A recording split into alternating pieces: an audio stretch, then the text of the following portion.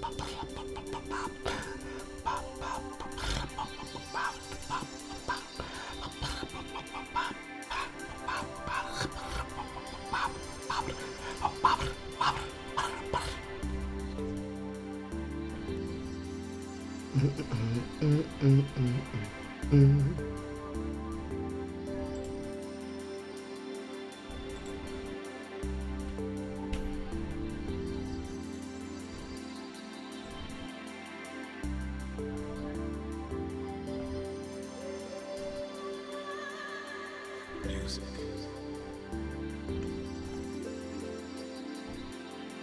Welcome back up. In all Music.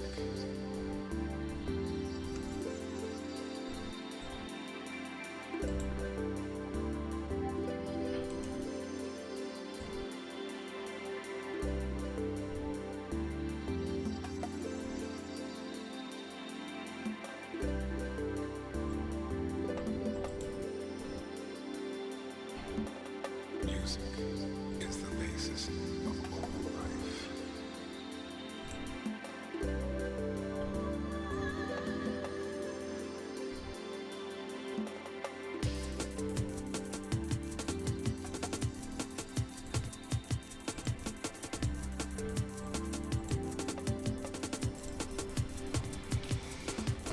Boom, boom, boom.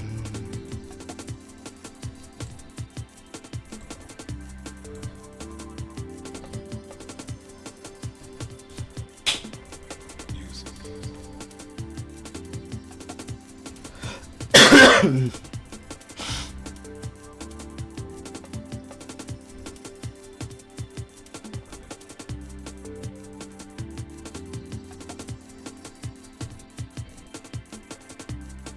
There are no contexts for these. Music.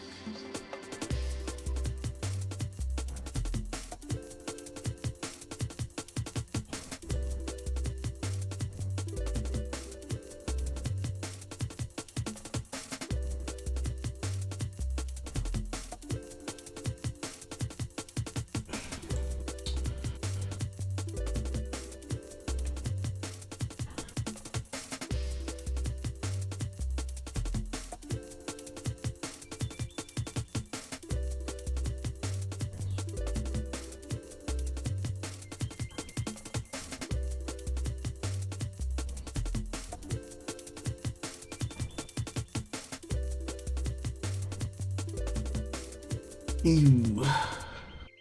Okay. Better context.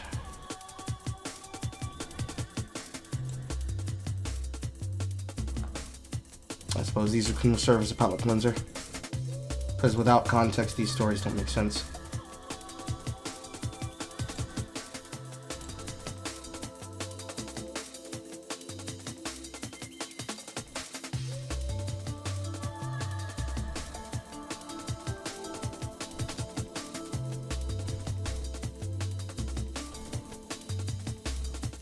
Okay.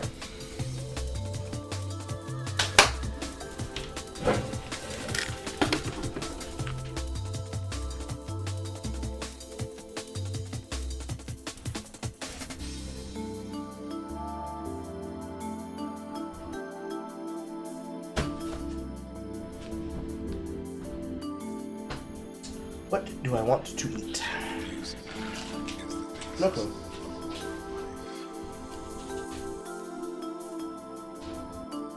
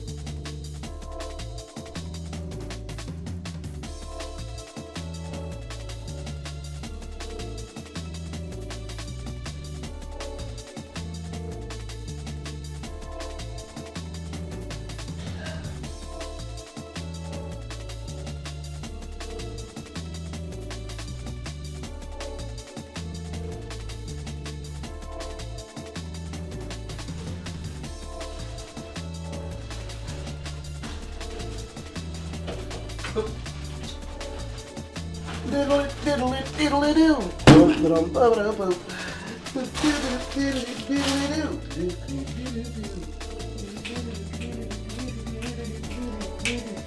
do.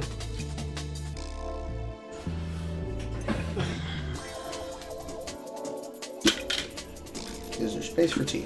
Of course there is.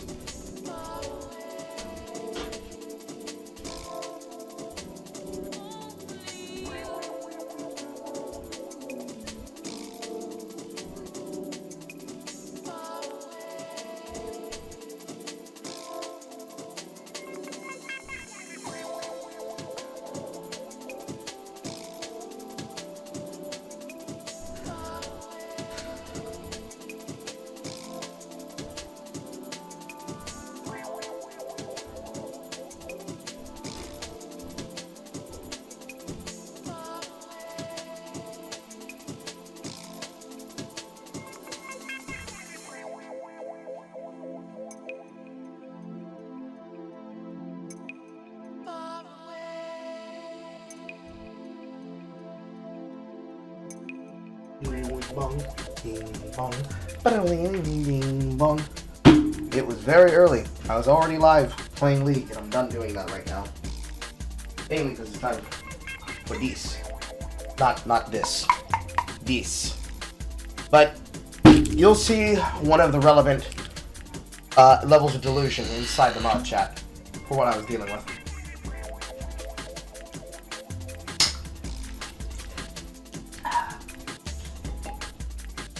No alcohol in this, it's just tea.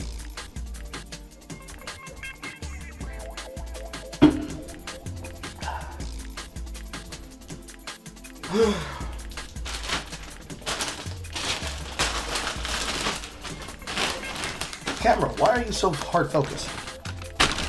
Oh my lord. It's refocusing its view every 15 seconds.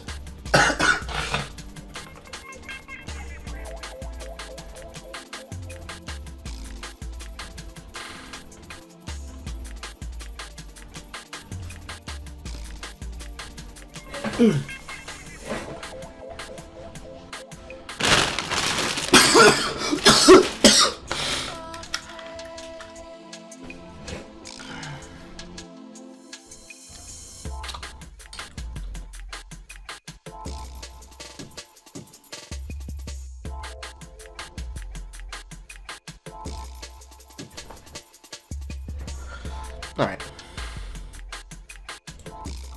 Let's try something different today.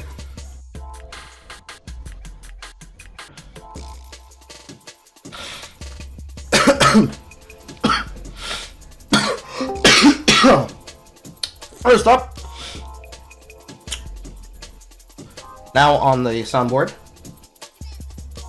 Close your mouth, fictional woman, and open your legs to possibilities.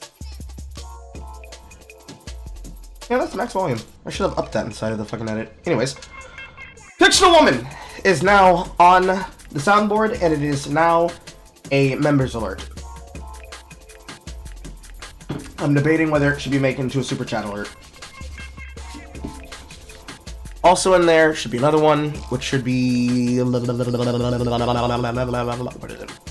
I already forgot it. I posted it earlier and then I forgot.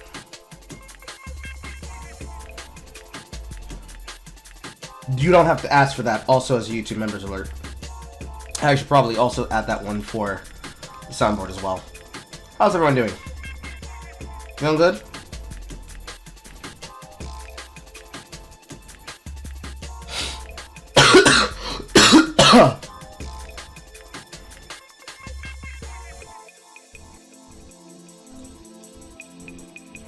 Because unfortunately, we only have 8 slots for a soundboard unless we have the server boosted.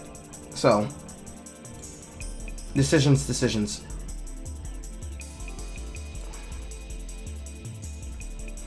Where's the cum brain emoji? Also left behind the boost paywall. Yay.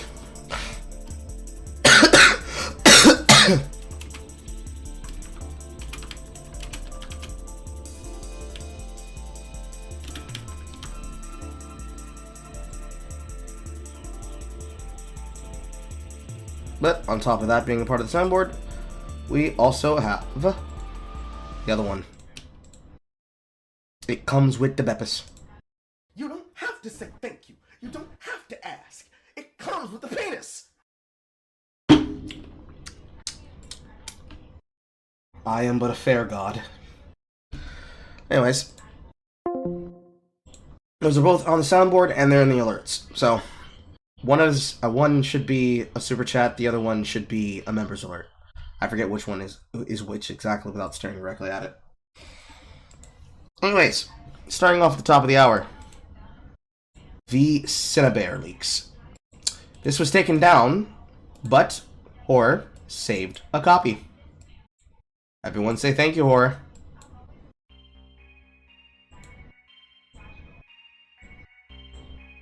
I was going to make a video talking about a recent document that A was decent choice. I too enjoy Shin Megami Tensei 2.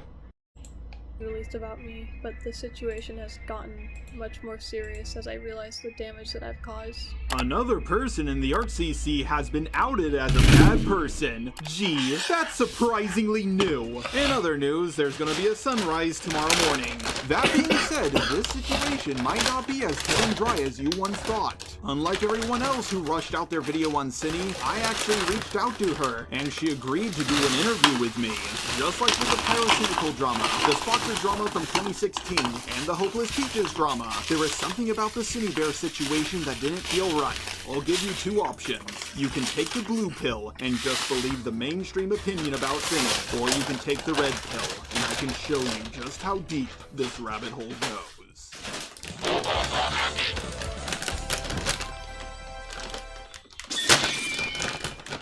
Before I begin, I would like to make some disclaimers regarding this video. Number one of the subjects involved in this video goes by a different name than they used to, due to identifying under a different name and gender. If you know the user by the name of Birdie within the animation meme community from years ago, a drama I actually made reference to in my last video, which I to this day do not know anything about, then you should know they now go by he, it pronouns, and they have changed their name to Jack. This is the ArtCC. Half the people in it are trans. When talking about their drama, I will refer to it as Birdie, but for the rest of the video, I will call him Jack as that is what he prefers to be called. Making sure somebody calls you it is crazy, bro. That's wild. Also, don't you think it's a little bit strange that the majority of the artists that keep coming from this audience seem to be going trans suddenly? This is not a shock for anybody here. This is just a shock for the people who are watching this again on the backlog. That's wild. Might it be that some of these people probably need to go get mental health surgery? Mental health stability checks? Instead of, you know, entrusting yourself to the Leo convoy? I don't know, I think the found father shit's not working out. I think it's time to mosey on down the old happy trail and just stop. Just stop letting this guy have access to you guys. Might work out better. Who knows? Speaking of working out better, can my camera please focus? Focus!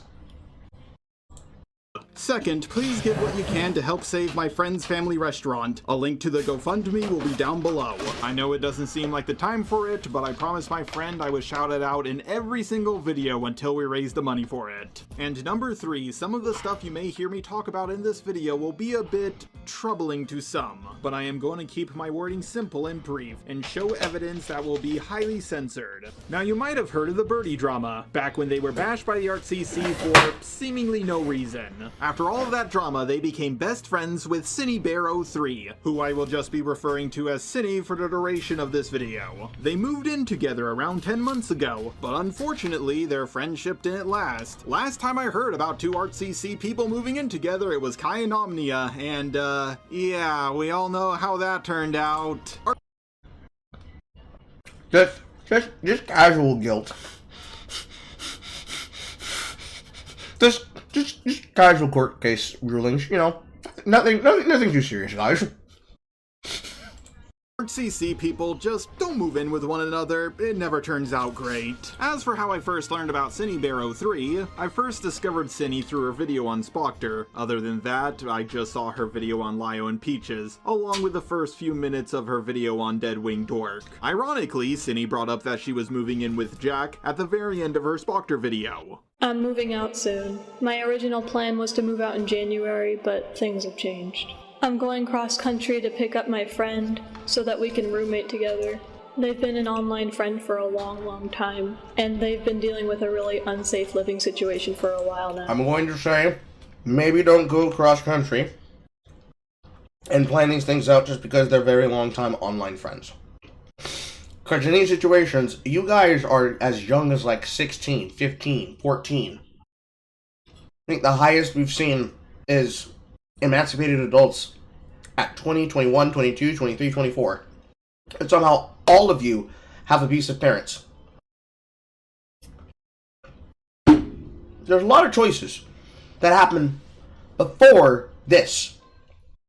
Because they're all centered on, I gotta go do this to go save the person that I know. And they never end well. Never. So I want to go get him.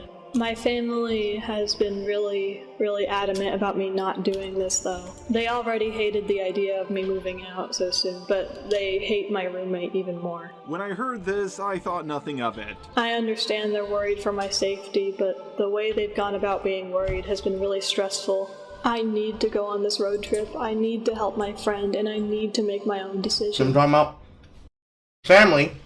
You have met this online person. How long have you been talking to this person? You're going cross country for them? Can't you just take time and plan this out? Can't we talk about this? Can't we communicate this? Also, they hate them? Do you have to supply evidence? That's not. That's not.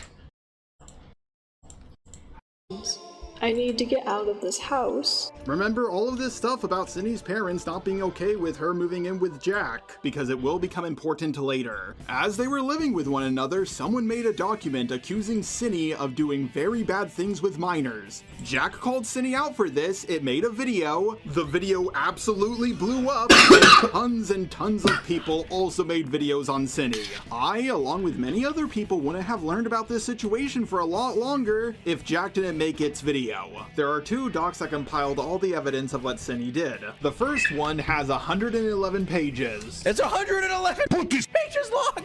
You're kidding me! You're kidding me! Sure, it's long, but it's mostly just screenshots. The most severe allegation in this document was that Synni was grooming a 14-year-old by sending them inappropriate pictures. Unfortunately, the doc is so long that most people didn't look at it in its entirety, and if they did, they didn't look at it very carefully. Now, some of you may be asking, how old was Synni when this all happened? Was she 16 when she was talking to the 14-year-old? Or 17? Nope, she was 20, about to turn 21. Like her birthday was right around the corner.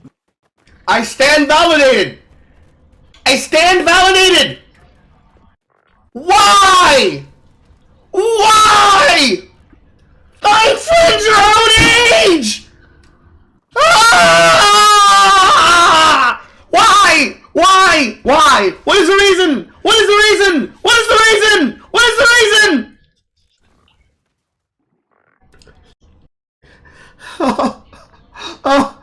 Oh. Oh!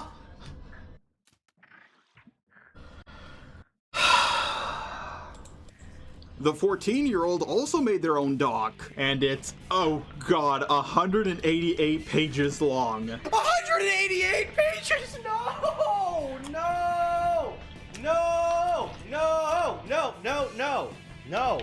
But it's almost entirely just made up of screenshots, so it's not as long as it may seem at first. Now, some of you might say that these screenshots are out of context, or maybe the messages are fake. After all, Discord is one of the easiest websites to use to fake messages. I mean, it's happened to me before, so it might have happened to Synni. But the thing is, those allegations aren't just allegations anymore because Synni admitted to it. I've been an irresponsible content creator. and I've been acting inappropriately towards my fans. This alone is enough for me to realize I need to make sweeping changes to how I conduct myself and how I interact with my fans. Okay.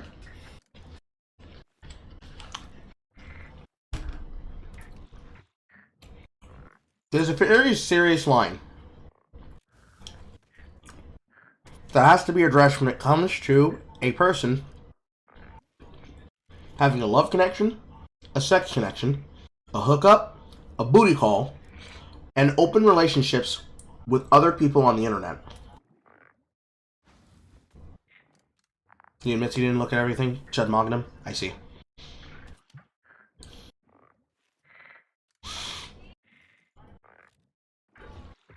When you are a content creator and you are single, let's open up a fucking thing for it.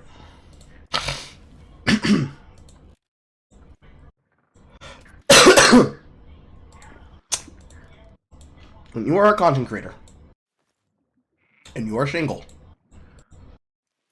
you cannot, under any circumstance, ever let people control your love life. Period. There's a very simple reason why.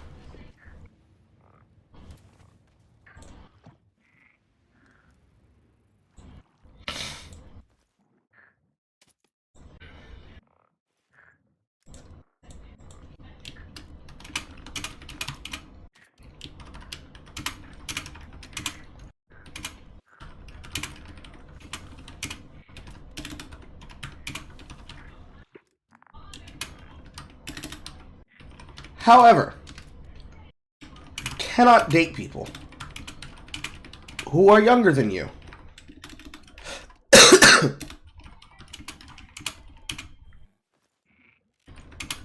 To outside your age group.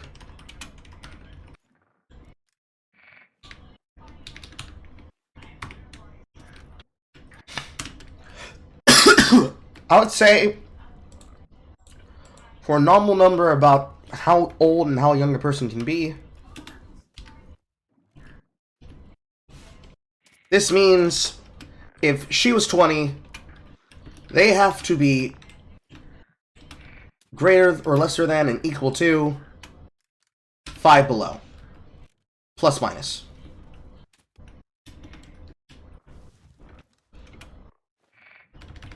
And this goes up. In this case, you shouldn't be going lower than about 3. So, she's 20, or 21. Let's say 20 going on 21. To the point you could drink. Should you be talking to a 15-year-old? No. So anything that's from 15 to, I'd probably even say 18. Because setting it hard cap as they are exactly 18 years old, you wait the day of their birthday to do something, skeevy. So 15, 18, right out. Anything 19 to 20. So you could go 19, 20, 21, 22, 23, 24, 25, and anything past that, I don't give a shit. 2, if you're going to date a fan / time creator in your field of interest, you cannot abuse or talk about personal things as a content farm. This means keep your private life private.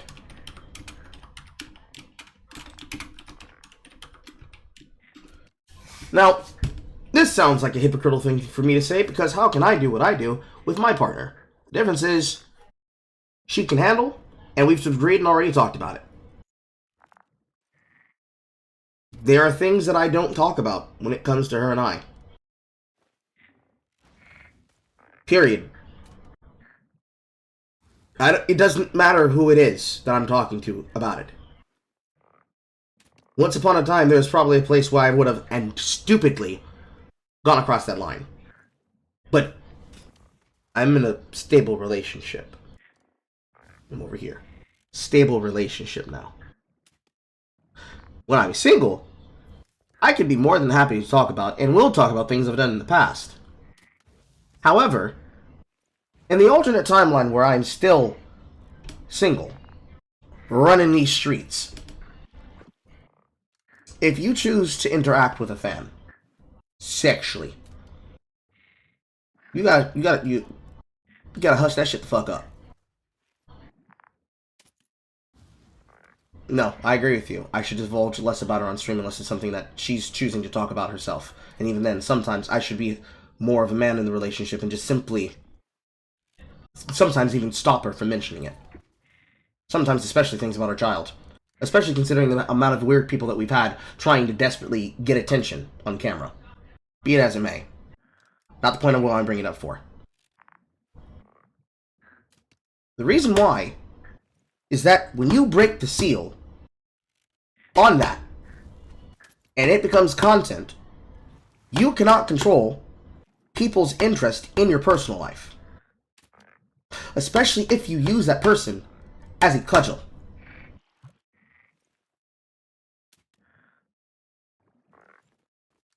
It is very hard to put the lid back onto something like that after you take it off yourself.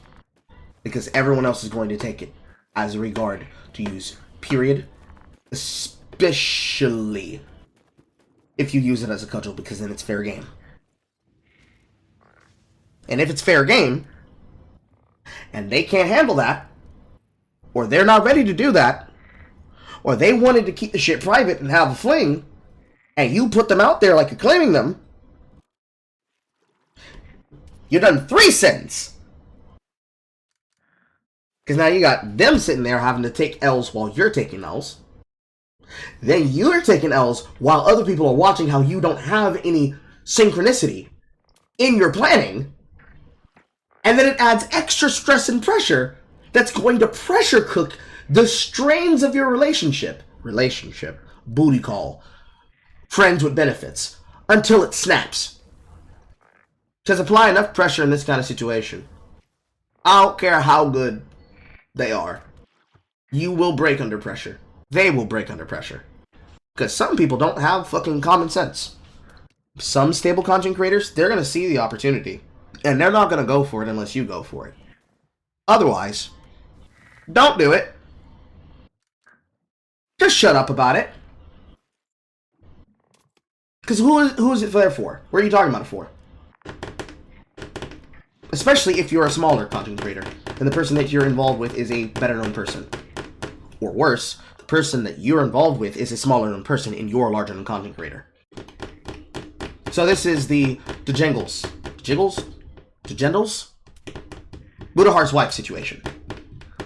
Budahar begins dragging her down, not because of the Bajit shit, but because the way that he behaves is now seen as an extension of her behavior, despite the fact they're 2 separate people. Or, more commonly, Yoko Ono, number 4557, Anita Joma, and Ian Joma, because she's willing to run her mouth about him and all his shit. We know things that we shouldn't know that they've admitted to on She Ruined My Life podcast. And while she spends all that time making him look stupid and embarrassing him, he can't do anything about it because she just keeps running her mouth. And all of this is from him trying to defend her and her agency, but he has no agency himself. So even when she does something stupid, he can't be able to say, bro, that's her doing something stupid. That ain't me, though. Because it is you, though! Because here she is, giving up the gams! Running them lips for every single sailor! Sinking all your battleships!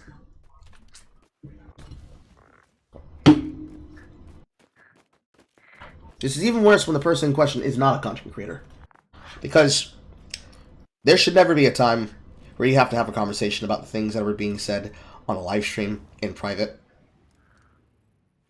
Certainly not.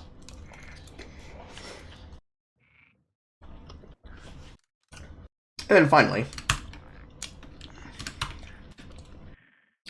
if you're gonna go around, drag this up, please. Thank you.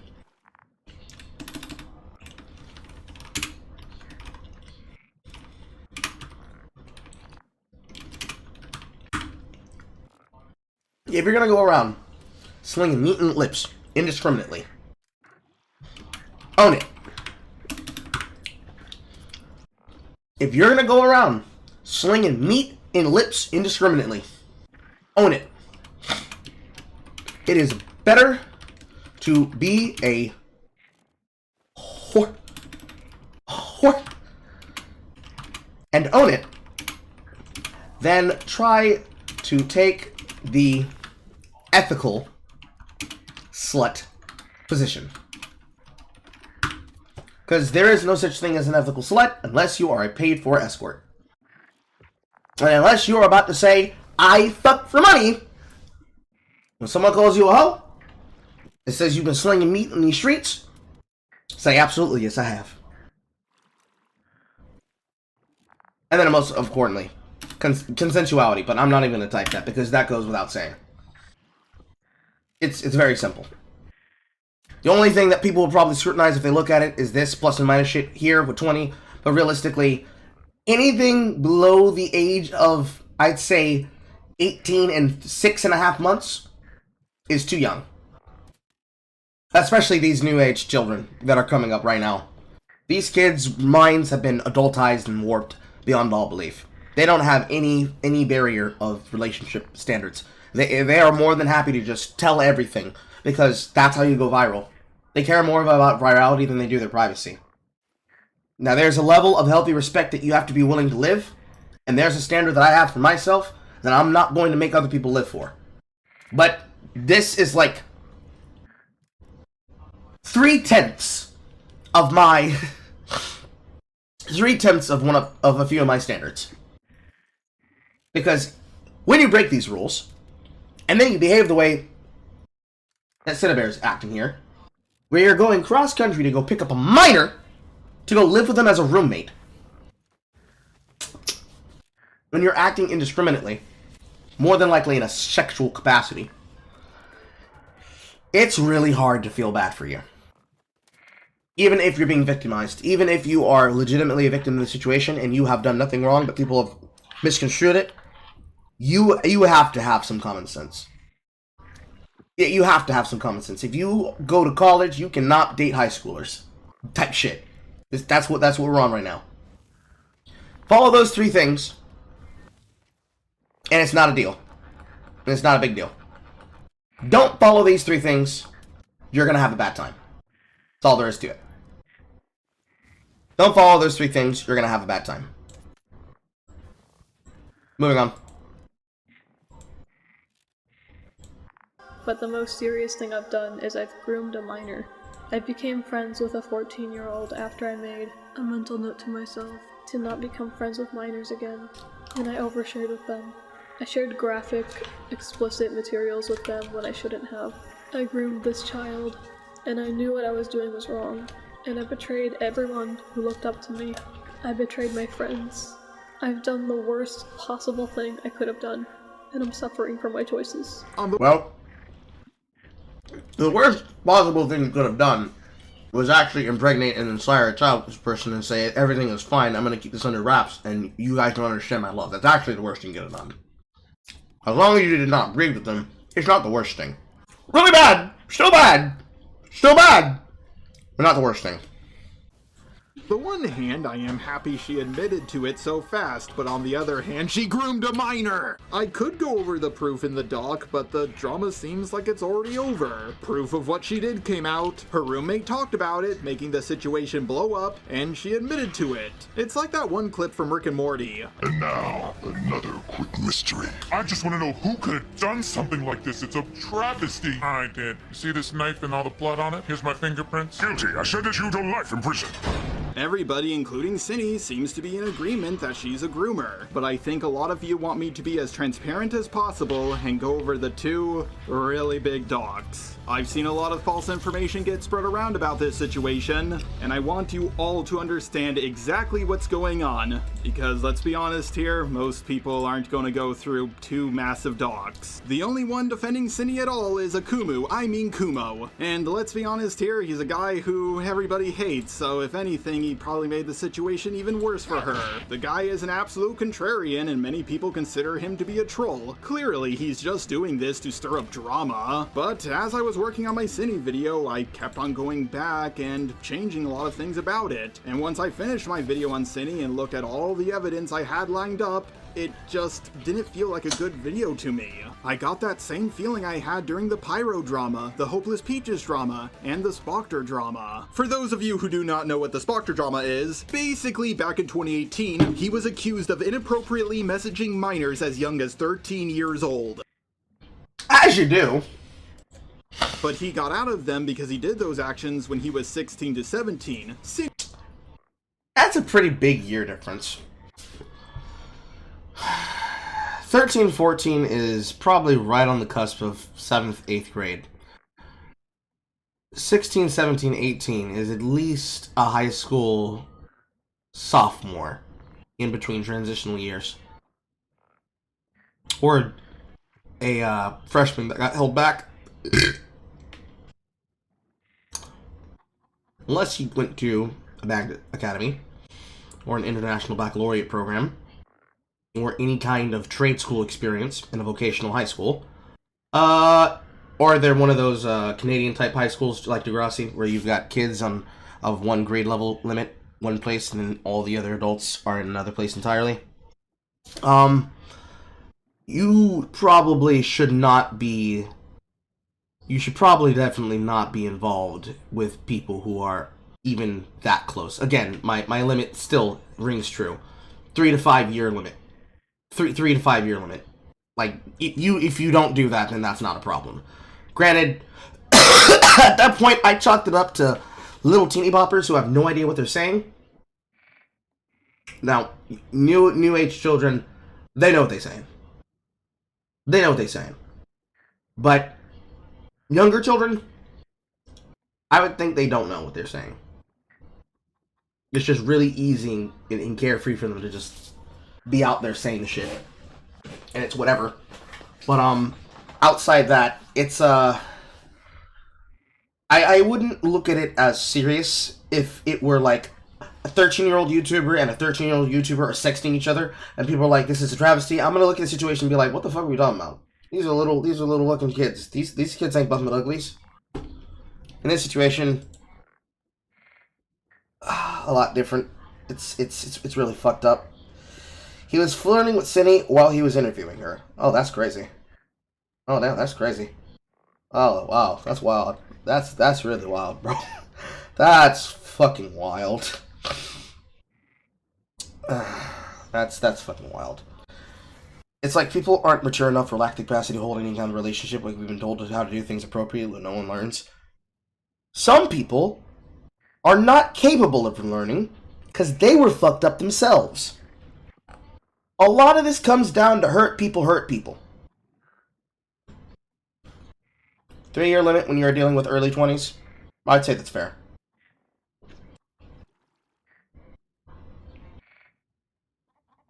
Just for doxarity's sake, we're going to change that to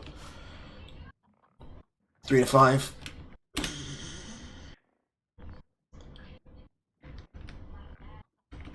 Yeah. That's what we're going to change it on the screen since that's up there. But, wow, that's crazy.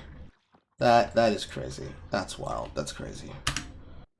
That's wild, bestie. How could you do such a thing? That's ridiculous.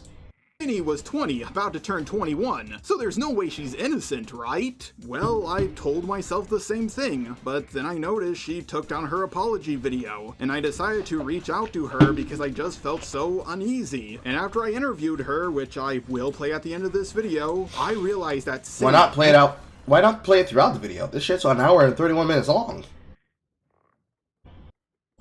And all of you were lied to. I've gone against the mainstream art commentary community opinion lots of times. I did it in the Peaches drama, the Antunes drama, and the Toby drama. Granted, the last one didn't go so well for me, but the other two went pretty well. I know 100% that I'm going to get a lot of backlash for making this video, but someone with a sizable audience needs to say something. The first big red flag to me was how quickly Synni admitted to grooming. When it comes to groomers, they never do that. Cosmodor didn't do that. EDP didn't do that. In fact, there's not one single groomer that I can think of that has ever done that. The only person that I can think of who admitted to being a groomer before Synni was Spoctor, but he was innocent. If you've seen my Vincent Skullman video on my old channel, then you know that I've proven that ArtCC people are cartoonishly spineless. Just a little social pressure will make them admit to things that they haven't done. Well, that's because for the art community, when you get ostracized, you get fucked. That's how that works. Why do I feel like I'm never on fucking camera? Just turn me a little bit to the side there. Now the camera's going out of focus. No, I agree with you. When you're 20, you shouldn't be fucking with 15-year-olds at all. The art community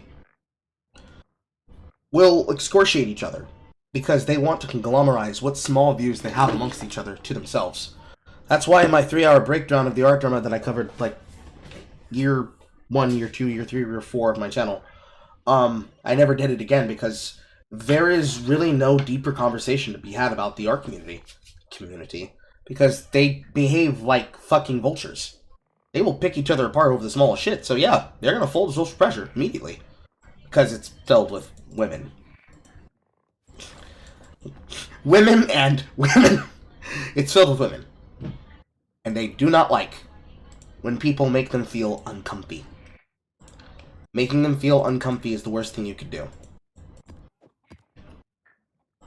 In court, people are allowed to rescind their guilty plea, and that is put into law because humans are, well, human. They can be pressured into saying that they're guilty even when they aren't. Tons of people have admitted to practicing witchcraft because they were pressured into it. Okay, Jaw, that may be true, but did you actually watch Jack's video? Yes, and it barely had any evidence at all. It is mostly just Jack talking, and that's pretty much it. Sock has expressed discomfort with Synni multiple times, and Synni hasn't made an effort to change anything. She made graphic rape comics, including Sock's characters, and sent them to people she barely knew, who then leaked them because she didn't fucking know them. Sock expressed discomfort again, and Synni doubled down and told Sock off because she can cope however she wants, I guess. I haven't looked at the screenshots. I've only heard, like, testimony of this, but it's disturbing. I haven't looked at the screenshots. I've only heard, like, testimony of this, but... Kappa. She has an obsession with Boy to this very day. Before I found out about all this, Synni actually DM'd me last night and said, oh, Boy's yelling at me, because I think she has, like, an imaginary version of him? I don't know. And I was like, why is he yelling at you? And she's like, I don't feel comfortable saying. And then I found out from someone else what she did, and she just wasn't gonna tell me. Some of you may bring up that Jack and Synni were best friends, and it would be in denial about what their friend did. The thing is, though, Jack is very, very autistic. Like, I can't be the only one who thinks it's weird that Synni allegedly groomed a 14-year-old, and Jack somehow makes it about itself and gets $10,000 in donations. Like, what? How does that work? If that's the rule from here on out, Professor Dreadlock has been messaging minors inappropriately. Now give me $10,000, please. Even if you're moving out, you don't need $10,000 unless you live in California or New York or something. Well, it's a big tono. I need a big tono to move. Because a lot of them do. That's the other reason why a lot of them fold very quickly. They live in places that are full of starving artists. Usually because they either live there, because they always live there, or they moved there, and then they weren't able to find work that was stable, and now they have to basically scrounge and work the gig economy. The gig grind, as it were. In fact, if you live in one of those two states, $10,000 will only cover your rent for a week. But why couldn't Jack just ask for, I don't know, $2,000 or $3,000 and then get a job? Well, Yes, that is also very true about the VTuber community, by the way. Because it doesn't work. Yep, Synni was paying the overwhelming majority of the rent. Jack needed Synni, but Synni did not need Jack. Synni is working a real job, she's making money, and she's paying rent. Jack for the longest time was on Social Security until he moved. So let me get this straight, we're paying taxes to it, and now we're giving $10,000 to it. It almost seems like Jack had everything to gain by throwing its friend under the bus. But Jar, the document had all the proof. I mean, look how many pages it had. All that evidence must prove that Synni's a groomer, right? Well, actually no. There's not one shred of evidence that Synni groomed anyone. Just testimony, one of which came from herself, ironically. Now I want to make this 100% crystal clear. Synni did 100% speak inappropriately around minors. But know who else did that? Pyro. Recently, to those who are unaware, I've been accused of grooming a 15-year-old boy when I was 19. That I'm some kind of predator and was aware of his age all along. This is categorically untrue and a complete lie. But a few days ago, a poorly written Google Doc has surfaced claiming that I have lied in my response and I'm 100% guilty. I just want to be clear, I have never lied at any point. This document is disingenuous, manipulative, and it fails to include so much of my original statement. This document makes, like, insane assumptions based on limited and broken evidence. It's not hard to dismantle it, it's just annoying that I have to be the one to do it. These conversations never led to any nudes being exchanged. It was just purely fantasy garbage, something which Ivory himself confirms. Did he ever ask you for nudes? No. No. Several of our conversations were leaked online by Ivory. Here's one of the more damning ones. I'd love for my Sona to be licking at his fat, sweaty while rubbing his belly from behind, and then just having him gas all over my Sona's face. I am going to turn into Falcone. What are you doing? Why am I hearing? It's not even the drama that we're looking at, but one does not just hear that and just go unchanged into the wild blue yonder. This cringe changes a man on the inside. It changes a man permanently. I will never hear things the right way ever again. My days ruined. Fucking Christ almighty. Fucking Christ almighty. That'd be so nice. Or if mine was just underneath him, getting railed underneath his huge belly, and your Sona could be gassing non-stop as he f***s mine like... Huh? Well, to be honest, I'd pick you up, hug you while... To be honest, I'd pick you up, hug you while rubbing you against my huge, sweaty moobs, then kiss your cheeks, telling you how much I loved you, and then kiss you on the lips and let out a hard, long belch into your mouth. Pain! Pain! Come on. I mean, yeah, we shared some fat furry art, we had some weird fantasy roleplay, but there was no sexual interest. There were no nudes exchanged, his name, his appearance, it wasn't important to me. He never once disclosed the fact that he was 15 at the time these exchanges commenced. He didn't include his age in his bio until he was 16, but I was not on Twitter between the 28th of December 2016 until the 29th of June 2017, as I was suspended. It would have been a hell of a lot less likely for me to see all but one of these tweets that's been used as evidence in this Google Doc. My Reddit post clearly shows that I was suspended from Twitter at the time that they were made. And that of course leaves the very last one, but like, what are the chances of you catching one specific tweet when you follow hundreds of people? I brought this up in my Reddit post as well, but it's been deliberately left out as some like shit attempt at manipulation.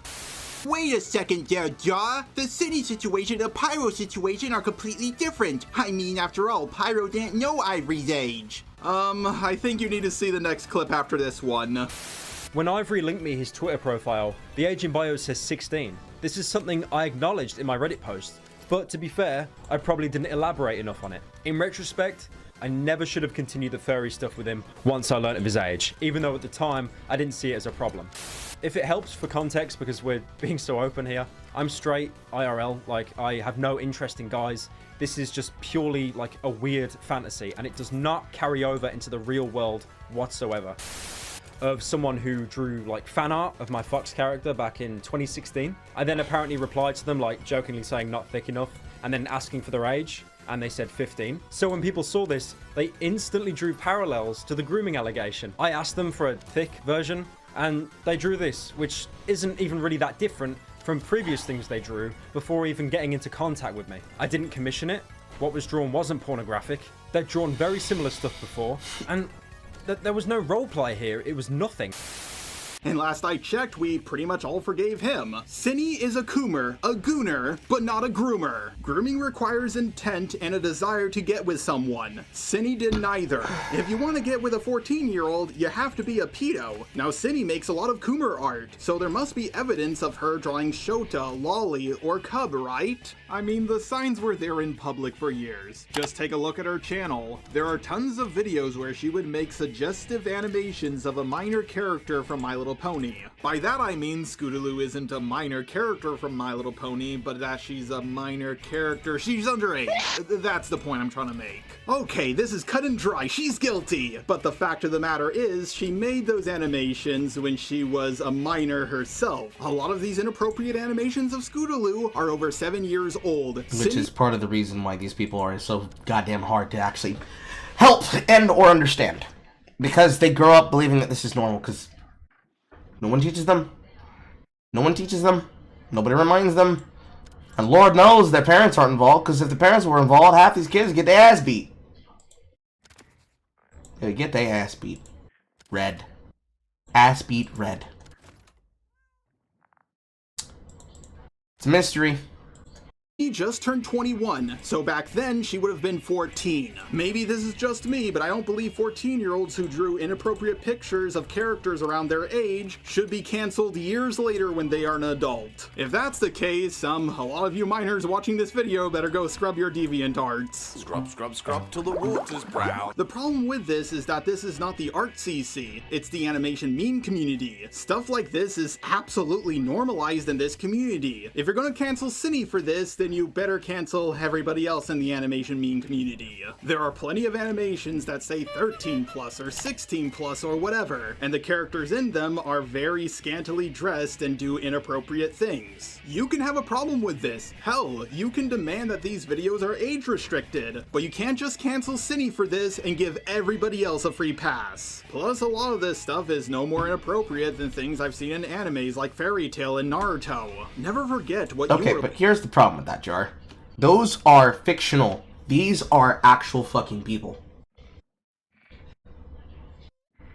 This is like typical furry shit, but those are animes. These are individuals who start out young and don't learn boundaries. No, I don't believe that you should be giving them passes. However, everybody's parents need to be called. Everybody's. Even the grown-ass adults. It's fucking crazy, dude. Fucking Christ. I don't even know why we would even compare it to animes.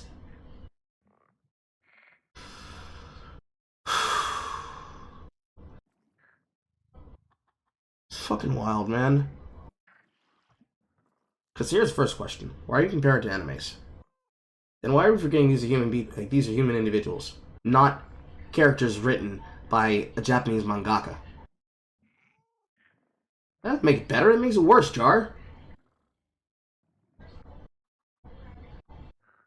Head scratcher. Head scratcher.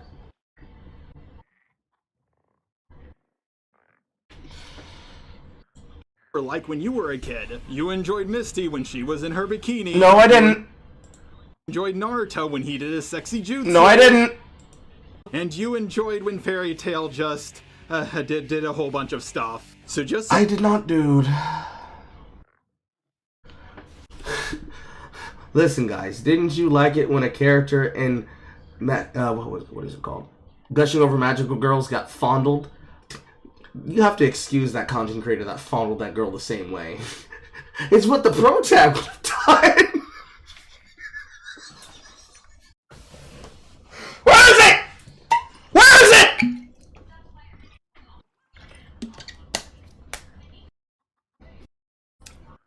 That's what we call in the business a bad argument. So we're clear here, back when Synni was 13, 14, and 15, she made animations like this, and just about no one had a problem with a minor making animations like this on the internet. Hell, judging by the view counts these videos... I was a different kind of child. I didn't react that way to those animes. Well, probably because I myself was adultized, but I didn't go that direction. I went the opposite direction. I was an extrovert that was bullied and assaulted into being an introvert, and then I became an extrovert again. Once I was able to get strong enough to defend myself from my abuser. I would go as far as to say that people encouraged her to keep doing stuff like this. And they should be guilty for the exact same shit of encouraging it. Because every single person who's nearby around is responsible for the grooming shit. So let's use an example. The Demon Mama grooming allegations, which are not allegations, they're just true. Demon Mama's as guilty as their personal friend for exposing that individual that they chose to make into their editor/worker. You are just as guilty as your friend for exposing them in that situation, because your inability to have boundaries created the opportunity and the space and the toxic opportunity and opportunism for your friend to make them feel that way and for it to happen. If you don't try to groom a child into being your personal fucking work slave over Overwatch, that doesn't happen. That is what you should be comparing it to. It's the level of, I got this person to do free labor for me to enrich my standing. Ah! Grew up with people constantly encouraging her to make animations like the one she's made, then it stands to reason that she would do the same when she grew up. But Jaw, that's not the only allegation in the doc, there's plenty of other stuff as well. I hear what you're saying, so let's look at that doc even more. Now granted, the old stuff she did wasn't that bad. Sure, making a 17-year-old uncomfortable when you're 19 isn't good, but it's not pedo stuff in my book. I'm one of those people who defended Call Me Carson, so I can't say she should be kicked off the internet. Call Me Carson is a situation of 1917. 1917 is not a giant gap depending on the years if we're talking exactly 2 years. Because we're talking about people who are nearby each other's age range, which would be acceptable. I expect a 19-year-old to be able to date somebody who's within 2 years, because that falls within the categorization of the 3-year rule. Like, Star's 3.5 years older than I am. Not a big deal. This changes entirely if it's a 7-year gap. Or if it was somebody with a 10-plus-year-old gap. So me 30, them 40. Like there's an entire price bracket on life that I'm starting to bat my way into there. That I shouldn't be. For doing the same. If you would like to know the story between her and the 17-year-old minor, well basically she sent a bunch of inappropriate messages to the minor. She sent a non-con comic to the minor who was 2 years younger than her. The comic included an F&F character by the name of Boy, who was graping Nightmare Sand supposedly for the punishment of molesting children. Lovely. Oh, and by the way, to make everything worse, the OC by the name of Boy was created by a minor. Ooh, that's bad. The minor called out Synni for this, and she apologized and made a promise that she would never ever do something like this again. That's good. Now, none of this stuff is wholesome Christian family fun, but it's not that bad. Tons of people have drawn inappropriate pictures of minors' OCs. It's bad, but it's less bad when Synni did it because she was only 2 years older than the minor. If people don't want you to put their OCs in not safe for work situations, you should respect their wishes. But if you draw your OC as a hot anime girl or a big buff man, you should expect people to draw them in not safe for work situations. Did you just use the picture of the transgender tentacle woman from Konosuba as a standard of a anime woman?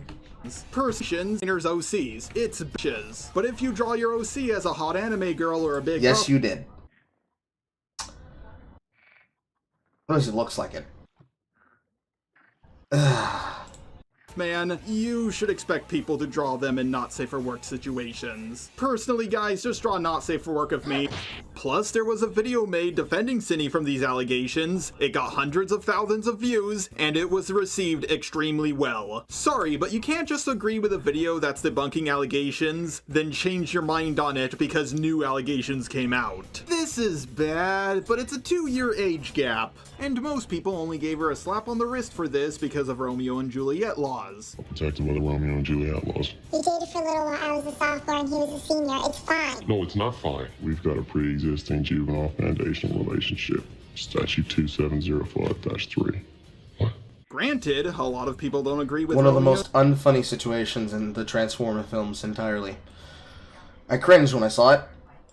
And Juliet laws, especially when it involves a 17-year-old and a 19-year-old. After all, a 19-year-old can vote, get drafted, and do a bunch of other stuff, but a 17-year-old is still in high school. What Synni did was bad, but it's not pedophilic, and she did receive backlash for it. Personally, the biggest problem I have is that she said she would never ever do this again, and she did. However, people are also more forgiving about this stuff when it's over the internet. Me hitting on a 17-year-old in real life is different than me hitting on a 17-year-old over the internet. After all, I can see the 17-year-old in real life, but on the internet, I can't see what they look like. On the internet, I hear someone talking to me. In real life, I see a minor in front of me. Granted, I'm a lot older than Synni. If I'm talking to a 17-year-old, yeah, I'm gonna get a lot more crap for it. The example I'm giving only works if I'm 19 or 20. But the thing is, as far as I'm aware, Synni wasn't hitting on this 17-year-old. She was just cooming with them. She would also post gore and say inappropriate things where minors as young as 14 were present. Sure, this isn't good, but it's nothing that would get you that much backlash. Personally speaking, I went on Live Leak a lot as a kid, and I saw some very gory stuff. Also, in the animation meme community, gore and bloodshed is just common. So once again, your hatred shouldn't be placed on Synni, but the entire animation meme community as a whole. Like the fact that people are freaking out going, "Oh, think of the children," just makes me laugh so hard. If you guys are canceling Synni for this, then why isn't Jack getting any hate? Look at the end of its video on Synni. His avatar along with her avatar are stripping while being on poles, and this video wasn't age restricted.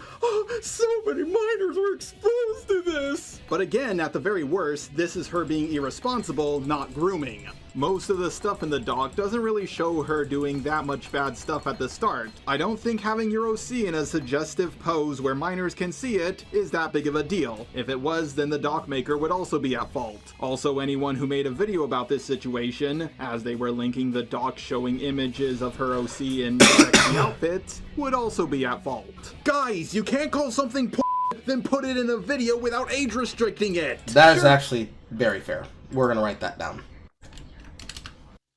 You cannot show people things you consider to be illegal.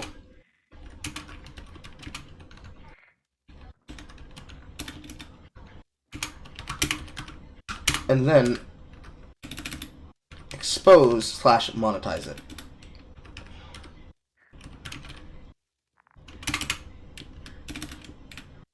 This involves porn,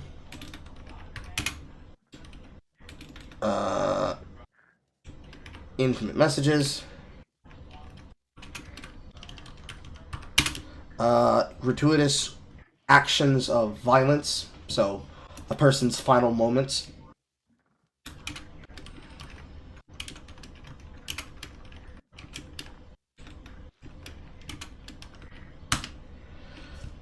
Etc.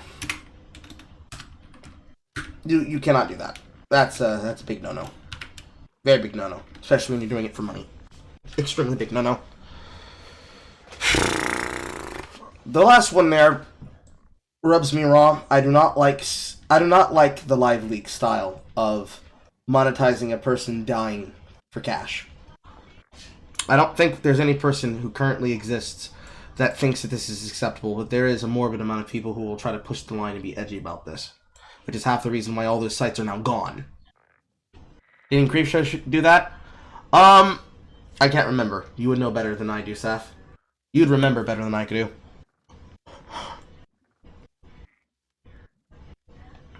See, the problem with Live Leak is that that's just the people having things happen to them being caught on something like a street cam. It's entirely different when you see a person, like, directly showing recorded physical man-on-the-scene footage of carnage. The doc does censor out a few things, but it doesn't look like anything that bad was blocked out. Like, this image was gore art, not her being topless, or at least that's what I've been told. Yes, her avatar is in underwear, but they're not fully naked. But then you have things that are a little bit worse, like her saying to a 13-year-old that she's looking for a not safe for work chatbot to talk to because she's horny. Run away, I've got to... Maybe this is just me, but I don't think you need to be telling 15, 14, and 13-year-olds that you're horny. I skimmed over the doc because most of the stuff I saw in it was small potatoes compared to the accusation I heard about her grooming a 14-year-old. Then, when I finally got to the end of the shorter doc, I found out that the bigger and longer doc was the one about the grooming. Now, I want to make this clear. I do not believe Synni is a pedo. She more than likely would have done this with anyone regardless of age. The 14-year-old who made the doc even thinks that this is the case. She was being irresponsible by talking to the 14-year-old this way, but I don't think she was doing it to with the 14-year-old. Also, I'm gonna be real here, the idea that people are saying Synni is a groomer but not a pedo is absolutely silly. I don't want to hurt anyone. I don't want this pattern to repeat itself. I want to be better. Nothing I do will ever make this right. But I want to make sure it never happens again. This is wildly irresponsible, it's an optics nightmare, and I don't know why she did this, especially when she made the promise that she wouldn't do this again. However, when you consider the fact that neither I nor the 14-year-old believe that Synni is a pedo, then you have to ask yourself, how is this grooming? If you're not trying to get with someone, you're not grooming them. If you want to hate on Synni for this, that's fine, but she's not a pedo. Not necessarily. When most people use the statement, they were groomed, it is always a sexual connotation. But grooming really just means normalizing. When you groom someone for an environment, you are removing the shock factor and you are making them comfortable with what they're doing. So, let's say you had a family comprised of nudists. Everyone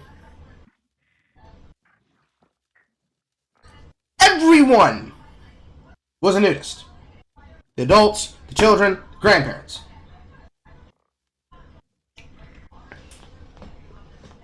Out in the wilderness, where you live off the grid and nobody sees you and no one hears you, there's a world where you could say, well, this was just what we always do. Everybody inside this family has always been a nudist. My mother was a nudist. My father was a nudist. My grandparents were a nudist. My kids are going to be nudists.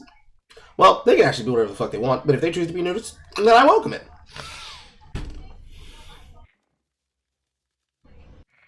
In order for you to normalize those children to the environment where they don't react to that situation, you have to be abusing them.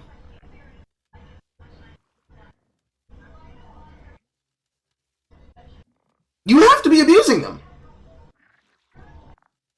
Because you're exposing yourself in front of your children. Even cavemen covered their nasty bits. You can't be going full Vosh and Vermin Roach in front of your kids. That's why you cover yourself when people barge in on you. Kid walks into the room. Mom! Oh my god, Dad! What are you doing to Mom? Shame is the reason. Everyone knows this. If you say grooming is only sexual instead of mental and emotional, because it's all three, it can be physical, it can be mental, it can be emotional, and worse, the fourth kind, psychological, which technically goes alongside mental, but we're talking about the kind of terror and horror that stays with you for the rest of your life. The kind that makes you shut down immediately when put under the stress of the situation, when you're exposed to the stimuli. If you only ever say, grooming is sexual, then you are excusing every mental abuser, every physical abuser, and every emotional abuser. Because usually, you cannot have the sexual abuse without physical, mental, and emotional abuse of some kind, if not all four, working in tandem with each other. Because it also requires the fifth unknown element, which is power. You can't be groomed unless somebody is acting as stimuli on you. So, in the example I just gave about the parent and the family of nudists, adults living on a resort and in a private community where everyone else is a wife swapper, but all the children wear clothes. All the children are separate from these wife swap escapades. That would probably be more acceptable in society, because the standard would be, what would society accept if you told them about this randomly? This is the Falcone effect, or whatever the fuck they called the Penguin in the Batman. If it is the Penguin I'm thinking of, I believe I'm thinking of the Penguin. But if the reaction that you're gonna get when you tell somebody this should be the natural knee-jerk, what you showing me? That means it's wrong. For obvious reasons, but most likely the moral ones. It's not moral to do that. You're destroying your children's boundaries, and you're setting them up for failure in their fucking life. So, let's not do that, Jar. Let's definitely not say that. Yes, wife swap communities are a thing. That's why they have secret code phrases and secret code language, like upside down pineapples.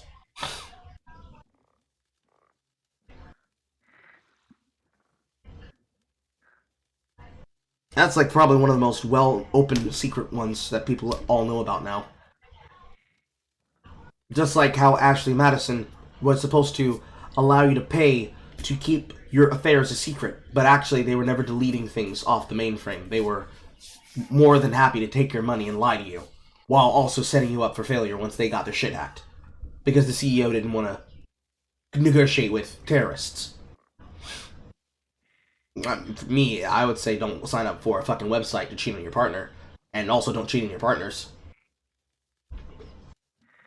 But ask me though. Ask me though.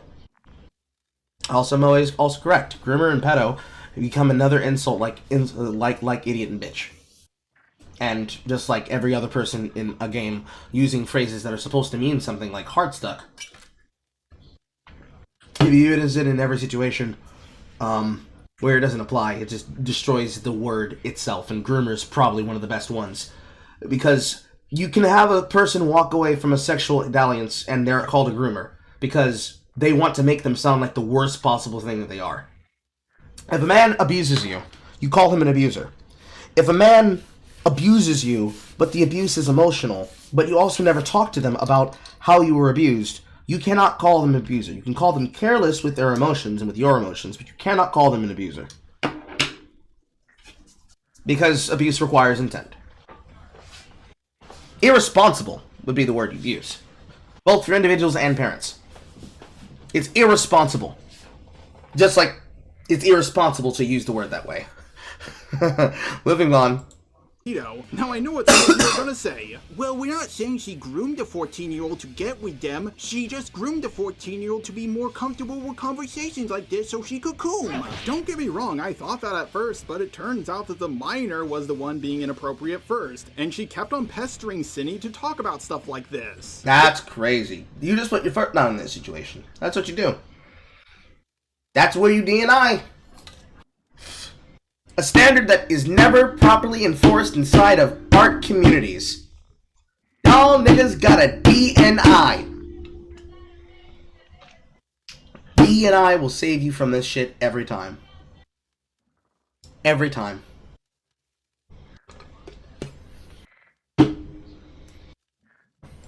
It's also important to note that this minor was a fan of Synni's content that includes Scootaloo being in very suggestive outfits, which Synni also made when she was 14. Yes, Synni should not have engaged with this minor. She was the adult in this situation, and what she did was incredibly irresponsible. It also makes her look really sus. But then again, Pyro, when he was an adult, sent a lot of inflation stuff to a minor. He got backlash for what he did, but he did beat the grooming allegations. No, I do not know why she couldn't talk to an adult about this kind of stuff. She brought up that she talked to this 14-year-old because she was as open about not safe for work stuff as she was. And yeah, of course she was. She just started puberty. Yes, Synni knew the minor's age. She asked early in the convo. Sure, she could have forgotten this person's age. I talk to a lot of people myself, and it's hard to keep track of stuff like this sometimes. But she acknowledged that this person was young a few more times.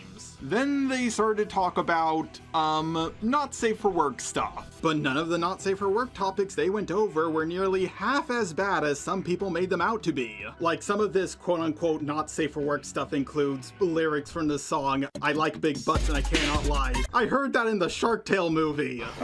I like square butts and I cannot lie. Hey boss, big butts. Aye vey. But what about the inappropriate pictures, like her sitting on a pile of sand corpses while hugging boy? Is hugging porn now or something? There's also pictures of her in boy and bunny outfits. Woo, so scandalous. None of this stuff is actually hardcore corn, it's just softcore corn. For those of you who do not know what softcore corn is, well, think of it like the sexy jutsu from Naruto. Sure, it's a bit risque, but under the law it would not be considered hardcore corn. This kept on escalating until— Please stop using borrow words when you're talking about shit on YouTube. If we're going to be serious, please call it what it is. Call a spade a spade. Otherwise, we look fucking stupid. What are we doing?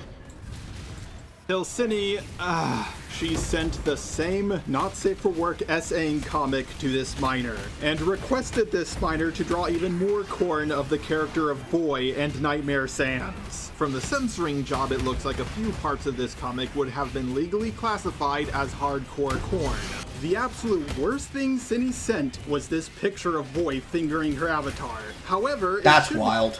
He noted that the doc maker was not the one who censored this out. It was actually Synni herself. When I first saw this, I thought, yeah, Synni's guilty. But when I found out that she censored the worst parts of this comic herself, it made her look far less guilty than I was previously led to believe. I agree that what Synni did was wrong. I agree she was being irresponsible. But I do not think that Synni is a groomer, a pedo, a child predator, or anything like that. After going through both of these massive documents in their entirety, I realized that they're just full of nothing. Oh no, Synni drew a picture of her character in a sexy outfit. Oh no, Synni said I like big butts, I cannot lie to a minor. If the doc maker had to stretch so much, so many times to make such bad points to paint Synni as a predator, then it stands to reason that it's not a good doc. They clearly didn't know what they were talking about, and they were just grabbing any piece of evidence they could to paint Synni as a groomer. The fact that Jack actually looked at this doc and came to the conclusion that Synni was a groomer is absolutely insane. After that happened, I believe that Jack convinced Synni that she actually groomed someone. Then Synni, feeling bad about it without actually looking at the document, admitted to the allegations. And nothing Synni did was as bad as what Pyro did. So please tell me the comparisons between the two, while I understand why you keep going towards them, we're not dealing with whatever you want to call Pyro's situation. There's a sheer categorical failure on multiple things on multiple accounts here. And it doesn't help. It does not help. He's getting a free pass and she's not. Okay, yes, most of the evidence we've seen from Pyro's video shows that he didn't actually know the age of the 15-year-old. Synni, on the other hand, did, which makes her more guilty than Pyro. But the stuff she sent to Enna wasn't as bad as what Pyro sent to Ivory. Like, it's not even close. Also, Pyro did continue talking to the minor when they turned 16. Now, 16 is the legal age of consent in the UK, so it's really up to you to decide which one was worse. Wow, that's loud. That's loud. Wow, that's loud. Ow, my. Oh, that's loud. That's loud. That's loud. That is really loud. Oh my god. We have to look at that. editor here. Now, 16 is the legal age of consent in the UK. I don't care. 16 being legal age doesn't mean shit. It's not about the legal age of consent. It's about the legal age of reason. I've talked about this before. We'll write it down just to make sure people understand. Romeo and Juliet laws, in my serious, honest opinion, are horseshit. We do not and should not try to judge non-18 legal laws. Doorbell. Hold that thought, chat.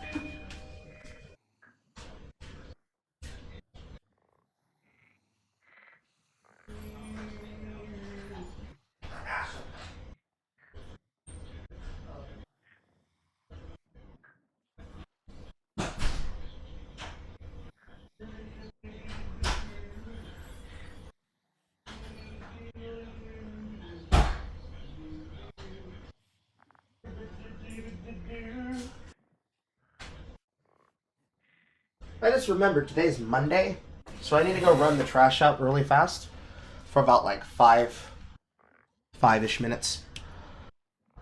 However, finishing my thought, Romeo and Juliet laws, in my serious, honest opinion, are horseshit.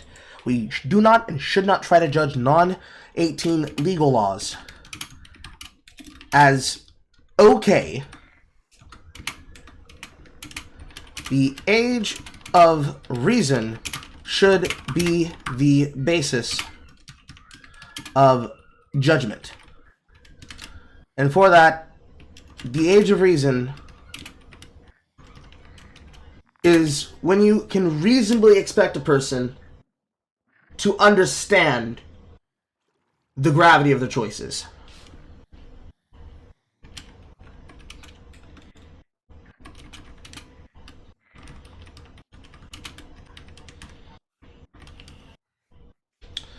So, the reason we say 18 should be the age of what we consider to be an adult is that I can expect an 18-year-old to be able to live on their own.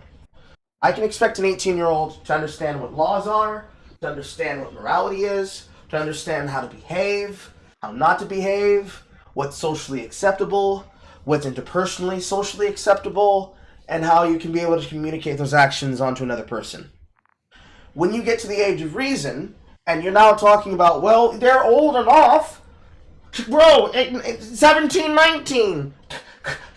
Teenagers. Fucking other teenagers. The standard I use is the age of reason. Now, why is there an apple on my floor? For me, I use the age of reason because the age of reason is reasonable. And after I explain it, oh wow, I can hear the seats.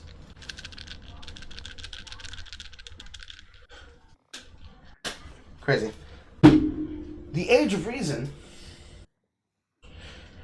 makes it clear why I have that standard, since it's the standard that I used to interact with people in the capacity of a government official. Both for the consolidated government and for my involvement with the feds.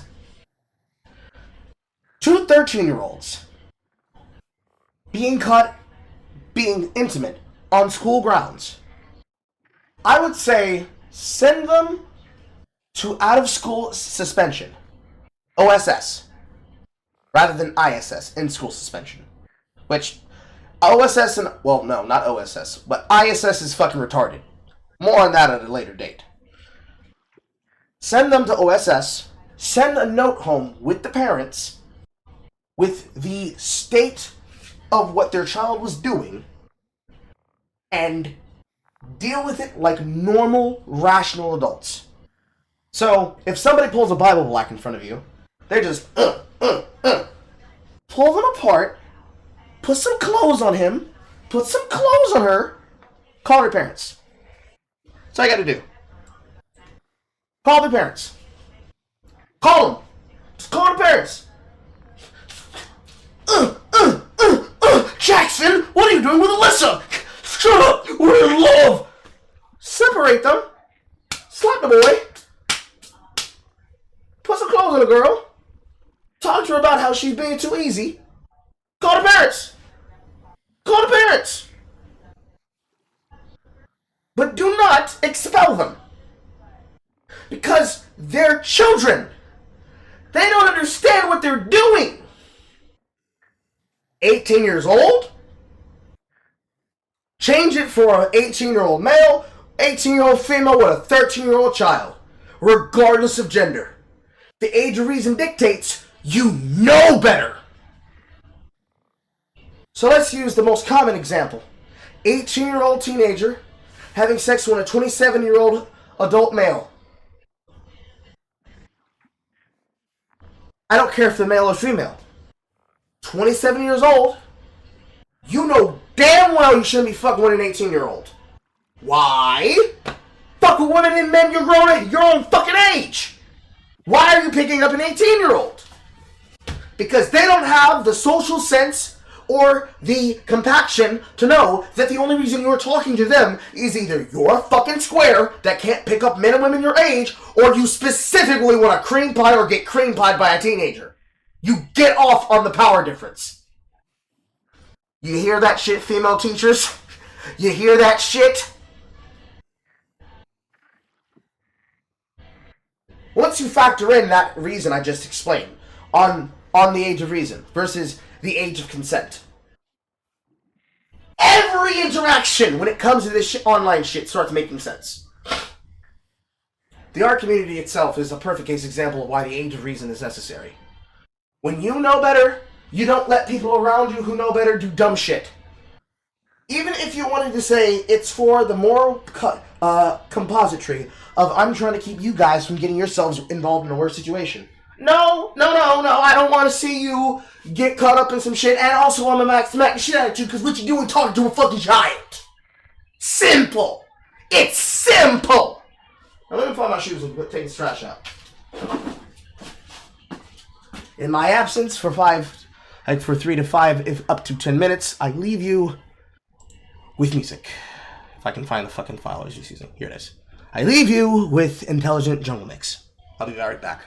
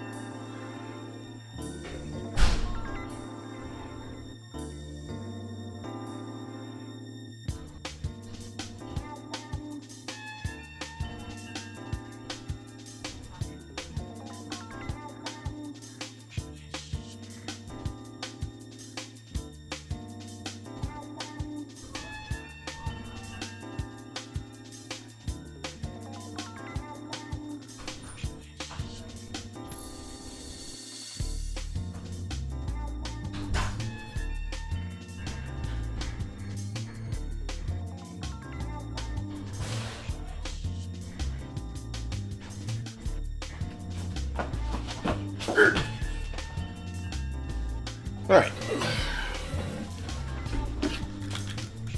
Jungle interlude over. Just to hit on the points and questions that I already said. Age of reason. Much better than trying to, quote, age of consent and Romeo-Juliet laws, which, if we're being serious, RMJ laws will always be used as by a person the same way the ephebophile, there's no F, Carl, ephebophile argument gets used. If you know the difference between a pedophile and a ephebophile, Christ almighty, you should probably not even make the argument. Because you're going to be looked at like a pedophile. Anyways. It's beginning to appear to be more obvious the reason why he privated this video. Yeah. Okay. The dent that my headset is making in my head might as well be how much brain cell matter I'm losing here. Christ almighty, my man. It's really up to you to decide which one was worse. Hey y'all, Editor here. Level up Shimagane 4 Apocalypse. Cindy, in her infinite wisdom, has decided to release this piece of diarrhea. Once Jar and I caught wind of this, we reacted accordingly.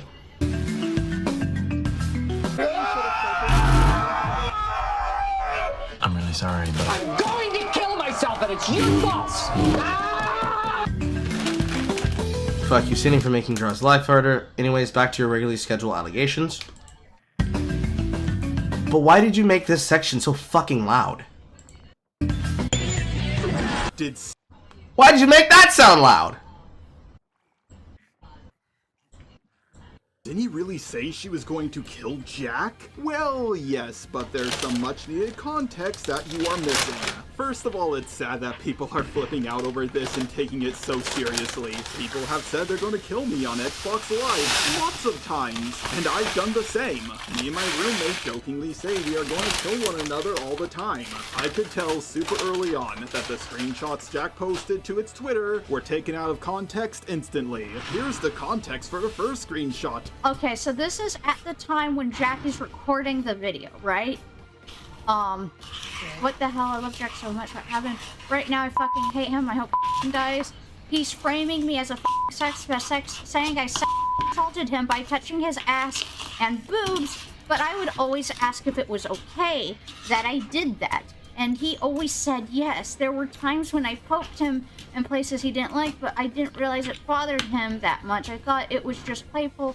I don't know. Oh no, she said she would kill Jack because it was accusing her of SAing because it rescinded its consent, which is something you can't do. Kind of seems weird that Jack rescinded his consent at the absolute perfect time. Sorry, but if you give me or anyone consent, you can't just take it away months later. You can give your consent when something is happening or about to happen, but not months after the fact. I can't believe I have to explain this, but apparently I did. Also, me and my roommate touch one another's asses all the time. It's a form of bonding with guys.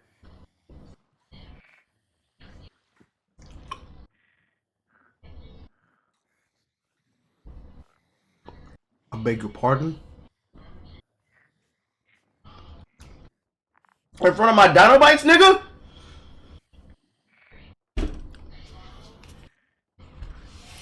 Let's hear you say that shit again. Is it a little bit?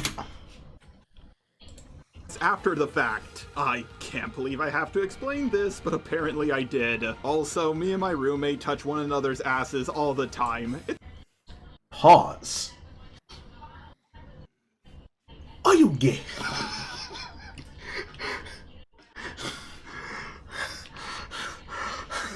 Are you gay? The cereal is malto meal.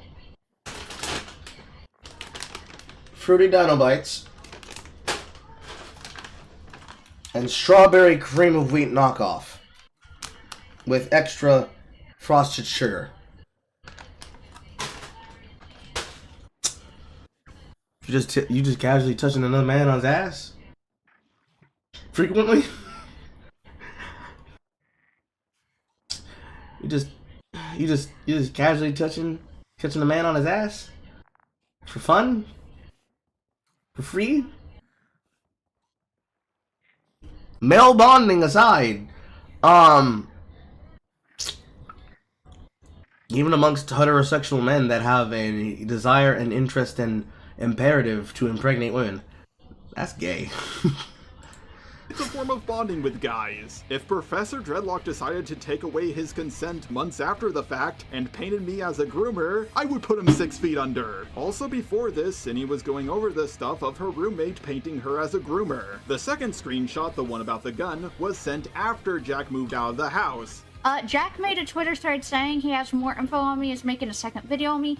He said he was talking to my friends and coworkers all day and is now staying with my coworkers, I think, but I don't know which ones. He said he's stealing my friends, and he said, live and suffer, Synnibear03. After I saw Jack's Twitter thread, I had to leave work early. I bought a knife, pepper spray, and a crowbar to protect myself. I'm thinking about buying a gun too. I screamed at Izzy over the phone when she was trying to comfort me, but I was convinced someone was in my apartment and they were going to kill me as soon as I entered the place. I parked in a neighborhood 30 minutes away from 30 minutes away from where I live, and Izzy went to my apartment to check all the rooms with Jade. I thought someone was there and would kill her, thinking she was me, and I was so scared to try calling her again. Everything. This, by the way, is a very serious form of mental deficiency.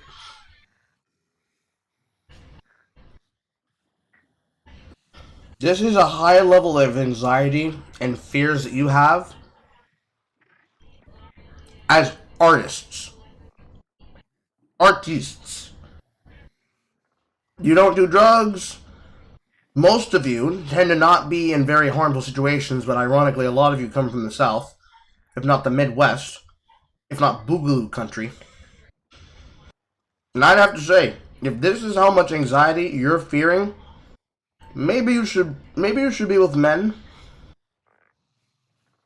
Because if you're like this and you're touching lesbians, you're this much closer to becoming a statistic. Closer than people like I am for this complexion. That's an unreal level of fucking anxiety. Everything was clear, though. I came home and checked all my rooms for myself, my pepper spray in hand. I broke down crying once I saw Stupid. Stupid is the name of the cat, and I slept in my room. I do not blame Cinny for wanting to buy a gun to defend herself when all the internet is, like, wanting her dead, and, like, she's being actively doxxed and people are advocating to kill her. This was during a time Cindy was getting death threats, and also dealing with people calling her boss, showing that they know— That is much more sensible. Okay, I was missing context. Know where she works, therefore they probably know where she lives. She just brought up that she was getting a gun to defend herself, and that's it. Sorry, but how did you guys fall for this? The entire internet wanted someone dead, and they wanted to defend themselves, but somehow this negatively affects a person who got over $10,000? Let me just make this clear. Jack gets $10K, Cindy gets death threats. She wants to get a gun to defend herself, and then Jack somehow twisted this into a death threat? What? By the way, I just realized this. Jack thought Cindy was a threat to children, so why didn't they call the cops? If I thought Because if any of y'all called the cops, all of y'all are going down for the retarded waste of other people's man time, and manpower, and man hours. You think I mispronunciate manpower the first time? No. The time you waste, the amount of time that's going to be investigated, the man hours wasted, and the manpower expended on people who basically shouldn't be dating people on the internet, let alone dating people on the internet and then also pissing, shitting, and nutting where they eat. To where everything could be simple. You could be eating out of the palm of your fucking hand. This is a really nice perspective. You could be eating out of the palm of somebody's hand, but y'all motherfuckers will destroy that shit so goddamn quickly that when an officer of the law has to start investigating that shit, they might as well just throw all y'all in jail for the night so that you can get your fucking shit straight. I say, again, what are y'all niggas doing? Now, that notwithstanding, with the added context that there are people sending her death threats, I find it crazy that people are incapable of noticing that. And again, they probably didn't notice, so that's the reason Jar wanted to put this here. However, people should be waiting for evidence on that. No? That's the easiest way to not be tricked by that. Just, okay, you have a vested interest in which you could be able to stretch the truth. So, let's wait for evidence and find out if this is true or not. And of course, just talk to them directly. That's the other way. Directly interview with them. Moving on. Was a threat to kids? You can bet your shiny metal ass I would call 911. I guess asking for money was more important than protecting children. Of course it was! Also, loud ass shit again. Oh my god.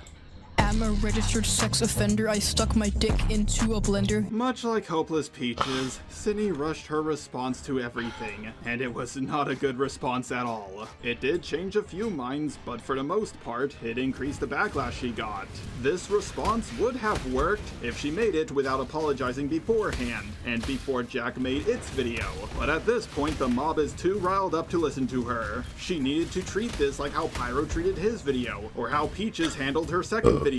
But she made it as if it was just another video, and that's not a good thing. When you hear the call with me and her, you will see that she did not take my advice on how to go about this. She thought she didn't have to go over the dog because other people didn't go over it, but the thing is, this is the internet, not a court of law. On the internet, it's guilty until proven innocent. Also, monetizing the video and uploading it at 5 AM was not a smart move. That being said, the amount of people commenting that they will not watch the video is dumb. If you are too scared to watch it, then you don't fully believe in what you are saying. Talk about me and the victims. My thing and the victims. One thing that really shocked me about this whole drama is the amount of people treating this like it's Cinny versus Jack. But they seem to forget about Enno. I think they are left out because they aren't a public figure, so most people just don't care about them. Let's be honest here, Jack made the video about itself, not the minor. The minor got nothing, and Jack got over $10,000. People are saying poor Jack a lot more than poor Enno. Guys, Jack is a person with autism and BPD, and they grew up getting bashed by the entire internet, which more than likely had an effect on its development.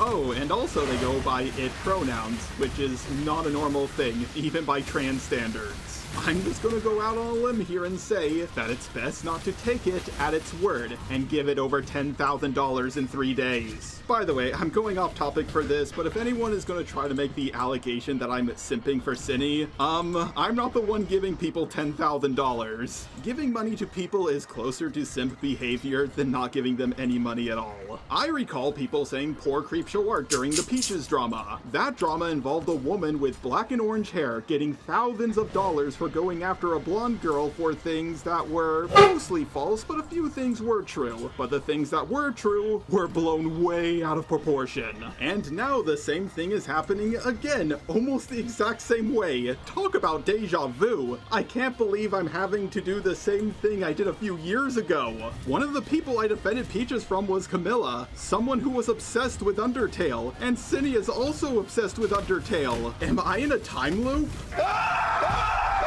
After looking over that shit's getting on my goddamn nerves. 99% of people talking about this, I can safely say that this drama was blown up to a level that it had no business getting to. I love how people would try to debunk me on Twitter by sending me the doc they didn't read. I think the irony was lost on them. The commentary community's coverage of this entire drama was absolutely gross. You guys really need to stop spreading what is currently the popular opinion without looking into things deeper. Face the facts. Synni already quote-unquote admitted to it. You weren't making videos on her to spread the word around, you were just doing it to get a quick buck. You weren't concerned about the safety of minors, you were concerned about getting clout. You guys should have learned your lesson from the Peaches drama, the Spoctor drama, the Dream and John Swan drama, the Pyrocynical drama, and more. But you people keep making the same mistake of jumping on a bandwagon too fast over and over again. I do believe Synni did bad things. She needed to be called out for them, but she did not groom anyone, and she's not a pedo. If you guys seriously believe that Synni sent a minor then you would also be at fault for linking the doc with a quote-unquote on yourself. If you did not age restrict your video, then so many minors had access to the quote-unquote Some of you may say that what she did was wrong enough for you to never watch her again. If that is how you feel, then that's okay. But don't make up stuff like, she sent nudes to a minor, she's a pedo, or she groomed someone, because none of that is true. I've checked multiple different definitions for grooming. What Synni did doesn't fit any of them. Sure, what she did is what a lot of groomers do when they start grooming, but they tend to escalate things, and she didn't escalate things for 6 months. That's not really a helpful standard here. Well, you see, they could have done a lot worse. So the fact that all they did was just stab them in the gut, and not stab them in the gut, burn them asunder, and then desecrate, like, the corpse, we should give them a John Wayne Gacy Award for being cruel, but not too cruel. The fuck?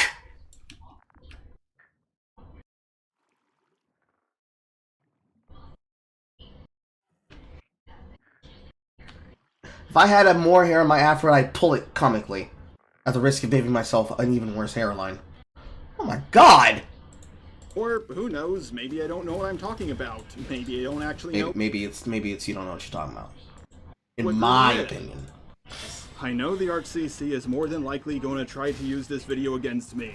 They are going to paint me as someone who is okay with degenerate stuff being shown to kids, or that I'm defending a groomer. Both things that aren't true, as I've proven in this video. I said what Synni did wasn't okay, and I show that she isn't a groomer. What Synni did was wrong. What she did was irresponsible. However, whatever punishment you think she deserves, I believe she already got it. Now, if you are one of the people who made a video on Synni, and you disagree with things I'm saying in this video, then let's have a debate. It just seems a little strange to me to make a video on someone without reaching out to them. Oh wait, you guys already did that.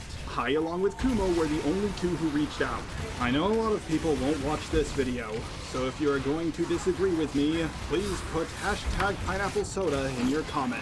All one word, by the way. If you don't, then I know you were too scared to have your opinion challenged. I've made videos on predators before, and I've uploaded more than one video bashing cuties. I've won almost every single drama I've been in, even when I was on the losing side. I'm sure people are gonna say I'm reviving the drama, or that I'm doing this for money or something. But even if that is true, it doesn't debunk anything I'm saying. People will more than likely bring up the Toby drama, but last time I checked, every single video covering my Toby video is gone. Every last one of them. I'm not gonna lie, I'm a little scared of the backlash I'll get from uploading this video. Both my roommate and my girlfriend try to talk me out of uploading it. They think I'm right, but they don't want to see me fight for so long and so hard like I did in the Peaches drama. By the way, Peaches is someone that became a bad person after everything I did for them, so I don't know if Synni will end up the same way or not. But I have to do what I think is right. Who knows, maybe I'm the one in the wrong, but I still feel like I have to do this. A lot of people could have done this video better than me, and hopefully they will, now that I've shown them the ropes. But if I am in the right, the next time something like this happens, can you guys please not say, "Ja, you were right about every other drama, but this time you're wrong," before my video even comes out. That being said, I am not confident that this video will go over well once I upload it. The good news is I don't have to worry about people like Prisonmate Luke coming in and making things worse. But I also can't get help from people like Lio, Peaches, and Doodletones. The last two left YouTube and Lio's reputation is in the dirt,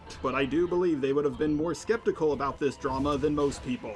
In many ways, this is like all the big dramas that have ever happened in the commentary community all at once. Just like Spoctor, Synni admitted to it. Just like Peaches, she made a bad first response. And just like Pyro, people painted her as a groomer when she wasn't one. Fortunately, or unfortunately, depending on how you look at it, this this drama has now gotten so big that people outside the ArcCC are talking about it, and a lot of non-ArcCC people don't think that she's a groomer.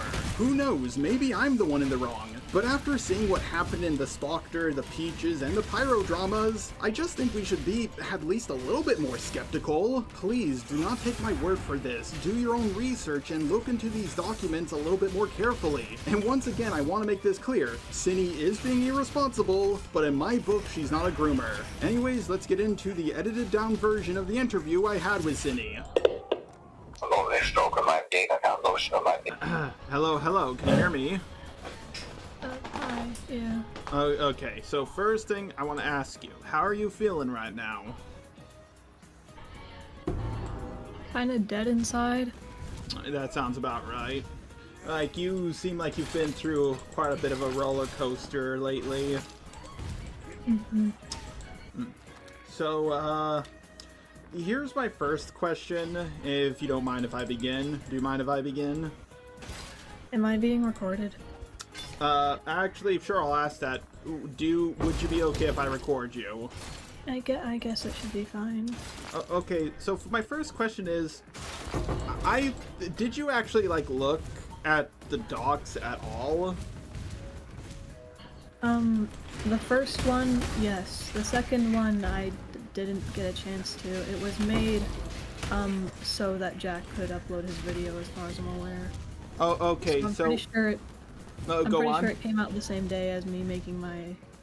Like, the one that, Enno made, I'm pretty sure, was made on the exact same day that I recorded my apology video. And Enno is the 14-year-old, correct? Yeah. Okay, so here's my first question. I looked at the first doc. I desperately looked all over the first doc. I don't see any grooming going... Oh, yeah, like, Synni had her avatar in sexual poses, and I was like, yeah, have you not seen Naruto or any PG-13 anime? Like, no, I think a lot of that document was just complete horseshit, honestly. There were, of course, there were like some things that I do think were problems, like the actual issues, but a lot of it was just bullshit.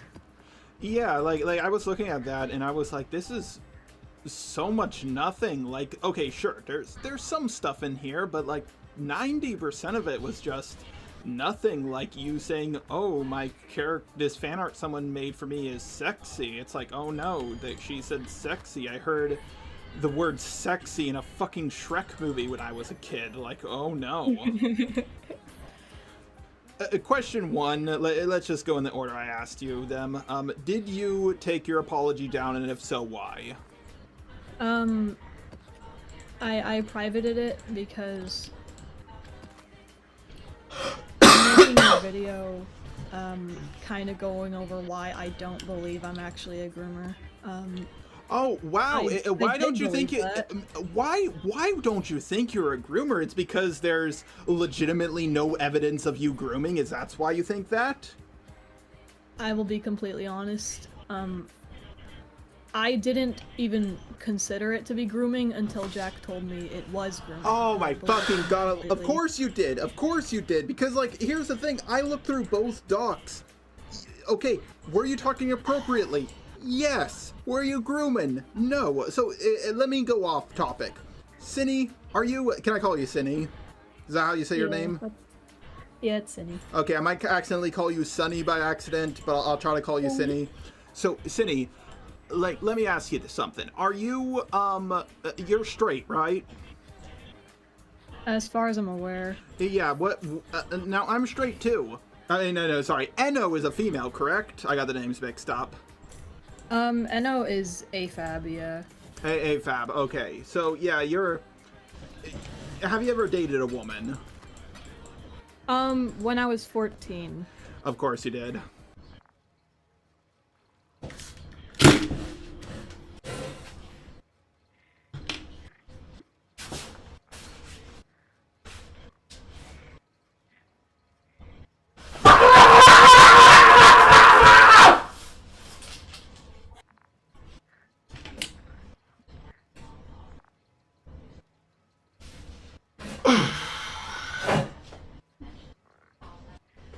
I smashed my glasses.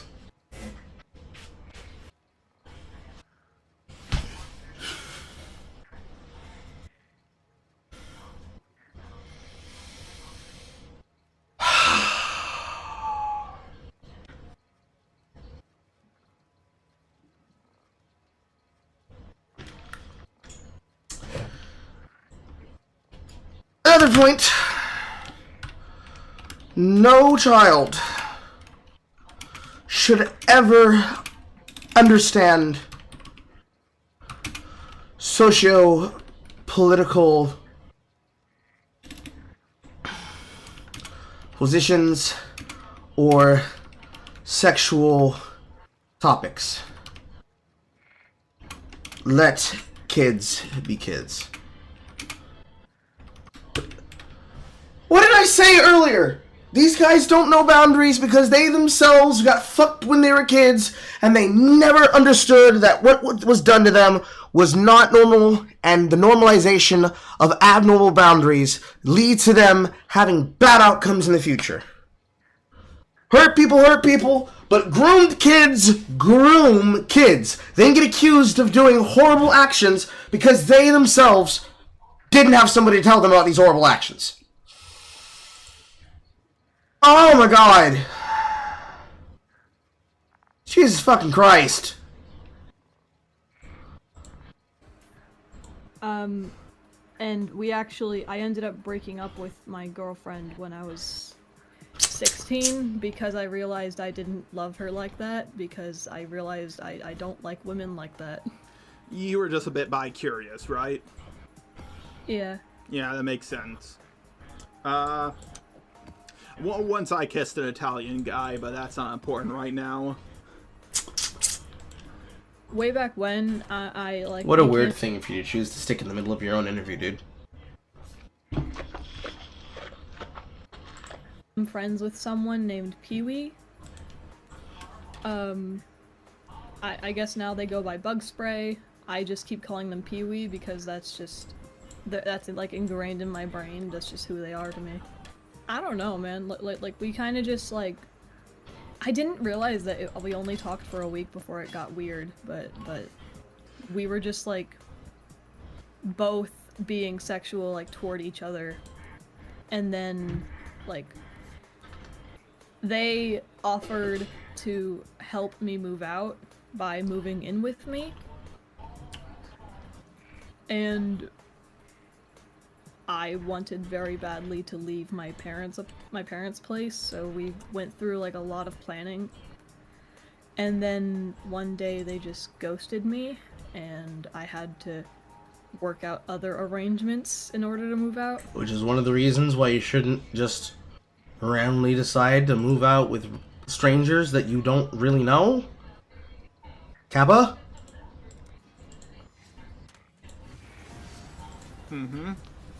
And a couple days after they ghosted me, they made like a public YouTube video exposing me, and like they leaked like a shit ton of the art I sent them. Which... Yeah, and someone made a video defending you, and that video got like 300,000 views or some shit, right? I don't know how many views it got, but I'm assuming you're talking about the video that Sofa Neko made. I think it was Sofa Neko. But more importantly, so I think you're missing the point of the question. The person who made the first doc, like the old doc about you with the 17-year-old, are they the same person who's making the new doc now? I don't think so. Also, what was there one that came out before addressing Synnibear03, or are you just talking about that one? I heard that the same person, I just heard this recently, like today, someone told me that, oh, the same person who is calling Synnibear out in their doc was the same person who was getting onto their case like a year ago when they were 19 and talking with a 17-year-old, and I wanted to run that by you, see if you knew anything. I don't think so, no. The person who made the Addressing Synnibear03 document was like a really old, like, ex-friend I don't know. I don't know how to explain like how much they just don't exist in my brain. Okay. Well, is Eno friends with the person who made the first doc? I'm not aware of them even like knowing of each other's existence. I mean, obviously, I think I'm gonna call them Bunny. I'm pretty sure Bunny like probably knows about Eno, but I don't think Eno knows who Bunny is. Bunny is the person who made the doc. Okay. Yeah, and at least from what I can tell from the messages, there was no indication on my end that you were trying to get with a 14-year-old romantically. No. Yeah. With the way people are talking about this, they're making you seem like the next EDP, the next Cosmodor, or whoever the fuck. Like, and this is like the important question I want to ask you. What like pushed you in to like saying like, hey guys, I'm sorry, I groomed a minor, I'm leaving my channel that I've worked so many years on because Jack. So what was the thought process there? I had that like a thing in my head where I was just like, well, this is what like seems like the best option, just to keep everyone happy and safe, I guess. That's really stupid. You're gonna keep everybody happy and safe by just admitting to something that you either think you didn't do or you know you didn't do? That's a bit dumb. It was mostly me trying to earn back Jack's trust by being that's a really bad idea. Because it seems like they just want to be able to abuse your boundaries and make you feel like shit. Which means the Jack individual should definitely not have their emotions centered at all. Because that's not what friends should do. open and honest with the people, like with my own audience. But you weren't honest with them. You said you groomed someone, and I don't. I thought I did. Okay, here's the thing, and here's was the first big red flag to me. At first, I thought this was pretty cut and dry. You got accused, docs were made, there's so much evidence in the doc, they're so long, you must have done it because you admitted to it. So I was working on my video, and then I thought, I just had that feeling, the same feeling I got when the Peaches drama started, the same feeling I got when the Spocker drama started. It's this feeling I get in the back of my neck that just tells me something's not right here. And I thought about it. I was like, Cosmodor did not admit to grooming until it was too late. Neither the EDP to this day has not admitted to doing anything wrong. Groomers don't fucking admit to it. So I thought to myself, why would she admit to it? I can't even think of a single groomer who just flat out said, yep, I did it. And then I started thinking, maybe I should reach out to you and have a chat with you. So what you did was inappropriate. You shouldn't have done that, but I don't think you're Cosmodor level. You get what I'm saying? Mm-hmm. Yeah. So you're working on a response to everything, is that right? I'm trying. Okay. Well, it's gonna be an uphill battle. Made things really bad for yourself by making that apology. I realize that. Yep. And here's the thing. As much backlash as you're getting right now, Spockers and Peaches was surprisingly worse, so I think you have a chance of getting out of this. I hope so. Yeah. So, what's the plan with you and Jack? I mean, I'm not entirely sure. I can see what he posts on Twitter. I can tell he's not my friend. I would say the same. I don't think that's what friends say about one another. God, he jumped so fucking far. He's calling me a pedophile. I haven't seen that, but I've seen other stuff. I saw, like, I was at work, god damn it, and I saw him say some shit like, live and suffer, pedo bear. I think it's so jarring because he left before I even came home from work. Like, I came home from work and he was just gone. And then sorry, what? It's just, it's funny to hear a woman say that for once. I came home from work and he was gone, and then the next morning, the police came to my apartment. Oh no! For a wellness check, not for anything bad. Oh, okay. I woke up to like the police at my door, and they were just like, "Hey, heard something was going on with you. Your friend called us here," and I was like, "Oh." And then I looked at my phone and I saw that like my real life friend tried calling me multiple times, and Jack tried calling me multiple times. And I texted like both of them, and my real life friend didn't know that the police were coming, so I figured they didn't call them, so it had to be Jack. I told Jack like, "Oh, the police came by," and he was like, "Yeah, we thought you were dead, lol." Like he said LOL at the end of his message, and then he never texted me ever again. That's and wild. I was like, "Oh, this is good, because this means he's upset with me, but he still cares about me. That's good. He wants to make sure I'm alive." And then like I went to work, and in the middle of my shift I saw that he made like a big like Twitter thread basically mocking me. Like he bragged about stealing my friends from me, and he said like, you know, live and suffer, pedo bear. And then he like posted a picture of like a hat that he left on my pillow when he left. Like, it was a hat that said groom on it. Actually, that's something I've been meaning to ask you. So, like, they accused you of touching them inappropriately? Yeah, fuck him for even, like, insinuating that. Yeah, because I'm gonna get real here. Me and Professor Dreadlock, we're best buddies, and we're romantic with each other. We slap each other on the ass every now and then. We spook each other. We don't poke each other in the crotch, but we do pretty Still much. gay. Even in the language you're using here, bro, it's still gay.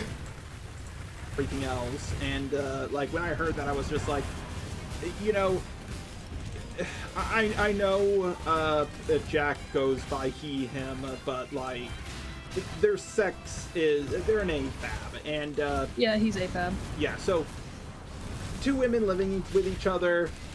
They're going to, I don't know what it's like with two women living with each other, but I can tell you, as a guy who lives with another guy, we sometimes touch each other a bit inappropriately.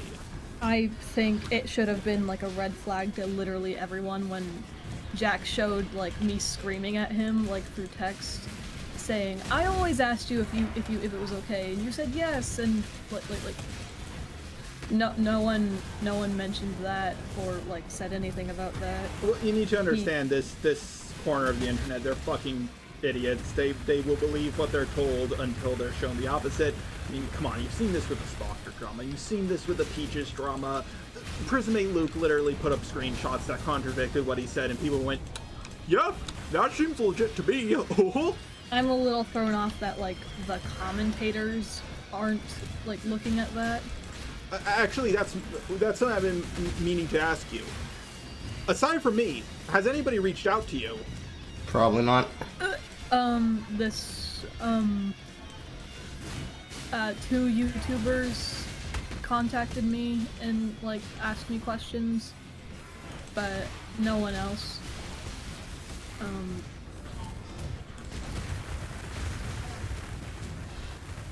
Yeah, it was Okay, so I'm literally the first person who was like, "Hey, I don't think you're as bad as what everybody else is saying." You're the second person. The first person was Kumo. Of course it's Kumo.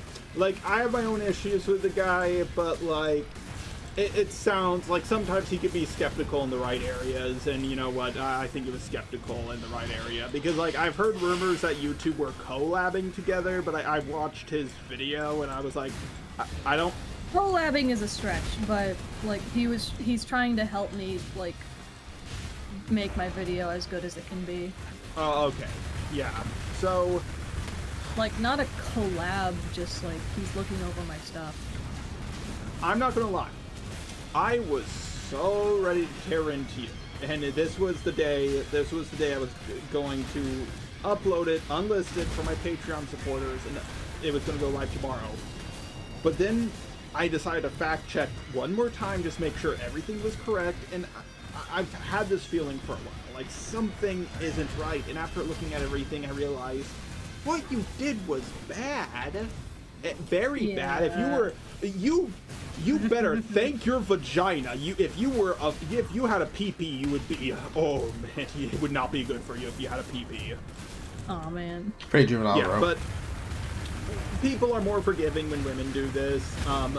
But yeah, like, I don't think you're a groomer. I think your friend who you lived with for years convinced you that you were a horrible person. You started thinking you were a horrible person, and you cracked underneath the pressure and decided to say something in a video that made you look really bad. And I'm guessing you didn't fully grasp what the word groomer meant, right? I think anyone who was watching my videos might be able to discern that, because if you could be so lucky, do you know how dumb these people are? In my so Jack, I think Jack doesn't understand what grooming is, and I've been getting a lot of my information from him, because one of the things that I know I've said that was incorrect was like, so Jack keeps saying that he was groomed by Kitty Dog when he was 12 and Kitty Dog was 14, and I believed him.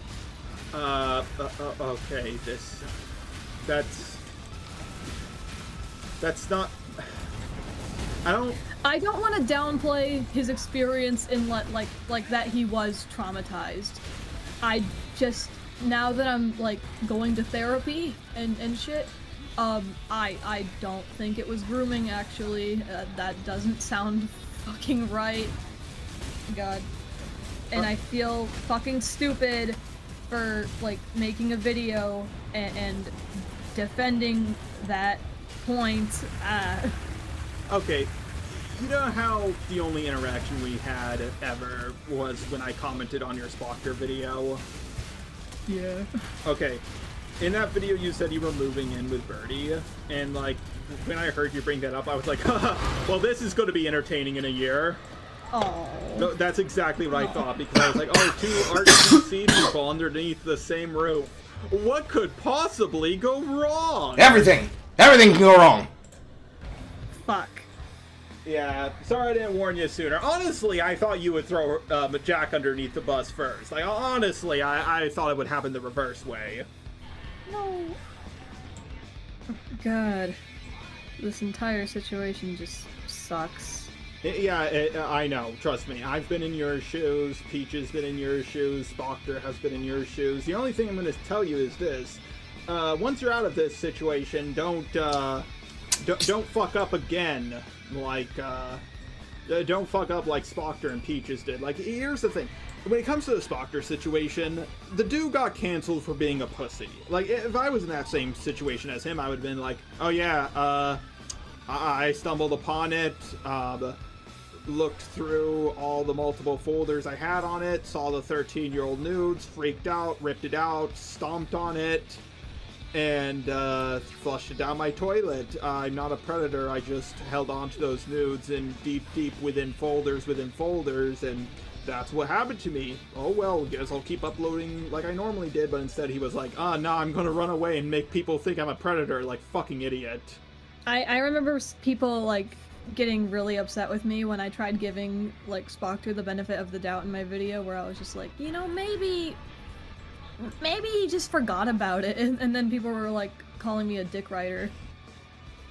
Dick rider. Well, you are that. Let's be honest here. I've seen how much you coom. Rude, but anyway. Come on, you're a coomer. You're like a super coomer. Like I've seen some of the stuff you've drawn. Don't remind me of what everyone's seen. Fuck. Alright, But I'm gonna give you some advice, okay? No. You don't want any advice? Okay, fine. Damn okay, it. number one, you're gonna have to take the L on the way you are talking to the 14-year-old, but you have to make it clear. Oh no, definitely. Yeah, you're gonna have to do that. There's no Like, listen, I had a 14-year-old like, hey, I'm a big fan of you, and I want to make you happy. And I was like, no, I know where this is going. This is a fucking honeypot situation. No, thank you. Yeah. Yeah, like, in my you've seen video, my Peaches video, right? I think so. Okay, when I said adults don't appropriately around minors all the time, people really took that the wrong way, but like, I defended myself on my second channel in my Vincent Skullman video. I was like, my dad showed me RoboCop when I was a kid, and that movie had boobies in it, like, inappropriate. Okay, but watching a film with your parents that is out of your age bracket, and the softest thing is the softest form of hardcore porn, that's like the three-titted debutante / streetwalker from Total Recall. The original. Not the remake. Things can happen. The kids are saying inappropriate stuff to each other all the time. It's not... Like, you're not grooming a kid because you say pee-pee by accident around them. You know what I mean? Yeah. Yeah, you gotta be careful with this stuff, and you're not gonna get all your fans back. People are gonna hate on you, but that is better than people thinking that you're the next Cosmodor. I had to change my Spoctor thumbnail, like the one where you said, coming up to get a cupcake, because I was like, oh, people might take this the wrong way. And I don't like Spoctor, but I don't think he's a groomer or anything like that. So that's why I had to change the thumbnail. And I understand you've heard nothing but bad things about me. I'm pretty sure you think I'm a racist pedo yourself. At least one of those things. I know you're not looked at in the best light, but I don't actually have any labels to attach to you. Come on. Not even the racist one. I'm too stupid. I don't. Yeah, I was mostly thrown for a loop when you said you were coming back from work. I'm not gonna lie, I thought you did YouTube full time. Really? Yeah, I mean, not. No. No. Like, okay, not YouTube full time.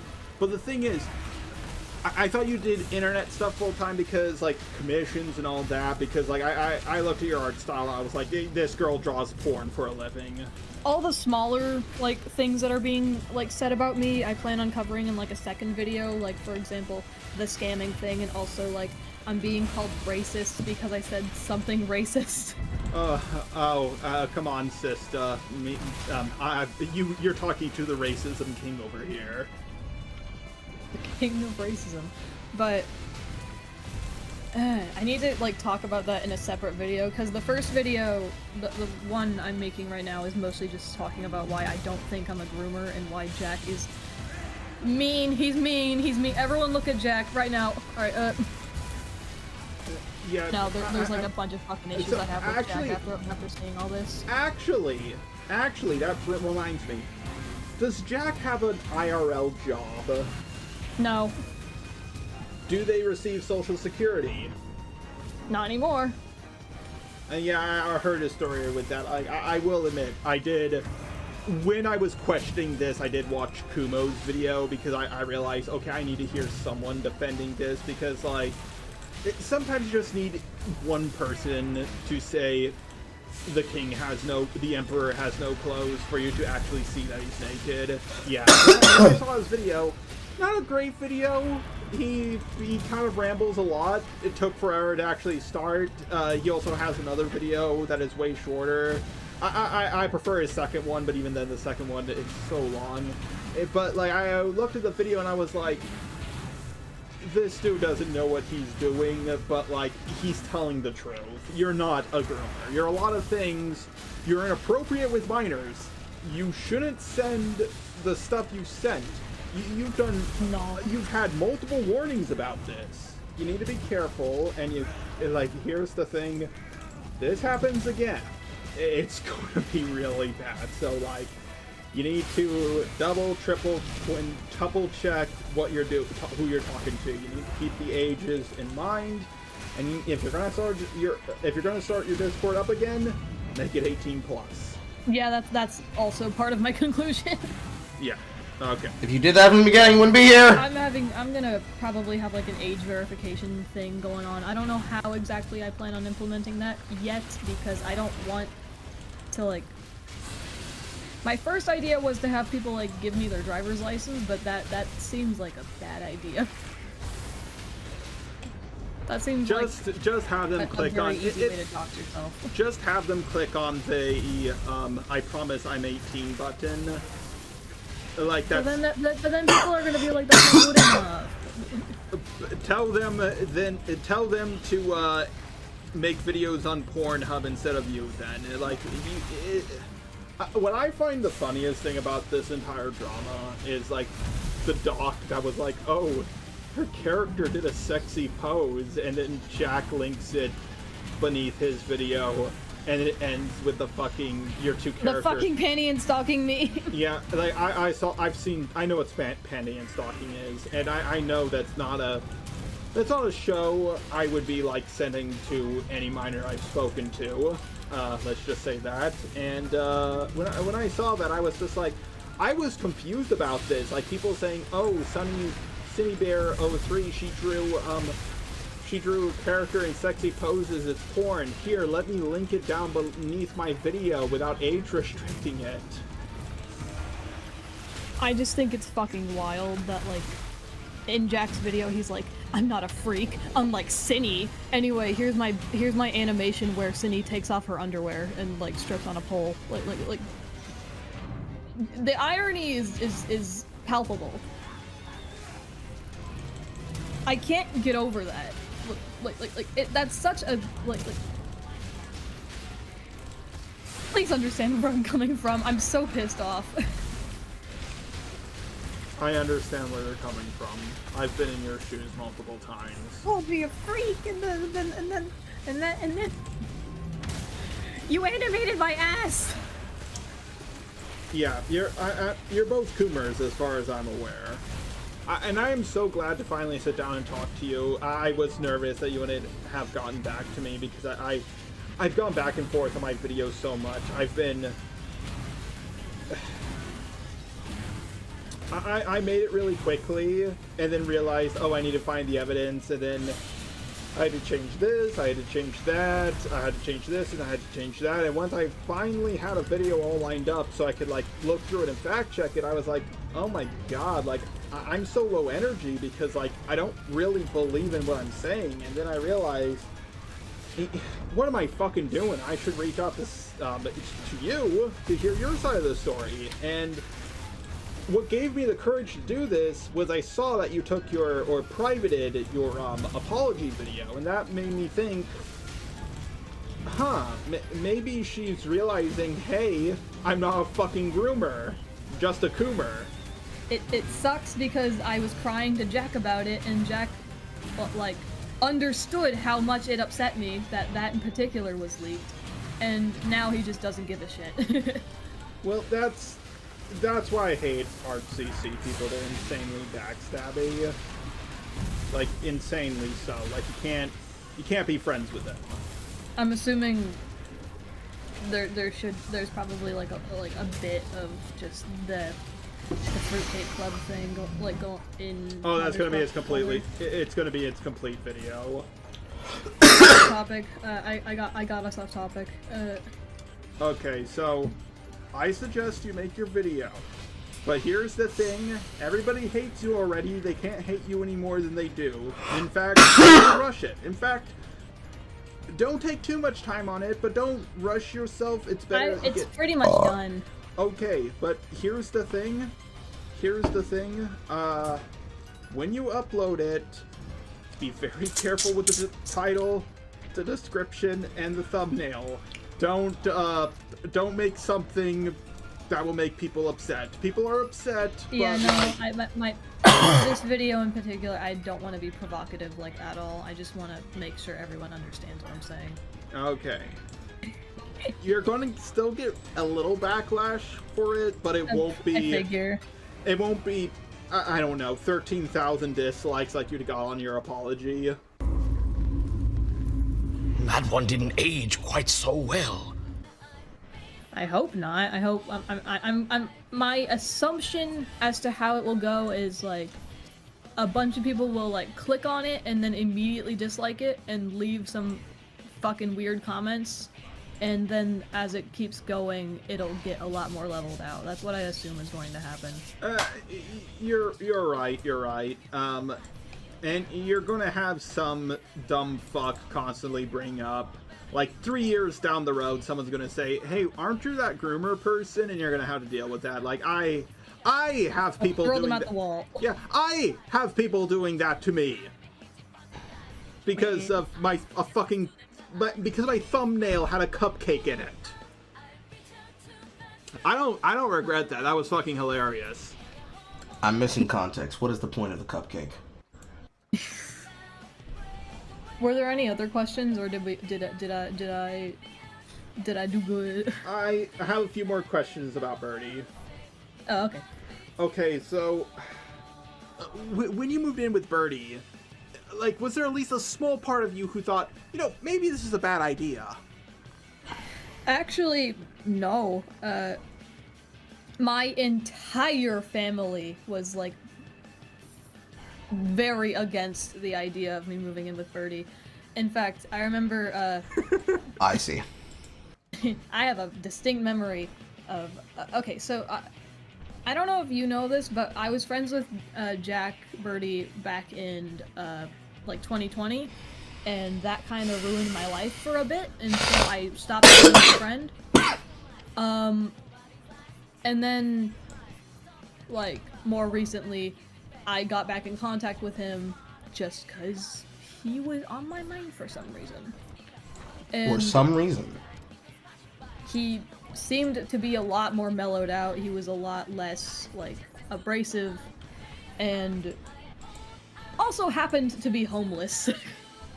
So, we just started talking again, and like, I remember when we were, like, making our plans to like, move in together, whenever I would talk about him to my parents, I would call him Jimmy, because I didn't want them to know that I was talking to Jack again.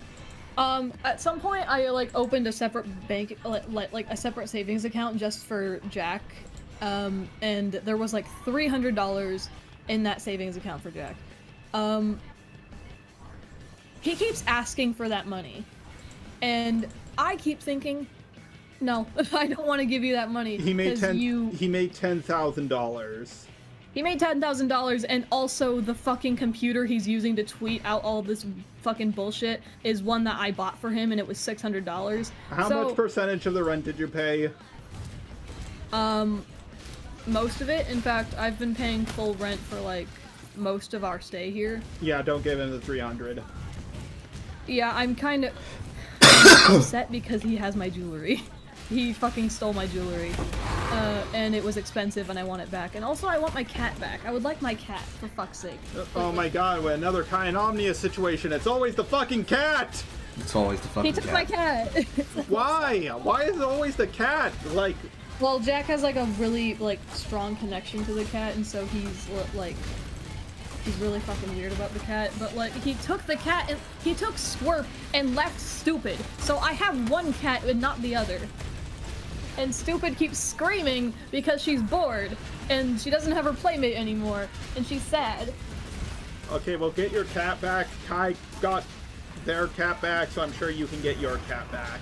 Like, why do you guys keep getting in this situation? Kai and Omnia move in together, it's a whole mess. You and Jack move in together, it's a whole mess. Anytime, I don't mean to sound bigoted, but anytime you people move in with one another, it doesn't You know, fail sons and fail daughters, plus trans plus or minus notwithstanding. Well, I mean you people as in... Fail daughters. Fail sons and fail daughters. Say it! You see this corner of the internet kind of people. Autistic... autistic gooners. Okay, but look, like... 2 is a coincidence. We'll wait Really? until the 3rd time happens. Okay. Really? Ultimately, we have one common enemy, and that's the art CC and how they manipulate people. Like, they seem all nice and wholesome, and then they suddenly... No, yeah, I think the art commentary community is, like, extremely fucking predatory. But, like... I thought that even before, like, all this shit happened to me. Whatever punishment you deserve for what you did, you already got it. Ay. But yeah, when do you think your video will be out? I'm hoping this week. I'm having to, like, redo some things. It's still debating if I want to keep the last part of my video in, because in the last part of my video where I'm just talking about how Jack has been treating me, like, during all this, I started, like, fucking sobbing, and I'm wondering if that's even, like, worth keeping in.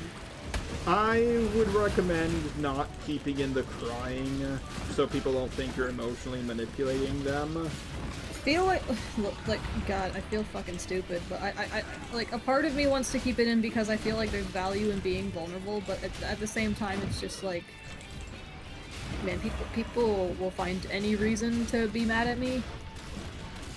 I know, like, what my biggest problem was all the people saying, like, oh, Cinny didn't make a real apology. I was like, that's the most genuine apology I've ever heard in my fucking life. What are you fucking saying?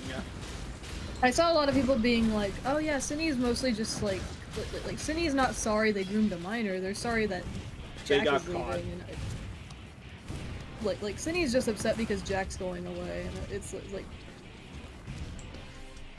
you're mean, go away.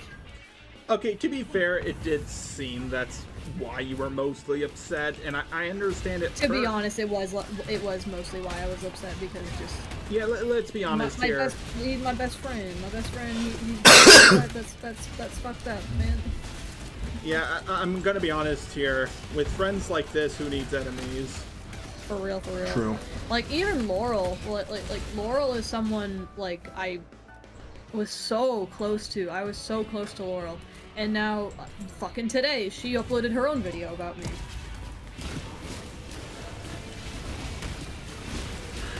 Hey. Yeah. Yeah. Did you have any other questions? No, not really. It's just, after this is all over, after this is all over, like, once you and Jack have your everything sorted out, I recommend you take a break and rest. Oh no, I plan on that too. Like, once this is all dealt with. Yeah, because it really fucking sucked when Jack first left, because I was like, well, I'm public enemy #1 now, so like, I can't make videos, I can't draw, I have no friends, so like, what do I even do with my time? Comb.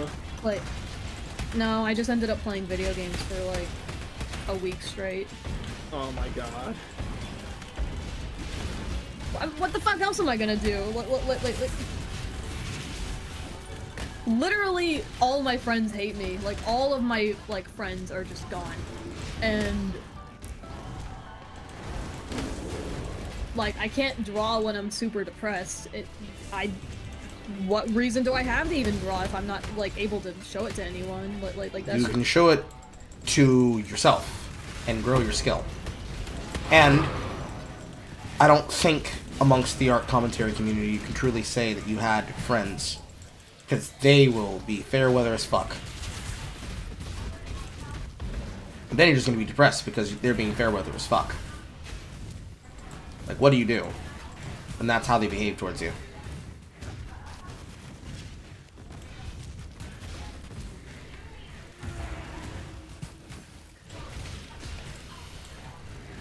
Just how my brain works now. I can't draw just for me anymore. The problem once he found out that I was making a video, like, he doesn't even know what I plan on saying in the video, but he's already like trying to paint a narrative where like I plan on being super ableist and like calling him unreliable because he's mentally ill. Mwahahaha. And everyone fucking believes him, but like he has no proof of me even like insinuating I was going to do that. He has nothing. He has nothing, and everyone believes him. Well, that's what the art does. They control the narrative. They say you're going to be sexist, racist, ableist, transphobic before your video even comes out. They always do this shit. I'm so upset that like Fucking Kumo was the only person, like, questioning everything. Like, he was the first one to contact me. He's the one who's, like, questioning everyone whenever they talk about this shit. And no one likes him. God damn it. Well, to be fair, that's what happens when you're not going around when you don't follow the crowd blindly. They excommunicate you. That's what happened to me when I went against the grain. I had to be like, everybody knew the edgy shit I've said in my videos for years, but as soon as I had a different opinion on the Toby drama, suddenly I'm racist. It's weird that no one called me out for that until after I went against the grain. Strange. And also, I don't fully understand what the Toby drama even was. No one does! No one does! It's like, so even after confusing. trying to watch videos about the drama, I was like, wait, is Toby the bad person, or are they calling out a bad person? Wait, what the fuck? What am I watching? Toby did bad. It was exaggerated. And then everybody got distracted because the Peaches and Creepshow Art stuff happened. RAR XD. But exactly. I had a dream when this whole thing, like, when the day Jack left, I think I had a dream where, like, someone hacked my Twitter and just kept saying the N-word over and over. I've had that one. Okay, well, tomorrow That dream or that situation? Work on the video about you, but I'm going to have to change the thumbnail. I'm going to have to pick what. Yep, I'm going to have to pick what parts work and what don't work. At least the Excuse me, did you just say you're going to cherry pick things out of the interview instead of leaving the entire thing there? Let's rewind that part. You did not just say that shit. My Twitter and just kept saying the N-word over and over. I've had that one. Okay, well, tomorrow I'm going to get to work on the video about you, but I'm going to have to change the thumbnail. I'm going to have to pick what. Yep, I'm going to have to pick what parts work and what don't work.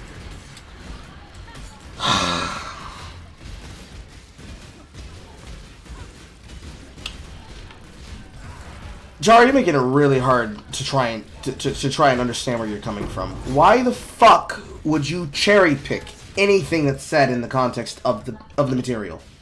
The entire point is for people to hear them out.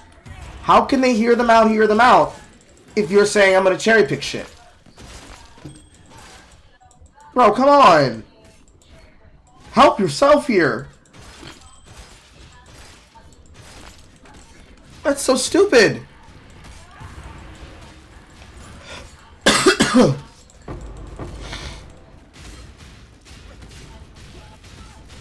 Our job is not to cherry pick. Our job is to show people what happened. Why would you cherry pick? And this isn't like, I've made a video, I want to make sure I hit all of my best points, because this might be somebody's first intonation to this. You're interviewing her to hear and talk about what needs to be said and seen. Why would you ever remove anything from its context? God damn, I hate physical resistance. How does that help? Bro, come on.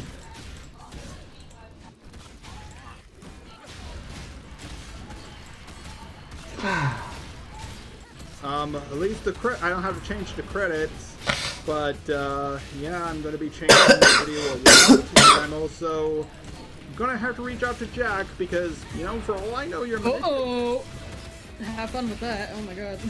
Yeah. I'm gonna get the video ready because knowing Jack, they're probably gonna panic and try to control the narrative. Like. Of course, and that's gonna be hilarious, but God, I feel so fucking shitty because, like, I'm in a way praying for Jack's downfall, but it's just because his downfall is, like, me coming out of this situation alive. Yeah, God. like... The worst part is... I feel evil. I know! You feel evil for justifying yourself and being heard? I guess that makes sense. Fuck. Watch Chud interviewing after this. His bravado is gone. Okay. Can you clear that video up for me, please? I know. Trust me, I feel evil too, but like... I'm gonna be 100% real here. I don't want to cancel anyone. If there could be an alternate timeline where Prism I don't want Jack to be canceled either. I just want him to fucking face consequences for this because God, I'm not happy. I'm not happy. I don't want Jack to like go away forever. I don't want him to like suffer constantly. I want to not be Cinny the groomer. Like God. You have to fight back. If you don't, people are going to think you're a groomer. And here's the thing, when people think you're a groomer, they think you're a pedophile. And when they think you're a pedophile and a groomer, they think you're a possible child molester. This shit does not stay online. It will link into your real life if you do not fight back. No. I completely get that. You want to know what happened today? I got called into the of my workplace, the store I work at, and they told me that people are reporting me because of the YouTube videos coming out, because some of my coworkers know about my YouTube channel. They were like following up on that and also like telling me, hey, so like we keep getting reports about some internet stuff going on. Are there any police reports about this? And I was like, no, because there isn't. There's no police investigation or anything. Because these guys are morons, and this would get laughed at if the police were involved. Fucking... So luckily, I have my job still. How's that for, like, internet bullshit? I could have gotten fired. This is why I don't tell people my YouTube channel at my work. Very quick question. Is the interview of Just a Robot Synnibear drama of the Synnibear drama Fallout you're asking me to look at specifically the stream that Chud is live on right now with 1.2k watching?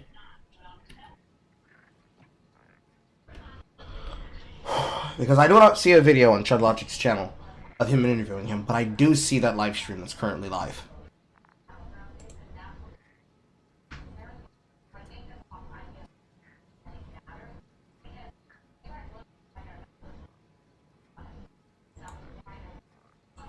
Be able to help himself, this dude will always respond.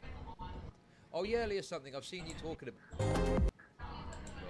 laid out perfectly to make. It was all just like a flow. It's like just love, but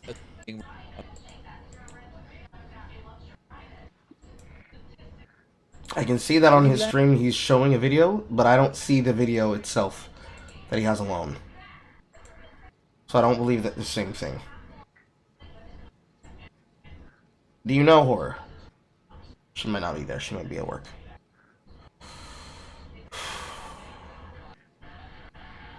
I'll look in that in a second. Let's finish this. But here's the thing. I'm gonna go now, but here's one thing I want you to tell you. It's gonna be a hard uphill battle, but you know what? It was the same way for Hopeless Peaches. Hopeless Peaches made it out. I'm gonna help you out. And I'm gonna help you out through this, okay? But I'm gonna ask you something.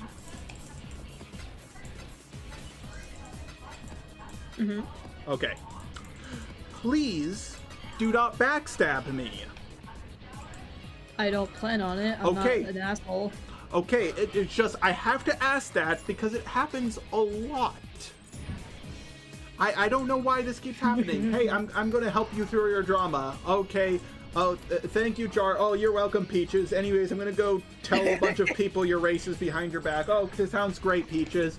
Oh, hey, Junkie, I'm gonna help you out with the Lulu Bell stuff. Oh, thanks, Jar. Anyways, I'm gonna backstab you in the Toby drama and also call you racist. Like, if you do backstab me, please call me sexist.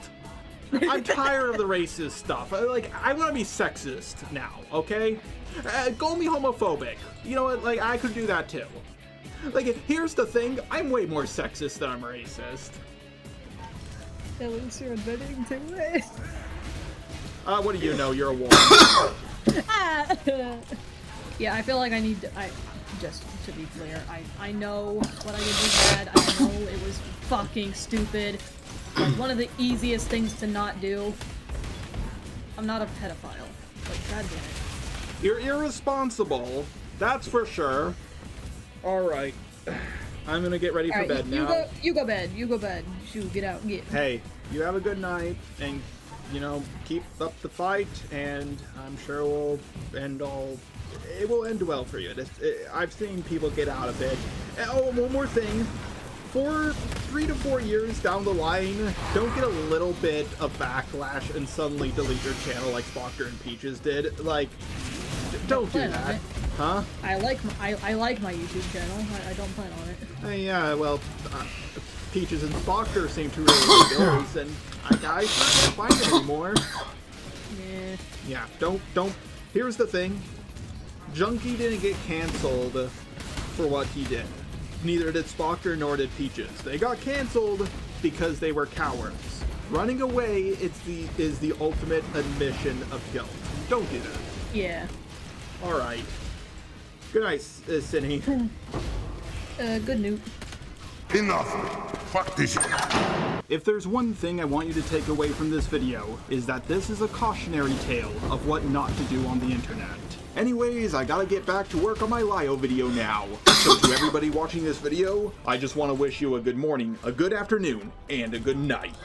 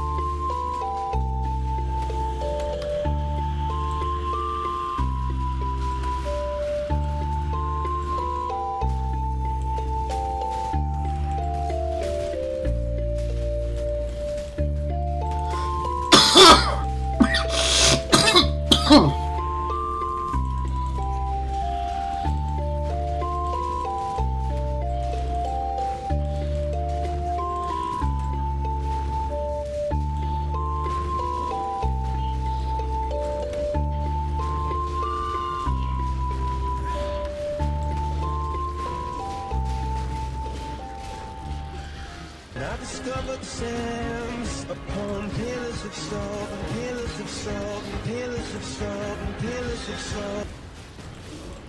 Lord of mercy. The fucking YouTube poop memes are too much. Okay, can you be able to show me where this interview that he did with Chud Logic is? Because I do not see it on Chud's channel.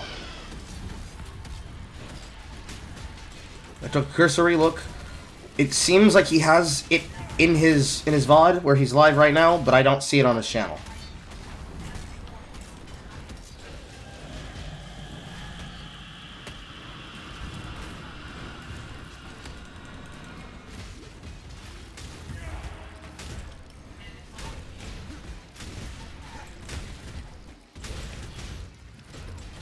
Once I finish with this boss, I can get on right on top of that.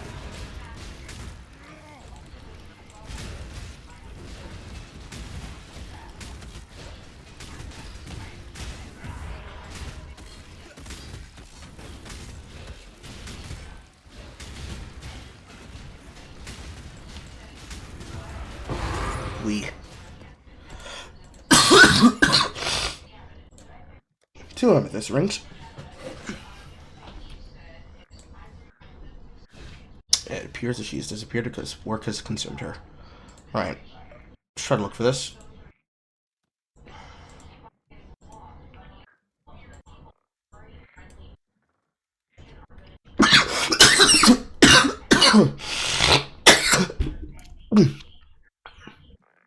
Just robot deletes video in shame.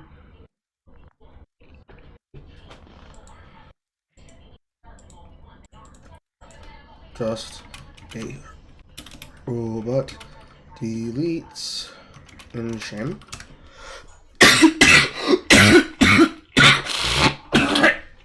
I don't see it.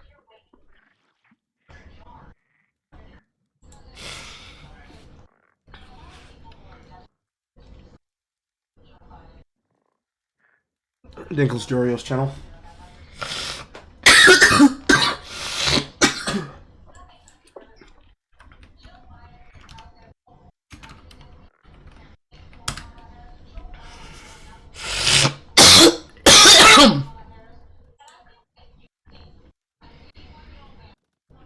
Live stream? Live stream?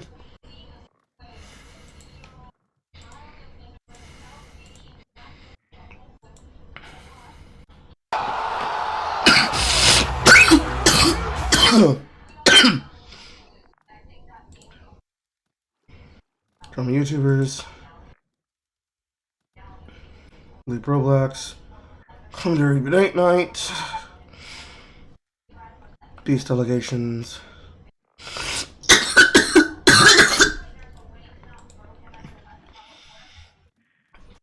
Yeah, I can't seem to find this.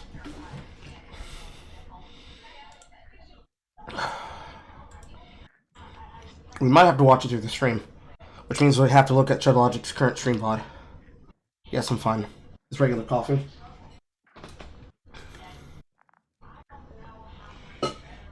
It sounds like I'm dying, but it's normal.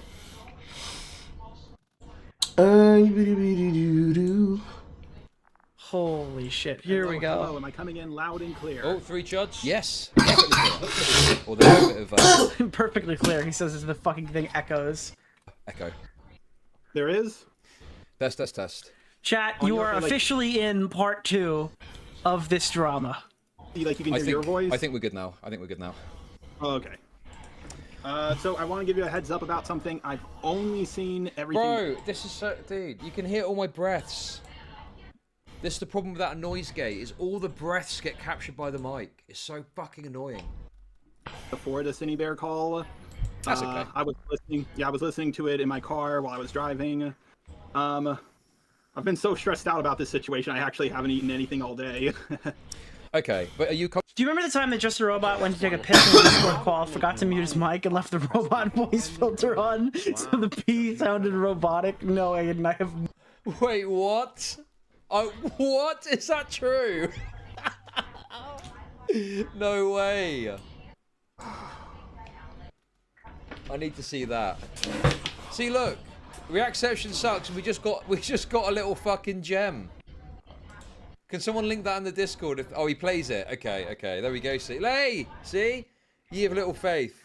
We're getting little bits of content already. No idea what you're talking about, and that sounds too funny to be real. I'm sorry. Could you imagine? So we'll have this conversation now, yeah? Oh yeah. Like here's the thing: out of every video I've ever uploaded, It sounded like he was getting an oil change. this was the one I was the least. During the piss breaks, before you got him on the call, were you maniacally cackling? No. No, I don't take any pleasure or joy in, you know, like bringing people on and putting them in a difficult conversation situation. Okay, I'm not like a but how do I make sociopath. I don't know. You're gonna reacception and end stream early? This is unacceptable, sir. I don't know that I care for this new lazy logic. Thank you for the $5. I mean, you know, dude, I fucking hate this because I don't want to suck my own dick. Okay. But I do also recognize... Looked further, I can't find it. Unless Horror finds it and can direct me towards it, we're gonna have to watch it this way. Because it's in here, but we have to go through this VOD as it's running. You know, that I'm pretty reasonable when it comes to, like, putting things to people and whatnot. It's because I'm British. It's old school British journalism flowing through my veins, okay? That's what it is. But no. Very funny. I 100% get that. I really should have looked. Jesus. Grooming that are like, you know, being groomed for a position at a job, which is more acceptable, and obviously not got any expectations. So Cindy was looking to get this person in a call to hire them? So guys, actually, I do have a piece of news I can share with you, okay? I forgot about this. I kind of left stream, I was busy doing some stuff after stream yesterday, so I didn't have a chance to really respond. But I did receive a further message from Just a Robot, and I've got good news. Just a Robot has confirmed that although his girlfriend is upset with him, and that he needs to stop with the cock jokes, she doesn't believe that he was into Cinny. She can see why people thinks that he was, and also, she's going to stay with him. Whoa! Excellent news, Oh. So, fortunately, Just a Robot has not lost it all, okay? So I do not have to claim, I can only claim responsibility for the video. I don't have to take responsibility for the relationship crumbling around him, okay? It's more of a saved L than a win, I would say. I mean, dude, is it real? That's the other question, isn't it? Is it a real thing? Oh, I think someone was asking for this. Maybe you've seen it now. But here is a upload of the video if you want to. So this is a re-upload of just the robots video if you wanted to see it in its original format without commentary. Boom. Retarded point is that? Wait, Cinny was trying to put this person in the cult? Giving you a general definition of grooming. No, listen to me, okay? Because I've got a lot to fucking get through with you. Whoa. I know more than you realise. Okay? Yo! Now here's the thing. Chill What out, I'm trying to get Chud. across to you is grooming can take many forms, okay? Whoa. If you want to argue the toss with this about whether or not it's grooming, that's fine. You can do that. But you have said it's inappropriate. I'm saying it's way more inappropriate than what you're claiming, and you should be using much stronger language with which to decry it, and it makes the grooming discussion irrelevant. What does it matter whether or not it's grooming when this person was knowingly sending porn by your own fucking description to someone that was 14 when they were 20? There is no salvaging that at all. Sure. Alright. Let me think here for a second. Dude, mind if I answer that? Sure. Okay, let me think about this for a minute before I speak. You should ask Java proof his GF is real. Okay. Listen. He's suffered enough, okay? He's like you know that, in Star Wars when C-3PO gets like torn to bits and he's in a sack on Chewbacca's back. He's like that right now. Okay, he's done enough. If Jars GF even exists, imagine what kind of wretched beat chick she must be to be with him in the first place and then staying with him. Bro, that's wild. Cheating. I'm thinking body of a hog, face of a dog, and voice of a frog. Thank you for the 333. That's wild. Why is doing Okay, so? That's a wild thing to fucking say. Alright, what I'm trying to get at is, when I hear the word grooming, like, what everybody hears when I hear the word grooming, they think trying to get with the child all the See, the thing is, right, is I could tell that this guy was a yapper. And this is actually something I've learned. You know, I didn't, sometimes, you know, I look back at really old debates I've done, and I would just let the person yap. With people that talk a lot, you need to cut in and say, you need to cut through and just say, you need to get to the point, because otherwise they'll just talk, and they'll take complete control of the conversation. So you've got wrench control from them, or they'll just yap you to death, basically. Thank you for the super chats. like, dog grooming, all this other shit. Oh, it's grooming. Dude, I hate the term dog grooming. This is starting off excellent. I don't respect you. To a position of power into a cult. It's just when people hear the word grooming, immediately think of child grooming. And one thing what she did was Yeah, incredibly. because it's the only context that grooming exists in most people's perspectives, because they don't work in the fields of interest where it otherwise would not. The other ones are things that get discussed over things like The View. The one people most commonly deal with is something that they could see in everyday situations that they think the worst about people, which many people do. It's probably the most common thing that happens. Yeah, well, this is a minor, just to be clear. I know that might have gotten forgotten at some point here. Jesus. Incredibly disturbing. I just don't think it's grooming, and maybe I'm being a little bit. Okay, his position is I don't think it's grooming. That was his position. We had to wait for him to say, yeah, well, my position is I don't think it is grooming. You didn't say, wait a second, you didn't say in your video it was disturbing. You said it was inappropriate. You used lots of language that downplayed the severity of what happened. I didn't know what other words to use aside from inappropriate. Inappropriate has also got an indication of quite a minor faux pas, or a minor form of misconduct. And I'm saying this is way more egregious than that. A much stronger language is required. And not only are you not using that language, you're also trying to fucking lawyer about the meaning of the word grooming. And I'm saying it's irrelevant. It doesn't matter whether or not it's But grooming. he's like autistically fixated about that one specific part, but it's not even really valuable. This behaviour is so egregious that all you do when you talk about and argue about whether or not it's grooming is you give the implication that you're defending this person, even if claiming that you're not. I 100% get that. I really should have looked through my video more, and I don't want people to come away from my video thinking Cindy did nothing wrong. I just want them to think, hey, I don't think this was as egregious as I was led to believe. This is the point you've got. People not coming away thinking Cindy did That's not true. You made a defense video.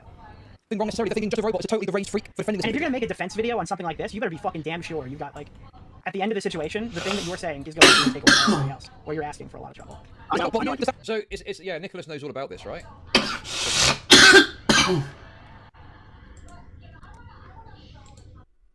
Nicholas knows all about this because of his Zaptai stuff, and even with Zaptai, and to be honest with you, I'm still a bit lost with the fucking Zaptai stuff. I don't know exactly the dynamic that was defended there, whether it was right, or whether it was wrong, but there's so many that he defended Zaptai. But even that is still in contention. Even that is still in question, you know? People still say that Zaptai was wrongly defended, even in a position where a lot of the defenders was right. Like, it's such a dumb thing to go in and defend someone. And dude, bro, it's so fucking annoying. I was saying this, I said before, you should not fucking defend someone blindly, and you should recognise that there's some situations that are so fucked, it's just not worth it, and you're just better off writing it off and going, okay, well, if you don't join in with the fucking criticisms, but at the very least, just don't fucking talk about it, you know? Just don't fucking talk about it. That upset you? No, absolutely, that does. Like, that's why I got such full feet out this, and I'm glad I looked through your video. That's why I reached out to you. Right, okay. But you were So way late. Wait, he watched all of Chud's coverage and made this video. And yeah, because, like, I think this might just stop situation. Like, remember he's clearing the air video with the smart stuff, and okay. he's never been more... Okay, right, stop yapping, I've got another point to make here. You yourself in your video, you say that Cindy has engaged in behaviour that groomers engaged in. Yes or no? Yeah. Okay, so if Cindy is engaging in behaviour that groomers are engaging in, is it not reasonable that people... The defense video started off with, yeah, she did DM the minor. Well, I mean, the idea that I'm getting at here, from what I understood from all these messages, is that first part of the video was written when the video was going to be negative towards Cindy, and he didn't have time to, like, re-script it. So, like, the whole first half looks like he's just calling her, like, turbo pedo. And then somewhere along the line, he realized she was innocent. So, like, there's, like, a tonal, like, little piece of it. By the way, I don't think this is the worst thing ever. But it's very obvious when he recorded that, he did think it was, like, the worst thing ever. What about that behaviour and conclude that it's grooming? No, it is. Right.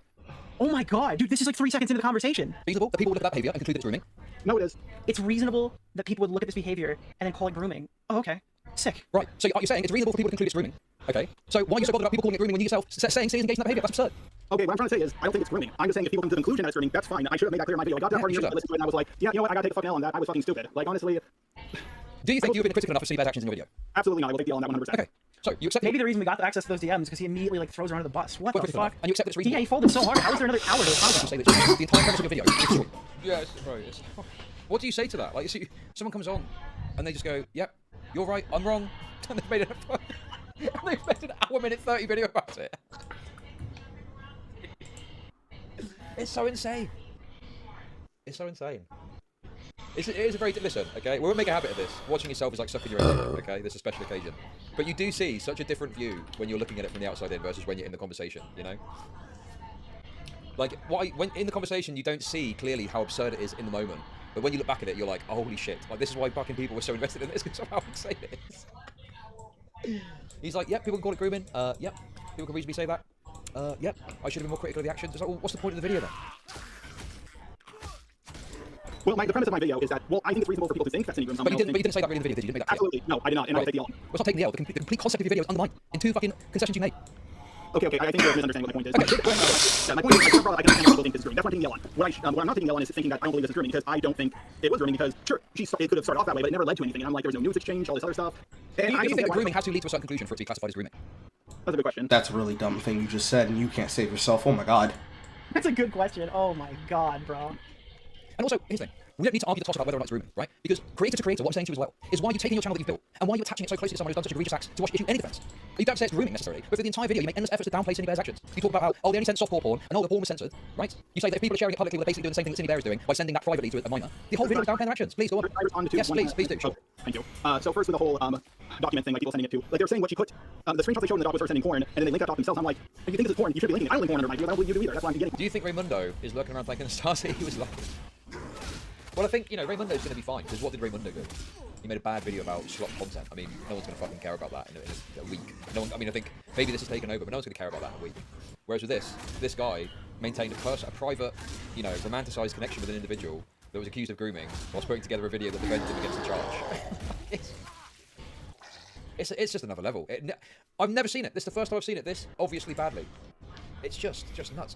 And then the DMs come out, and the DMs are like horrendous, and they show this. Oh, bro, every point of this is just bad. There's no saving grace. There's no point where you go, you know, oh, well, just a robot. You know, there's this aspect or that aspect that makes it more reasonable. It's a career ender. This is a potential career ender. You have to be built of tough stuff to get through this, right? You have to just eat a tremendously large L and then just try and keep moving forward. You'll get some comments on your videos, and then hopefully, eventually, you can break through that. And within a few weeks, you'll probably just continue on. But dude, I don't think he's got it in him. You really, like, this guy was in the replies to his videos, arguing with people, only because they weren't using a safe word, they couldn't comment on his video properly. You really think this guy is going to be able to get through weeks of getting fucking hassled about this across all platforms? Like, dude, there's no way. Now, it's a career in blood said under the comments in his second newest video, he said he'll take a big video once he makes a massive response. Wait, linking porn under YouTube videos? I thought they meant like sending it to... Wait, I'm so fucking confused. You're the guy who put like all the uncensored lolicon in your fucking video just now, didn't you? Wasn't that you? Didn't I just fucking have to turn off my screen because you put a bunch of uncensored lolicon in your video? What? Yeah, by the legal definition, this is not porn. Her character doing a sexy pose is not porn. Do you think a character tied up to a post in a bondage-like fashion, do you think that is porn? It's suggested in softcore porn, yes. It's just maybe it's porn. Dude, you guys are creeps. You guys are all fucking creeps. You guys are all fucking weird, disgusting creeps. Holy shit, dude. You guys are sex-obsessed weirdos. I'm not saying it's hardcore. I'm not saying it's the most hardcore material going. But definitionally, it is porn. Synnibear sent porn at 20 years old to someone that's 14. Yeah, maybe it's brain rot from anime. I've watched. Maybe it's brain rot from anime. Bro, this is gross. This is whack. I see this stuff in anime all the time, so I thought I saw this as a kid. Maybe I'm just being old-fashioned the way I'm thinking. Maybe I'm just being stupid. I don't know. Wait, the thing is, I saw this as a kid, so it's okay for an adult to send it to a kid? Don't send porn to a 14-year-old when you're 20. No? Yeah, but when I hear people say send porn, what I was thinking was, like, when I first heard about this song, people were making it sound like she was sending, like, dick pics to this minor, and when I think it's just when I heard about this, the bar was just set so high, and I thought this is what people were mad about. Okay, but something as bad as presenting that and still be bad. What? Oh yeah, it's too bad. I agree with you there. I said in my video, I don't know why she did this. Yeah, I don't know why she did this. And you're completely dismissing in your video, you know, the idea that it could be anything except them just being essentially a gooner. And I'm saying that the behaviour exhibited here could be indicative of the other problem, and obviously, you know, I don't reveal it until later, but when you realise the DMs are there, and he's had this romanticised conversation with Synnibear, it's like, bro, you know, you're saying all of this about your video and trying to still somewhat defend it. You were talking to them, like, you were clearly had intent to twist this video to be a defense of Synnibear already. So it kind of recontextualises all of this. It's like, well, you're lying. Like, you're lying here. You're lying about the nature of what you were doing. You know, in terms of the whole point was making it look as favourable for Synnibear as you could possibly muster, and you said as much in the DMs with her, you know? Yeah, I didn't say, I obviously, you know, wasn't able to pay full attention to chat, but people keep telling me that Spinal BJ, like, switched sides. Is that true? Because Spinal BJ was, like, one of the only people that was still, like, defending Synnibear and stuff like that. It happened. He flipped. That's brilliant. There we go, see? We even managed to get Spinal BJ to flip. And even if you don't want to accept that, it's still completely unacceptable behaviour, and it's indicative of an impulse control problem where they can't stop themselves from engaging in a sexual conversation with a minor. Yeah, that is a big problem. I told her, like, don't ever do this again, but I can see that it's happened so many times. What you said in your video, the entire premise of the way you're presenting it is to downplay and defend. I know, it's just I thought there were so many offensive videos out there. That I just needed to make a one complete puff piece disaster video. Yeah, dude, there's so many videos that are saying this person's bad, so I took it upon myself to make a complete disaster defense video, torching my credibility and making me look like a total creep. The well-side from Kumo, another video going in the opposite direction. Okay. Do you think there should be a video defending Jeffrey Epstein against his crimes? Oh my god, bro, that's so fun. That's so good. Jeffrey Epstein, the gay serial killer, right? No, that's it. Jeffrey Epstein, the gay serial killer, is the only way to answer that question wrong. That is the only wrong answer. Okay. Do you think there should be a video defending Jeffrey Epstein against his crimes? Jeffrey Epstein, the gay serial killer, right? No, that's Jeffrey Dahmer. Jeffrey Epstein is That is the only wrong answer. I'm actually I'm shocked. I don't really need all the extra that whether or not he knows that or not. That's not more important than the material what the fuck he's answering to. Let's get there. I don't get it. I'm confused. A financier who was on pretty serious charges, or was a convicted pedophile, in fact, and had more charges brought forward. Jesus, how much help do you No, I don't think Cindy's at that level. Well, no, hang on a second. No, I don't think Cindy's at the level. You can't even engage with hypothetical. I'm not saying Cindy's at that level, but you saw because there's a bunch of videos that are like going very critical on Synnibear. So your response is to put out a video that's positive. And I'm saying that's a flaw in your logic. No, there's a lot of videos that are critical on fucking Synnibear, so his response was to get moist. Because even if people are going too hard, you should look at the evidence and come to the best most reasonable conclusion, rather than work for the premise of, I'm going to put a video out that's more supportive of Cinny. You see that? You see what I mean? I get it, I completely get it. That's why I did criticize her a little in my video, and I will completely take the L. I should have been much more. I should have been way more harder on her, and I will completely take the L on that. Okay, right. Now, there's lots of detail to get to in, Dude, I just... The criticism in the video was, what was even the criticism that he made? It was so, like, soft. It was like, that was inappropriate. Oh, she shouldn't have done that. It's like, how do you not understand that the way you say something and the words you use are so crucial for relaying meaning to what people are looking for there? And saying something is inappropriate is, even if you think you're making the right point, it's going to be seen as way too soft, you know? People do it to me sometimes. It's a bit annoying, to be honest. You know, but it's like, you use a certain word and people are like, oh, it's a bit more than that. You know, it's like, okay, yes, I get it. It is more than that. Okay, sure. You know, it happens. But this is a situation where we're dealing with someone who is sending porn to a minor. Like, the stakes are pretty high for your reputation to make sure you describe that appropriately, you know? And he just completely failed at the first hurdle by going, oh, that's inappropriate. She shouldn't have done that. She should stop doing that. Yeah, it's like a massive understatement. Yeah, the entire video is basically him saying, okay, well, she did something bad, but it's not that bad, essentially. Yeah. Yeah, I mean, obviously, you know, he was like a fucking yesterday's laundry. He was just folding like that at every fucking turn. Like, no... And I think the thing is, it's because what can he say? Like, there is no defense for this stuff. It is obvious that he's fucked this up. I'm more interested, sticking to what I'm concerned with, because the second aspect of this... Someone unplugged Mix Router. Fuck you, that was a good joke. ...is your interview with Cinny. How do you think that went? Horrible. I should have been way more... Jeffrey Epstein, the New York Fight answer, exactly. ...journalistic about it. I was very tired when it happened, honestly. The only reason why I included it in my video was I thought the video was solid, and I pretty much just added it to pad the video. I haven't seen your coverage of the call, but after watching it a few times last night, I could see, yeah, this was not smart of me how I conducted this call at all. I was way too unprofessional and friendly. Yeah, I mean, what was your goal going into that? Vindication. It was Give me a second, I do. He needs to think what his goal was prior. Holy shit, dude. What are we thinking about? What's happening? Is it noggin jogging? I guess it was just to get her side of things. No, it wasn't. I guess that was it. Was it to get in her pants, particularly? And also to show, I was also going to reach out to Jack, so they never got back to me. I wanted to show that, like, because I've received criticisms of, oh, Jar, you don't reach out to people before talking to them, and this was one of the first times I've done that, and I clearly... Dude, you were trying to get her Flowberry Fizz, and I don't want to hear any other answer, dude. You were trying to you were giving her low HP poisoning. That's exactly what happened here. Yeah, right.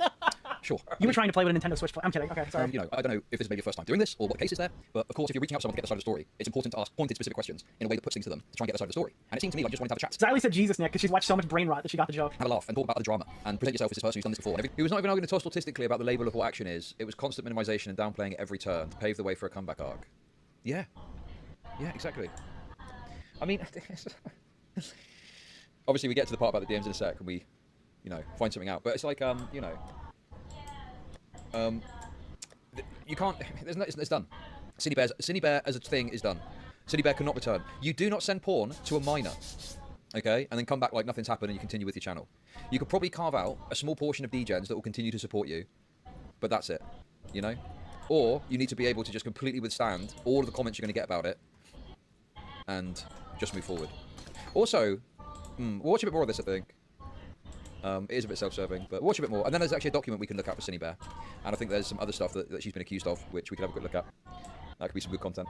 You think it's going to be okay? Don't worry, Synnibear, we're going to sort this out. It was almost like listening to a defense attorney talk to their clients. Yes, that's perfect. That's a perfect way to argue it. Like, she was just consulting her fucking retard lawyer. Holy shit, I'm missing every shot. Fucking Prince Zuko, die. big conflict of interest if you're going to make a video about someone. It should be matter of fact business and to the point, right? I know, it's just, I got convinced that after looking with what I had, that Cinny might have been in the right, or not in the right per se, but not a groomer, and a lot of this drama was overblown, mainly because of Pyro stuff. I mean, like, Pyro... Bro, stop bringing up Pyro. He's not helping your case, bro. This is unbelievable. Dude, I thought the Pyro stuff might trigger Nicholas. Might poke him a bit. I thought that, I knew he was going to react to the Pyro thing. As a 15-year-old to draw him as a thicker version of himself, he gets away with it, so I'm like, wait, how is that okay, but this isn't? And that's why I was like questioning myself on. Okay, so without going too deep into Pyro stuff, basic premise there, and I've got, you know, a more critical aspect to Pyro than many other people do, but fundamentally put it out. Pyro benefited from two things. He had a big support audience, and also Turkey Tom made mistakes in how he approached the story, and he was heavily criticised. So what happened was people were able, because of the big audience, to turn a lot of it into a joke because of the absurdity of it, and people were also able to focus on Turkey Tom's bad kind of mistake there. So I think Pyro could well have seen... Who is this guy, eh? He's talking a lot of sense, isn't he? He's based. This guy's so based. He's so amazing and based. Oh my god. I can't believe this guy's talking. He's so great. More criticism had that not been the case. But I think there's dynamics there that don't apply here that affected how that turned out. And the other issue, I think, is you're going back to this Pyro story. Pyro has got plausible deniability that he had no idea of the age of the individual when the more sexual stuff was happening. Whereas with Synnibear knew the age from the start and asked again. So Synnibear had no excuse. I've heard a lot of people bring that up, and when I look at Pyro's video, he said, I later learned... Chud, this phone call was so good. You can see how fucking smart you are, no lie. Bro, come on, dude. I appreciate the feedback, okay? I do appreciate the feedback. It's just very difficult. It's very difficult to read just unabashed praise of yourself. I'm just like... Do you know what? That's such a good take, and I agree with that. Very good. Very good take. Thank you. I laid this stuff in my video. He later learned of Ivory's age, and I quote here, shouldn't have continued the furry stuff with him after that. I was like, what do you mean by the furry stuff? Because like we saw what the other furry stuff was. So, look, what's this from Jason West? Chud, this phone call shows how cool and smart you are. Thank you very much. Appreciate that. What else was said? And like, I'm surprised I was the only person who was like thought I was a little sus. Well, here's the thing. Bro, you are not the only person who thinks of Pyro. What's this? Chud has a big dick and balls too. Amazing, brilliant stuff. You love to see it. Sus. Wait, even if that is the case, and you're against Pyro, why is that? Yeah. Also, yeah, Boffin does make a good point there. Okay, is, you know, if you're a karate expert and you fight someone, and if you're an expert at karate and you fight a cancer-riddled child, or no, not even you're an expert, you know, you could have like a middling level of success at karate, and you could fight someone that is an expert and you get your ass kicked. But if you fight a cancer-riddled child, you'll probably win, okay, and you'll probably look good doing it. But that's what I'm trying to get across to you, is this guy's intellect is the physical equivalent of a cancer-riddled child, okay? So remember that part. Remember that part, okay? It makes it, you know, it makes it look more impressive. Your number one example to vindicate this new person. None of this makes any sense, dude. Another point of difference I feel you've really failed to see here is, to my knowledge, Pyro nor the other party released the entirety of these DMs to review. And so Pyro was able to hide behind level of uncertainty of what was and wasn't said. And I can't speak to what was and wasn't said. I believe the age was, the person was 16 when he found out the age, and Pyro was 19. I think they continue to have a kind of furry-esque, somewhat sexual conversation. But for me, I think Pyro was either 19 or... You know what, Chad? This makes me forgive your history of relentless chasing. Oh, that reminds me, actually. I saw a comment about me on the YouTube drama subreddit. It's the classic thing. It's so funny. It's like people are like, oh, this Chug guy's really bad, but he was right about, you know, these multitude of dramas. And I'm like, so am I really that bad, or is maybe you got the wrong conception of me, and actually I speak some sense sometimes? I don't know, bro. Maybe you've got the wrong end of the stick if you're saying I've been right about all this different shit. Thank you, Nicholas. We're doing a bit of react-ception. We're reacting to me and listening to your takes. It's a bit self-serving, but you know, I'm treating myself. It was a busy day yesterday, and I'm tired. We want some easy content. Anyway, I hope you enjoyed it, and if you're free to hop on for a call, I would welcome the content. Lord, please let them get to the rest of the fucking content. Apparently attracted to Synnibear. Few things. One, I believe Jar saying he wasn't attracted to Synnibear. If he then didn't just walk back that immediately afterwards. Two, this really puts his research on the line for this, since it means he's biased towards making Synny look like the good guy and fucks over his credibility a lot. Three, what the fuck does Chudlod do? I am fucking obviously hated on this subreddit, it's funny. I'm obviously despised. I'm a nice guy. Give me a chance, guys. I know you're a bit soy, okay? Give me a chance. I'm nice. I'm a nice guy. I'm watching my stream. What the fuck does Chudlogic appear in all of these out of these dramas and look like the good guy? The Prisms, Nux and Mutahar, and now Synnibear. I feel like he's the embodiment of this meme. Bro, they used to use this with like fucking far-right Nazi people. They used to use this with like extremists, like political extremists. But now, little old me is apparently an example of the worst person you know. Fucking hell. Hey? Bit much, isn't it? But yes, I'm apparently the embodiment of this meme. Nazi Chud are trying to attack just a rabbi. It's because I'm bold. Well, that's going to be my hairline in a month, probably, if that. But, you know, I mean, it's fine. I don't really have any personal issue, necessarily. And obviously, the soys are not going to appreciate my unique perspective on things. But, yeah. I'm the worst person they know making a good point for once, or for 4 times. corny, but yeah, I get what you mean. So the point is, there's these small differences, and when you get close to like the the age of consent thing, you end up in situations where the slimmest of differences can make all the difference. You know, and a year one way or another can turn it from something that most people see as acceptable to being totally unacceptable. And I know. And I think I'm telling you, the story is going to go through the stratosphere. See, I thought that the little bits and pieces last night would be largely the end of it. Do you think this is going to go further? I guess that like maybe some commentary channels might pick it up. Hey, Spinal BJ. I heard that you switched sides last night, but I didn't catch it because I was in the middle of the conversation. Is that true? Have you changed teams? See, look, I can't ban Spinal BJ. He's exceptionally annoying, contrarian, and possibly a pedophile. But I mean, come on, fair's fair. Fair's fair. You got to say fair's fair. You know. You can. You can what? Problem is you're relying so much on this pirate thing when there's differences within the story itself. And I'm very critical of pirate. I've got a video where I've spoken about it quite lightly, but you know, fundamentally there are differences there. And the other problem is we can see all of Synnibear's logs. We can see every single message. Did you look at the messages between Synnibear and Eno before? Admittedly, no. Dude, how? How would you not? You're the guy who made the video. How did you not look at all the messages? What? I didn't even think that was possible. I saw you sweeping. You just didn't look?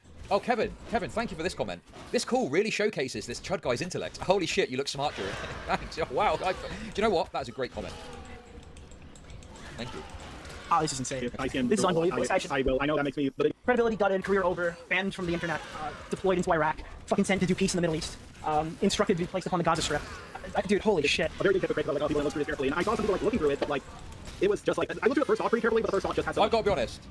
Before I asked that, I knew, I could just tell. I felt it in my bones that he hadn't read the full logs. That's because sad. how on earth can you read the full logs and still make that video? That's fucked. It is an impossibility.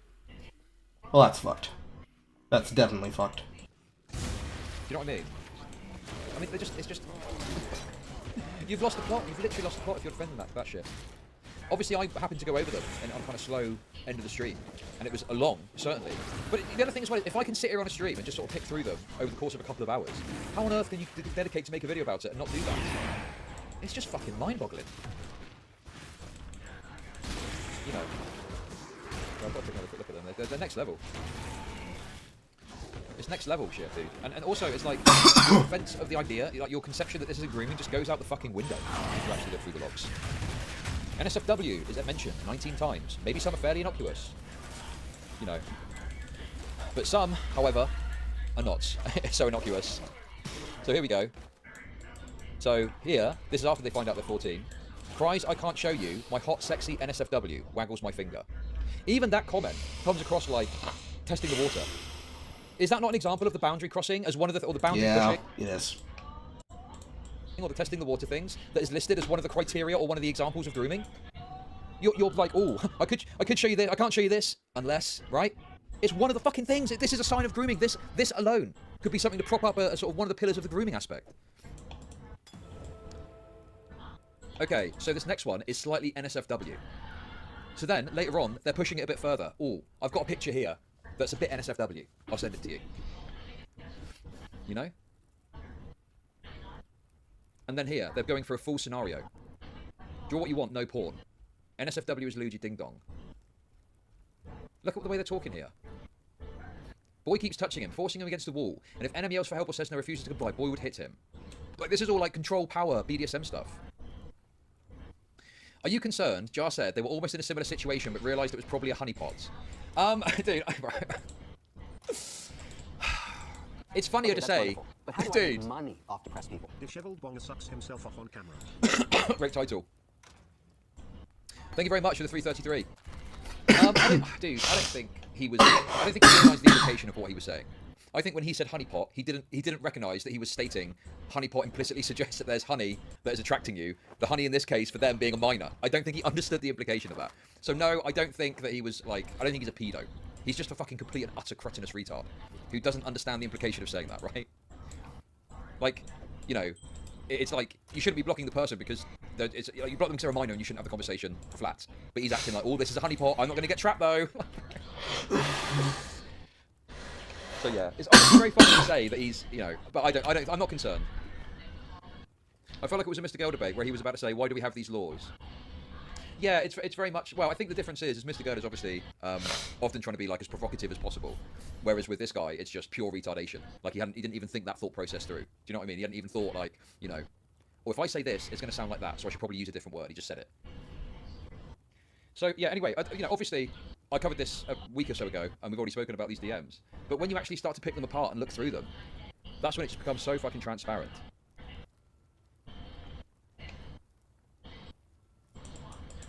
Shall I sticky fingers from all the Gok honeypots? Okay. So let's see what else we got.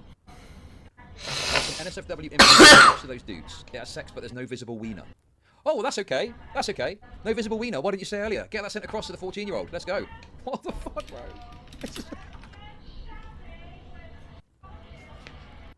Didn't bother to read these, though. Didn't think... Just a robot didn't think it was necessary to review these before making a video arguing that this is not grooming. Oof. Oof. Fucking oof. Interesting play.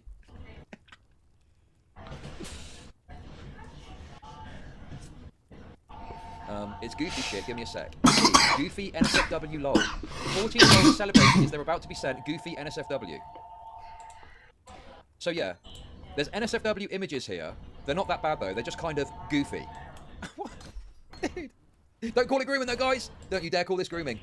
I will argue with you until I'm blue in the face about whether or not this is grooming. It's so fucking insane shit, dude.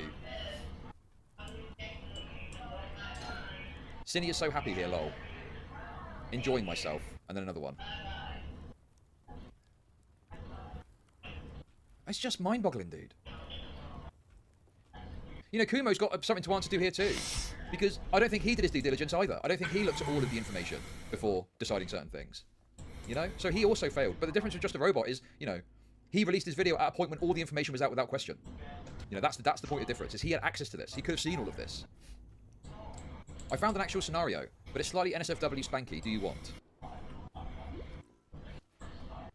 But it's slightly NSFW. Spanky.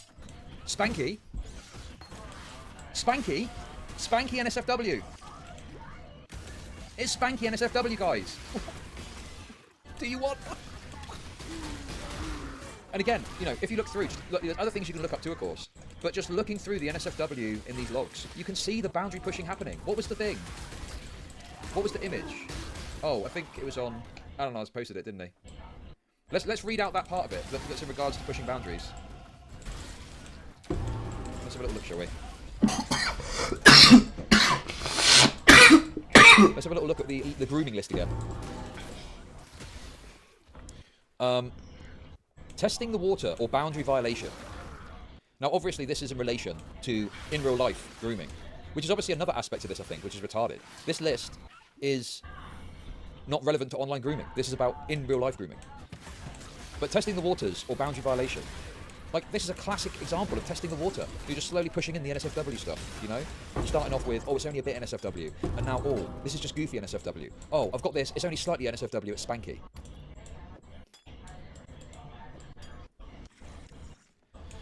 I forgot you're a baby for a second, and almost suggested something NSFW. Too bad you're a baby, haha. Dude, teasing about it too. Oh, you're too much of a baby to see the NSFW. You know, pushing for like a precocious response. Pushing for like a, I'm not a baby, I can handle it type response. It's fucked, dude. Yep, that's fucked. That's fucked. That's extremely fucked. Ah! Yes. How many people have seen this before? How many of you have seen these DMs? I went over them a little while ago, but it was at the tail end of a stream. These are the DMs between Synnibear and the 14-year-old. This is Synnibear at 20 and the person at 14.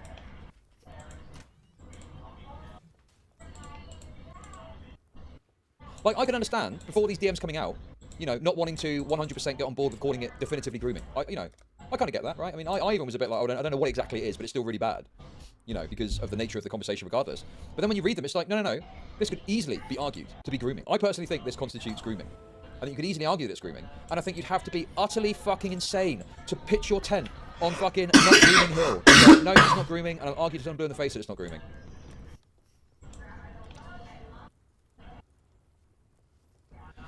And then obviously later on they apologise. They apologise for having had these conversations. This is where they apologise for that. And then it goes on from there. And they say about how they love each other. And then they're back into talking about it again. Wait a second, I missed this part.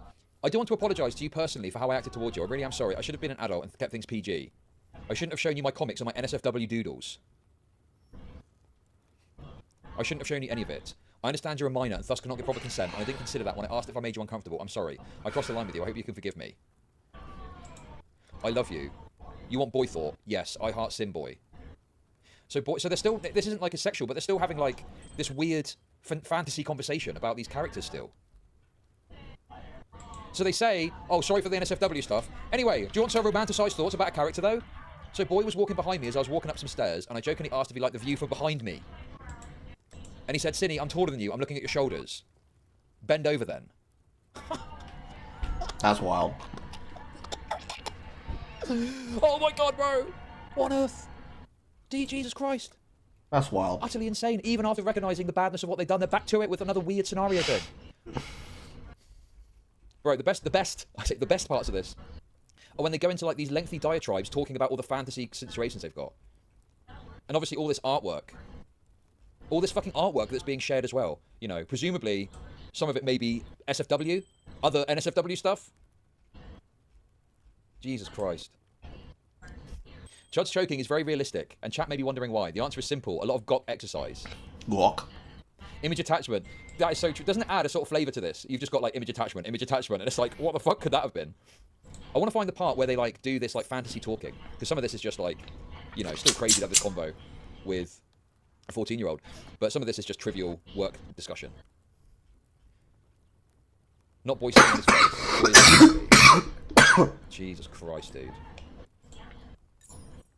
And then you're like receiving comments from the 14-year-old about fear and arousal.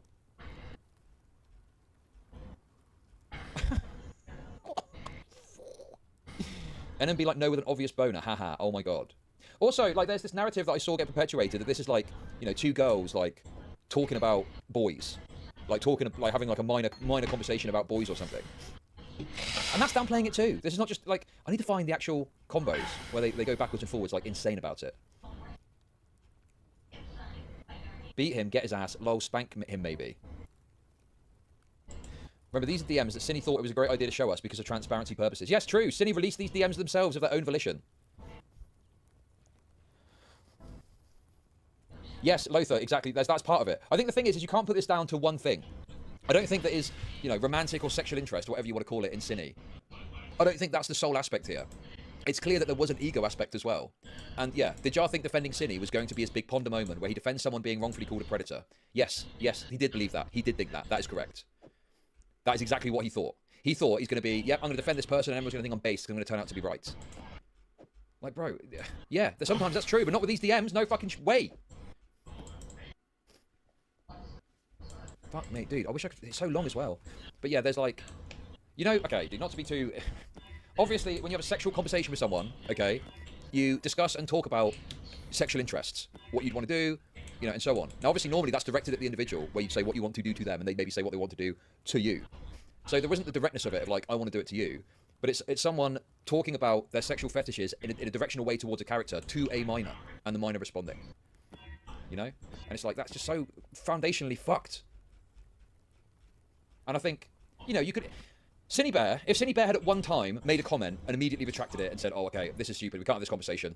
I forgot how old you are. We can't talk anymore. I don't know, maybe there might be some chance that you could make the point. You know? But, past that, you're fucked. That's what Synnibear looks like, yeah.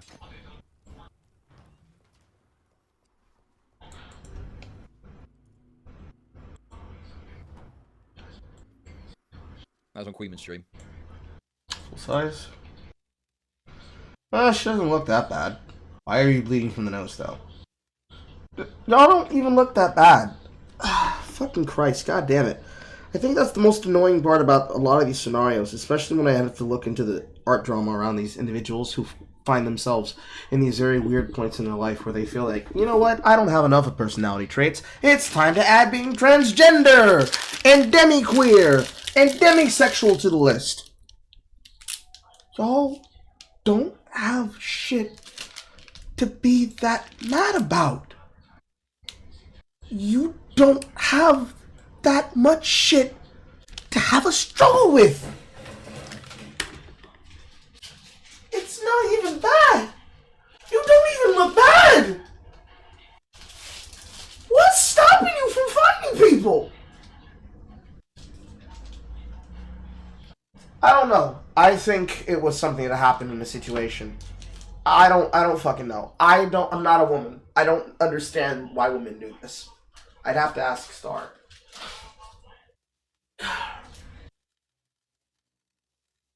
If you look like this, not Chud, but her. If you look like this, why are you flirting with It's because y'all niggas are socially awkward. Is that the problem? Y'all niggas are socially awkward. Is this the teacher's scenario?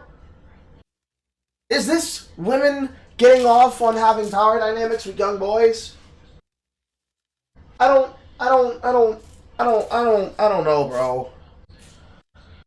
I feel like you shouldn't be approaching minors. Because the implication is that if you're approaching younger children, like we talked about earlier, you have struggles talking to older adults. And like, what are we doing?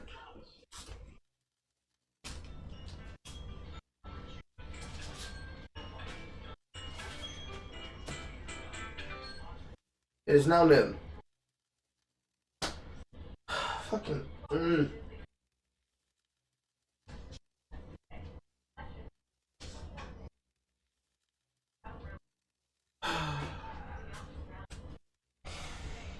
Lord have mercy. I believe we've gotten past the point of the interview where he gets grilled on the question.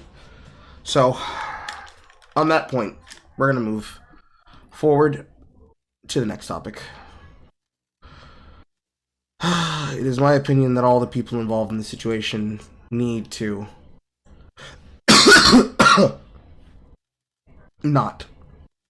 Y'all just need to not. Lord Christ. Lord Christ. Lord Christ. Excuse me.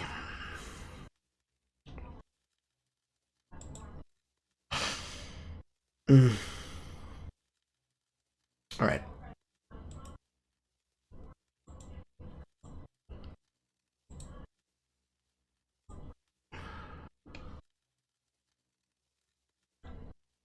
It appears that some new news just popped out about Chris Kindred. Hold on, wait a second. I'm confused. We'll look at that after the rest of the content that's on the slate. However, moving forward. Awkward as hell, but when you play a game with a minor on VC, you keep the volleyball in the game or sports ball. She was not having conversations with a child over fucking League. This was not a conversation had over League, no.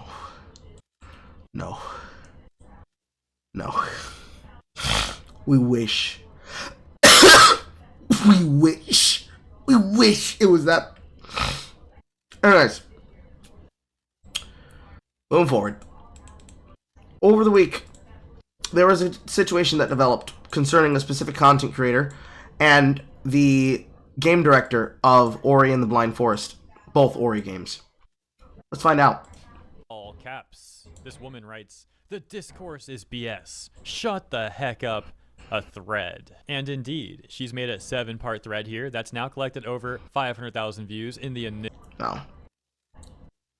I remember seeing this thread, and all the things inside of it were fucking stupid. Every single argument was basically every single thing we all know to be false. What's most important about this is this user calling themselves Qualag, nice reference to Dark Souls, effectively a 7-part thread that says, "The suds won't save your businesses. You need to just accept that games are bad now. Games are the way they are because the industry is suffering a downturn spiral. It's the downturn spiral. It's not the effect of the woke. Stop saying woke. Stop it." The important part here is that she was stealing valor that she didn't actually belong to or have the right to claim. Namely, was claiming that she was something that she's not. More on that in a moment. Initial tweet.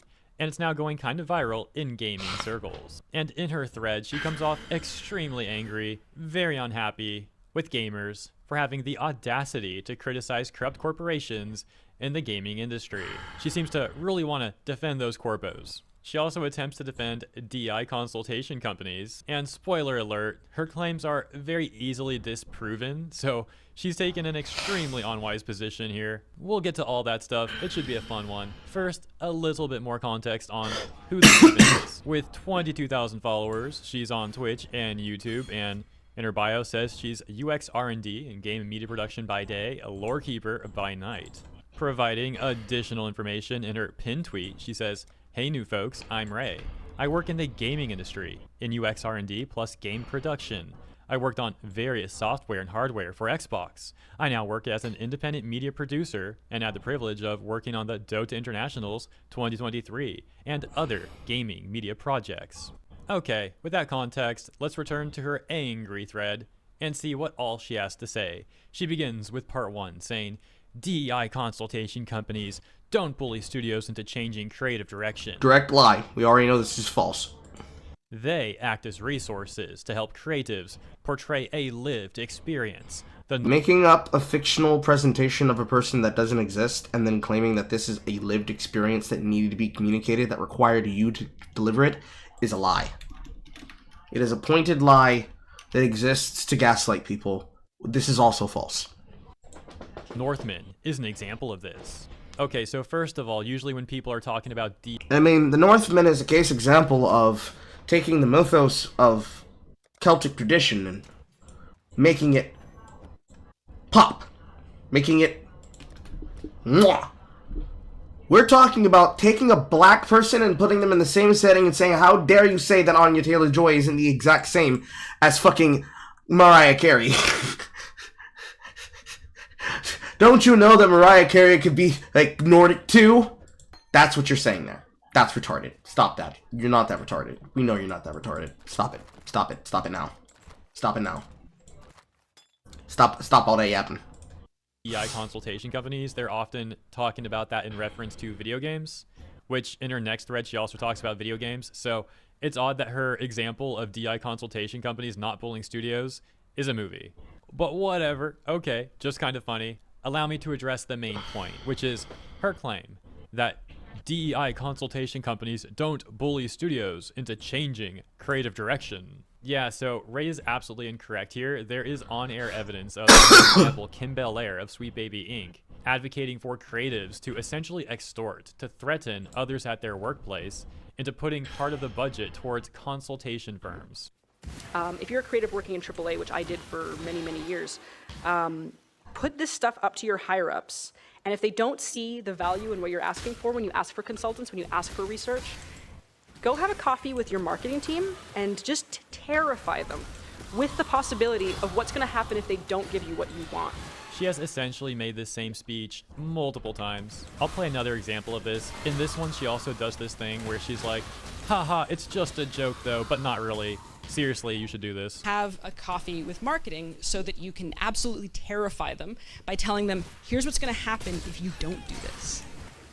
And I say that sometimes like as a joke. I say talk to marketing and scare them, but consider honestly the possibility that like those people have to sit and deal with everyone who's going to come at them if this is a mistake. They have a vested interest in reducing harm and of keeping the sentiment around your project positive. And there's a genuine value of inclusion there that's not just ethical, it's monetary. The ethical consumption of bullying your consumer into doing the right thing. Hashtag TM Straight Snark. Yeah, that second clip is a lot worse. Can I find out where that one is from, please? What is that in the background? Womanize? Oh, I know exactly which one it is. I still have that in my research notes. Woo! I forgot that zinger. And that makes it, for a lot of people in marketing, like I was once, a genuine, valid discussion to have very, very early. And sometimes that's actually where you can find your consulting budget. It's pretty gross how these people openly gaslight others, whether it's other people in general or their coworkers, trying to say that it's harmful and unethical to not use consultation firms. Isn't that convenient? Hey, if you don't use our company, if you don't pay us, you're unethical and harmful. Her claims that there's a monetary benefit are also highly questionable, and that's me putting it lightly. There's been so many examples of DEI-related games lately, for example, Concord, Dustborn, SSK the JL, Tales of Kinzera Zao, that have been absolute financial disasters. Back to Ray's thread, there's part 2 where she says, games are not falling apart due to some conspiracy. They're falling apart due to insanely high interest rates and poor investment decisions. Okay, let's assume that that lie is true. It's not, well, let's assume that it is. Games are not falling apart because companies have made bad decisions based on diversity and equity quotas that promise them that there is customers that don't exist. It's because they over-made a budget and they over-made a promise that was not returned and kept. It's not their fault that they made bad business decisions. How does that make me feel better? Excuse me, sir. The reason why I accidentally killed your son on the operating table wasn't because I don't know how to do my job. It's because I made a gamble that I could do something that I couldn't do. But don't you worry. We're gonna understand how to be able to solve that in the future. My nigga, what? What? Oh, excuse me, ma'am. The reason that we gave you food poisoning wasn't because we have bad and nasty business standards when it comes to how we serve food. It's because I made a educated wish about how I wanted to serve you your food. I decided that it hit the ground, but the 5-second rule applies, even though that's a fucking myth, and I decided to put it back on the food. I'm so sorry that I gave you salmonella, and because I bled on it, I also infected you with HIV. It's my bad, bro.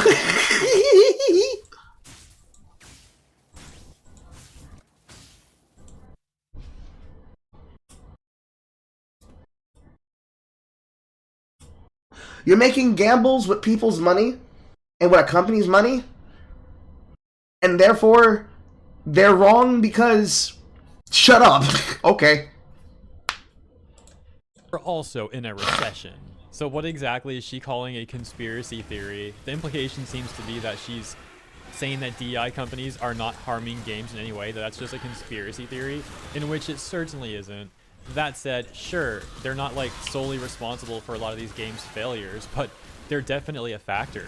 She also said that gaming companies are falling apart due to insanely high interest rates, and her evidence backing those claims are an image of Wikipedia where they talk about gaming industry layoffs, and a second image that talks about tech company layoffs. So once again, she's essentially wrong on this because it's debatable whether high interest rates or low interest rates can be more negatively impactful to the gaming industry, but the argument for high interest rates being an issue for the gaming industry is that investment firms may seek alternative investments that are less risky. What does that mean? To layoffs, the evidence that she seems to be using, the argument is more so that low interest rates can actually cause more video game layoffs because they potentially lead to more mergers and acquisitions, which can then lead to more redundancy and then cause layoffs. So this woman's arguments are... It's not that we're doing our job poorly. It's that we are not making enough money on our sales figures. So when we try to develop our projects, we end up fucking things up. Kappa? We made a bad gamble that somehow, despite not being high risk, still caused us extreme and extravagant levels of loss?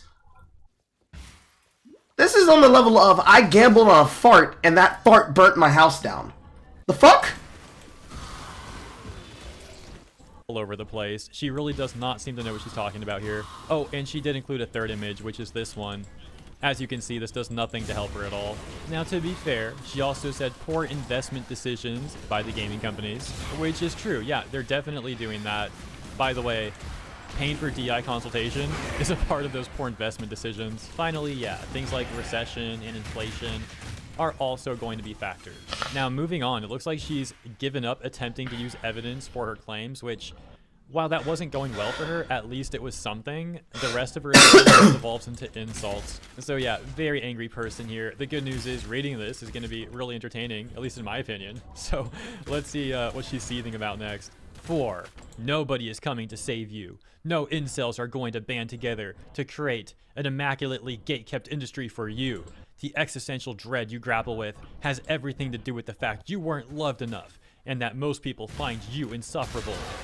5. No matter how much muscle mass you grind out at the gym, people will still find you obnoxious and repulsive because you never learned how to listen to other folks' lived experiences. Dude, she's completely lost it, man. She's just so mad now. 6. The idea of freedom and independence has been sold to you so that you don't feel any internal responsibility to care for or feel interconnected to others within your community. You haven't been able to feel interconnected, interlinked. Every single time you go outside, people hate you and wish that you would die. Interlinked. How does it feel to know that you'll never know the touch of a woman? Interlinked, interlinked. Bro, come on. Amended. Stop giving yourself psychosis. We are in an incredibly fragile state, because not all of us have mental health care. But stop frickin' lurking conspiracy theory boards when you don't have support. Oh, and 7. Indies are gonna carry us for a while. Shout out to amazing powerhouse indie game devs who work to the dang bone.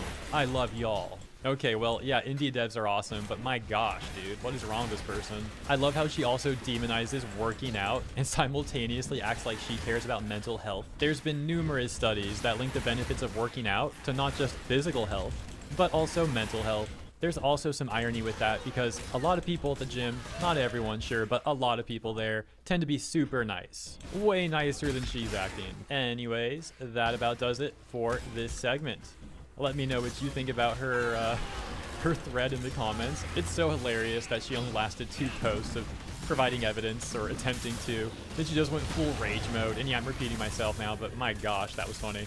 If you enjoyed my coverage, please Alright, so, important switch up that happened to this is that after she does this, she gets called by the runner of business in question being the developer that made the thing. She has gone locked, I believe, on everything.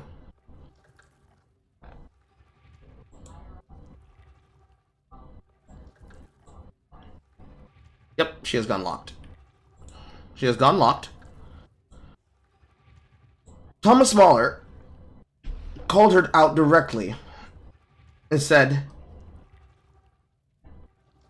I'm the director behind both Ori games, and I don't know who you are, and I don't know how you are affiliated with Ori. She claims that she's involved with Ori. Everybody jumps down her throat. You've got a person claiming that they're not involved in the thing that he's involved in. None of the people in question are named Rachel, that they claim that they're responsible for Xbox Game Studios' involvement with the game.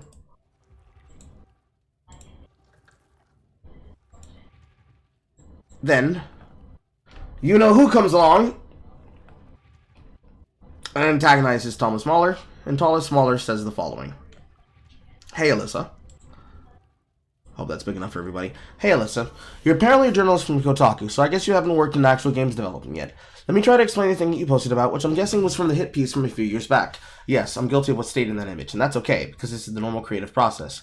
We brought lots of veterans into Moon, because generally great people want to get the opportunity to work on great projects, and that's our goal at Moon. We always set out to create the kind of games we love to play ourselves that fill some hole in the market because some reason these holes haven't yet been filled. I'm so incredibly passionate about what we do. With great talent comes lots of enthusiasm and passion, which absolutely leads to arguments because ultimately everyone is working hard to get their vision into the game, but also everyone understands what we're working on together as a team. So, the point of these arguments is then to try to convince each other on why this or that solution would be the best thing for the game that we're making, and the best solution ought win. Most of the times, the beauty behind these arguments is that everybody gets a chance to contribute more often than not. The actual solution will be one that ultimately everyone contributed to because we're dealing with very complex issues all the time, and complex problems often need complex solutions. It's often a chaotic process, but it's controlled chaos. And yes, absolutely every now and again I have to put my foot down and set the direction because I'm the game director, and ultimately it's my responsibility to ensure that everyone knows where things are headed and that decisions get made. And yes, it also happened that I agreed to a certain decision, playtested some more, and changed direction after. Again, to me, this is a normal part of the process since things get clearer and clearer, the more stuff gets implemented and the more we play and test.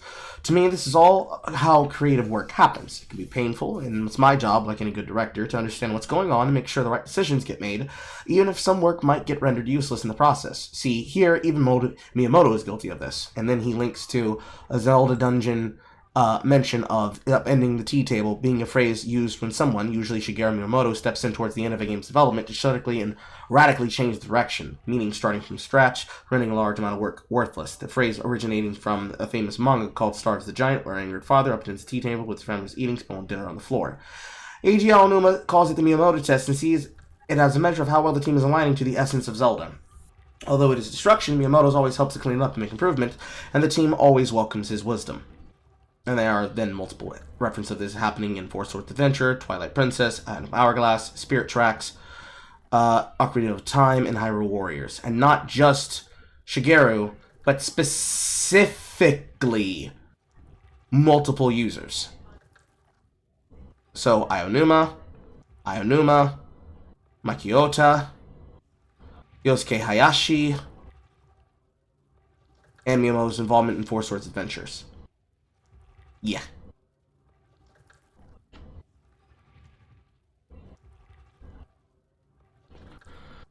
Back to this. A few years back, we hired some people that didn't really fit our culture, so we had to part ways with them, and then this article happened. Wasn't a great feeling to see some ex-Moon folks talk badly behind our backs, but ultimately it made it clear that those folks shouldn't have worked at Moon in the first place, and I hope they're happier now wherever they landed. I don't know why you're out here cursing out game developers and what your whole deal is, but I hope that gave you some insight into the creative process and its messiness and beauty. I hope you have a nice day. Yours, Dickhead. The reason he left this part is because in this message here, Alyssa Mercante called him a dickhead after he literally stated, "I don't know who you are," because he had never interacted with her at all in any context. Be that as it may, this reaction then led to the meme. Let's see if it's in memery. It should be. I posted it there. At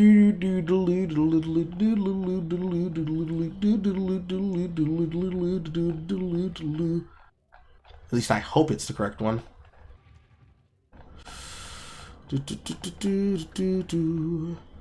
No, it's not there. Fuck me. Oh well. Moving forward, that then led to this video, or rather, this video is summarizing the follow-up of it. Amakua's already did that. Sounds like protection. Is it a conspiracy theory when they admit to what they do on video? No, it is not a conspiracy theory. It is never a conspiracy theory if a person admits to what they're saying. Just like how every single other thing that's been called a conspiracy theory has been proven over time to be true. It's just that at the time, people frame it as a conspiracy theory because ultimately, if you don't have physical evidence, it can only just be a theory. Adding conspiracy to it adds skepticism and delusion. Such as the conspiracy theory that the Earth is flat.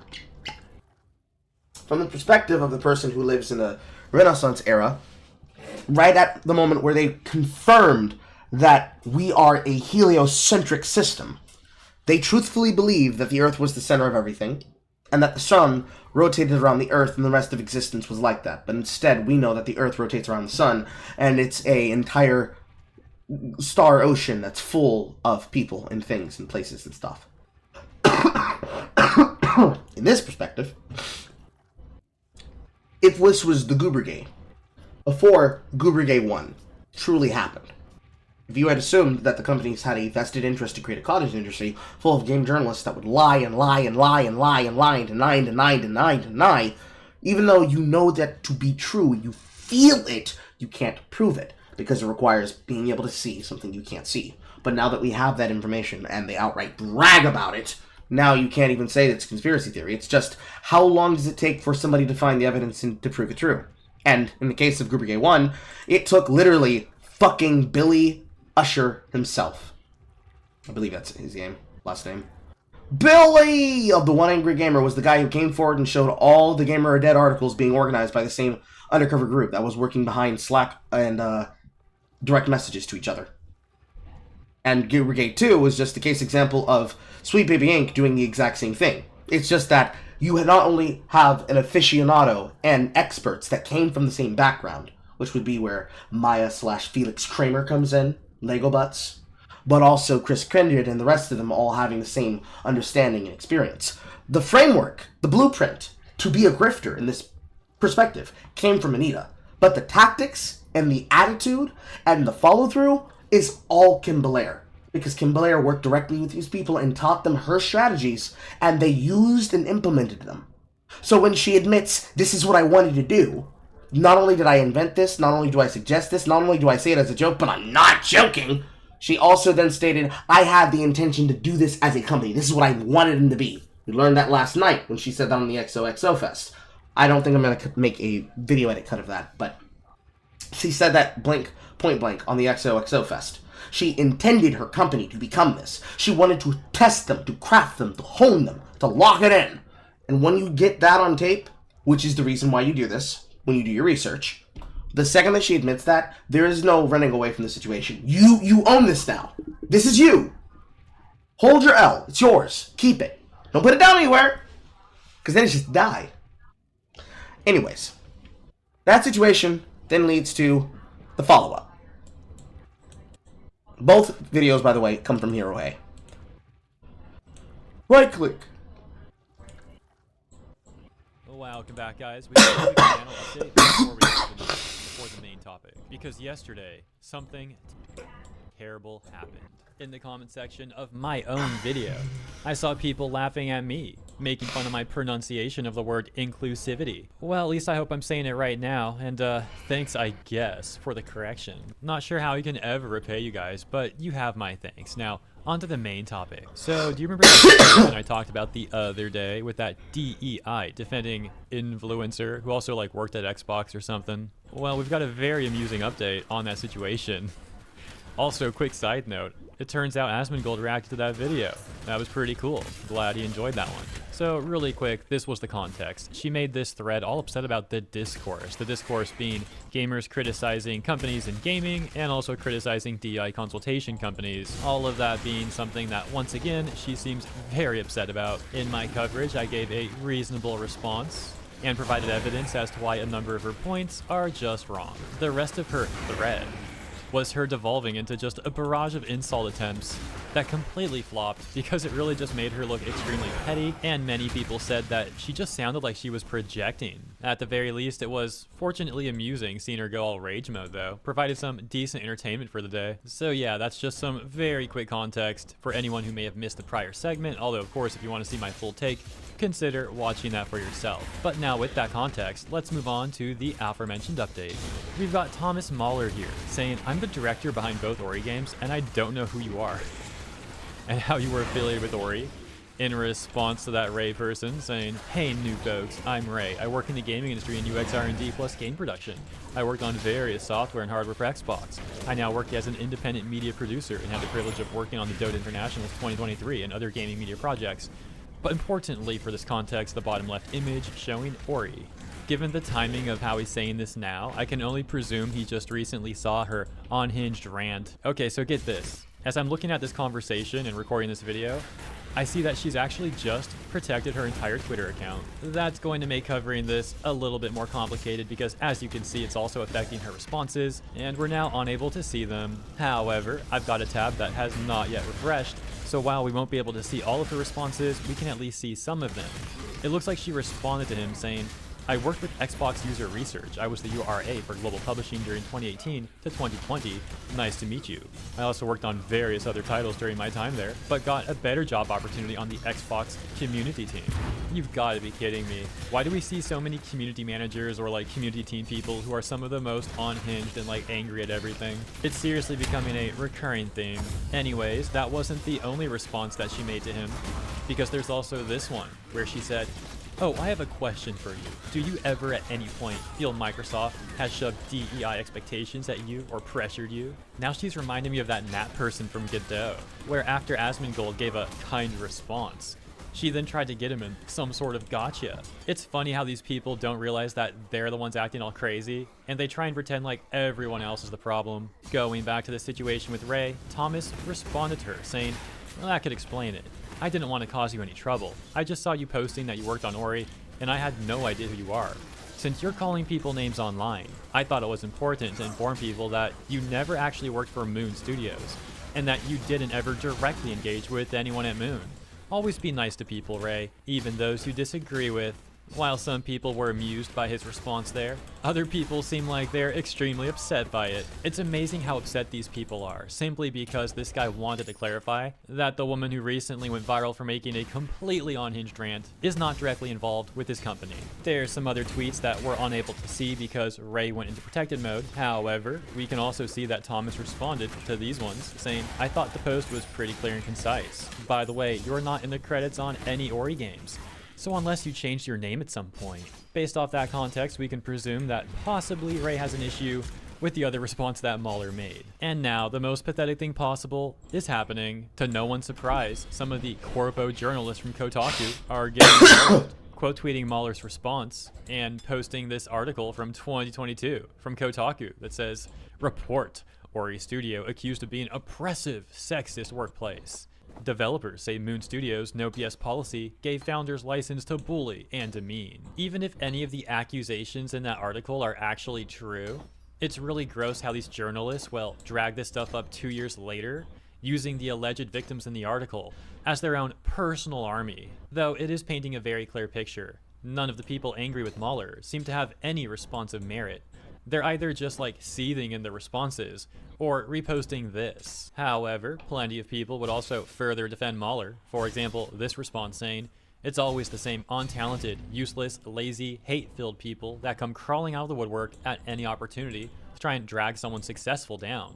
I hope he's not stupid enough to fall for it. If they make good games, people will buy them." Madam Savvy getting involved, saying, "Was it oppressive because he said no once in a while to someone? Given that she admits people don't get to choose how she represents them, I see no reason for anyone to take anything she says seriously." She referencing the Kotaku journalist. However, someone would respond to Savvy saying, "I mean, it's Kotaku, so take it with a grain of salt. But if true, I think that's not a way to talk at the workplace, especially when you are CEO," including an image seemingly from the Kotaku article, to which Savvy responds saying, "This is the worst they have? That? Really?" Not only is there zero context, but this is how people talk to each other when they're friends too.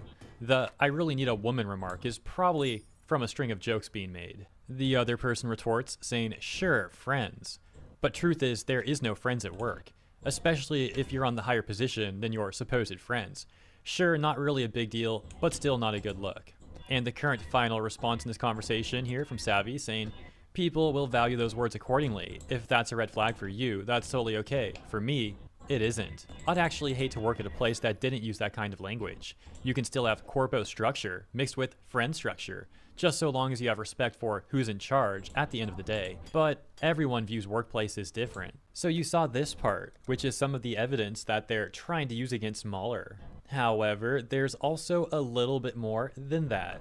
In this next section, they say that Mahler insisted on having the main character's origin story revolve around something very dark, and that allegedly Mahler wanted to do this to motivate the character to end up being a very cool character who does very cool things. And sure, that's a very dark and very terrible thing to happen to that character. It is just a character though, and many characters throughout fiction have had equally bad or even worse things happen to them. I think we can confidently say that these journalists would absolutely hate Berserk. And my gosh, I can only imagine what they'd say about my last Hearts of Iron 4 campaign. Anyways, it's pretty amusing how all of this started once again because Ray wanted to make that giant unhinged rant. She just really wanted to defend DEI. Gotta defend those DEI consultation firms. Go figure that all of this would attract gaming journalists to run to her defense. Hopefully Ray will have some self-reflection while she's protected on Twitter and realize that all of this was really unnecessary and unhinged, and you know, there's no reason to act like this trying to bootlick for these consultation firms and all that. Maybe she'll actually turn a new leaf. Let me know what you think about all of this in the comments, and as always, thank you so much for tuning in. If you enjoyed my coverage, please also consider liking and or subscribing to the channel. Appreciate you, and I'll see you in the next one. Yeah, that's pretty much what that comes down to. The elemental level of this is pretty much what you expected. Pretty much what you expected, entirely, completely. It's abysmal. It's disappointing, but you know, cringe gonna cringe. Cringe and a cringe. Which then brings us to something somebody threw on my desk, specifically because I guess they thought it was interesting.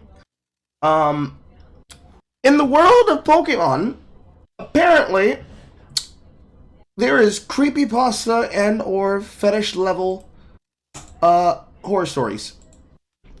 Theme. Original sin based on the current Pokemon world. In the distant past, when the boundary between Pokemon and humans was still blurred, there was a woman and her companions. Every day they were bored, so they'd often catch Slackoth living in the near-off forest. They played cruel games to capture Slackoth, sometimes killing them for fun, gouging at their eyes, or cutting off their ears. I don't know what a Slackoth looks like.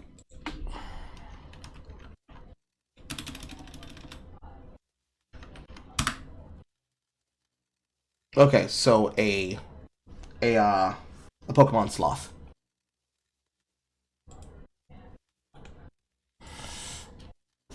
One day the woman was walking alone in the forest and saw a Slackoth hanging from a tree. She kindly tried to catch it, but slipped and injured herself. At that moment, a Vigoroth appeared.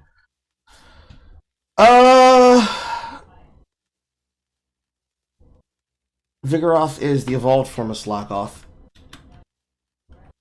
I assume. So, primal two-talon ape. And then, of course, Slacking is literally just even further monkey. Okay. This is where it gets rapey. Vigoroth, a torn ear, suddenly attacked her when it saw her, lost consciousness, awoke in an unfamiliar place, clear lake surrounded by trees, from which many Slackoth were hanging, bore wounds somewhere on their bodies, left by the woman and her companions upon closer inspection. There, hanging from the trees, were corpses, the very Slackoth that they had killed discarded. Slacking was throwing those corpses into the lake. Terrified, the woman tried to run away, but a Slacking appeared. He also had a torn ear. This was the same Vigoroth she had seen earlier, and fear overwhelmed her, causing her to faint once more.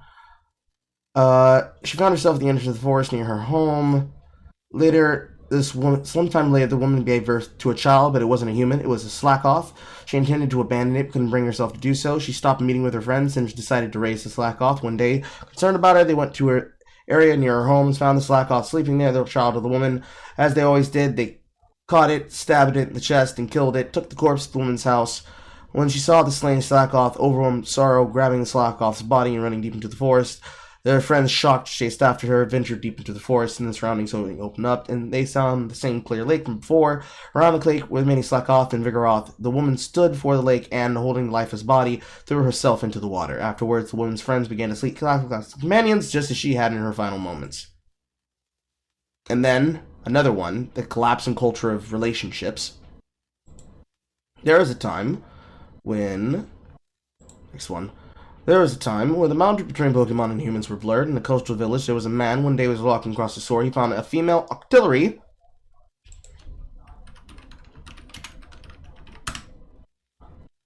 octopus. Female octillery washed up on the beach. Man has relations with the octillery and then threw it back to the sea. The next day, he found the same octillery in the same spot. Once again, had relations with it, and threw it back to the sea as before. One night, after several days have passed, the man had a dream. In the dream, the artillery spoke to him. I cannot come to you, but I will deliver our child to you. It is our child, yours and mine. The next morning, he went to the place where he had met the artillery and found a boy. He took the boy home and raised him, and as time passed, he grew into a young man, and the father passed away, and the young man was always lonely.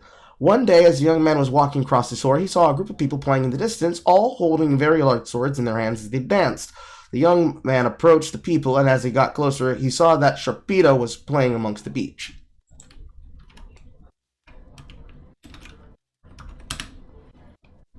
Shark Pokemon.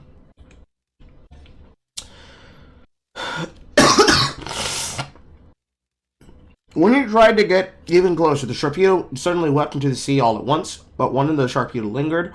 Looking around 3 times before swimming away, at the spot where the Sharpedo had been playing, there was a large sword lying on the ground. It was in the shape that he had never seen before, and it was very sharp and pointed. The man took the sword home. The next day, the young man took the sword and went into the forest. While walking through the forest, he encountered an Ursaring. He tried slashing at the Ursaring's mouth with the sword, and his mouth was easily severed. Next, he stabbed at the Ursaring's eyes, and the eyes were easily pierced. The man thrust the sword into the Ursaring's chest. The Ursaring died effortlessly. I'm assuming that's a bear.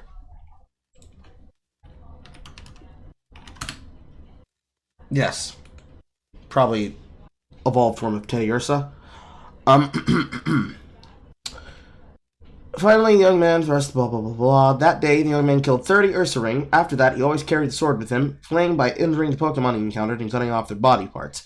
One autumn, while he was searching for firewood, he lost his way, and after walking for a while, he stumbled upon an Ursa Ring's den, and there was an elder Ursa Ring lying around.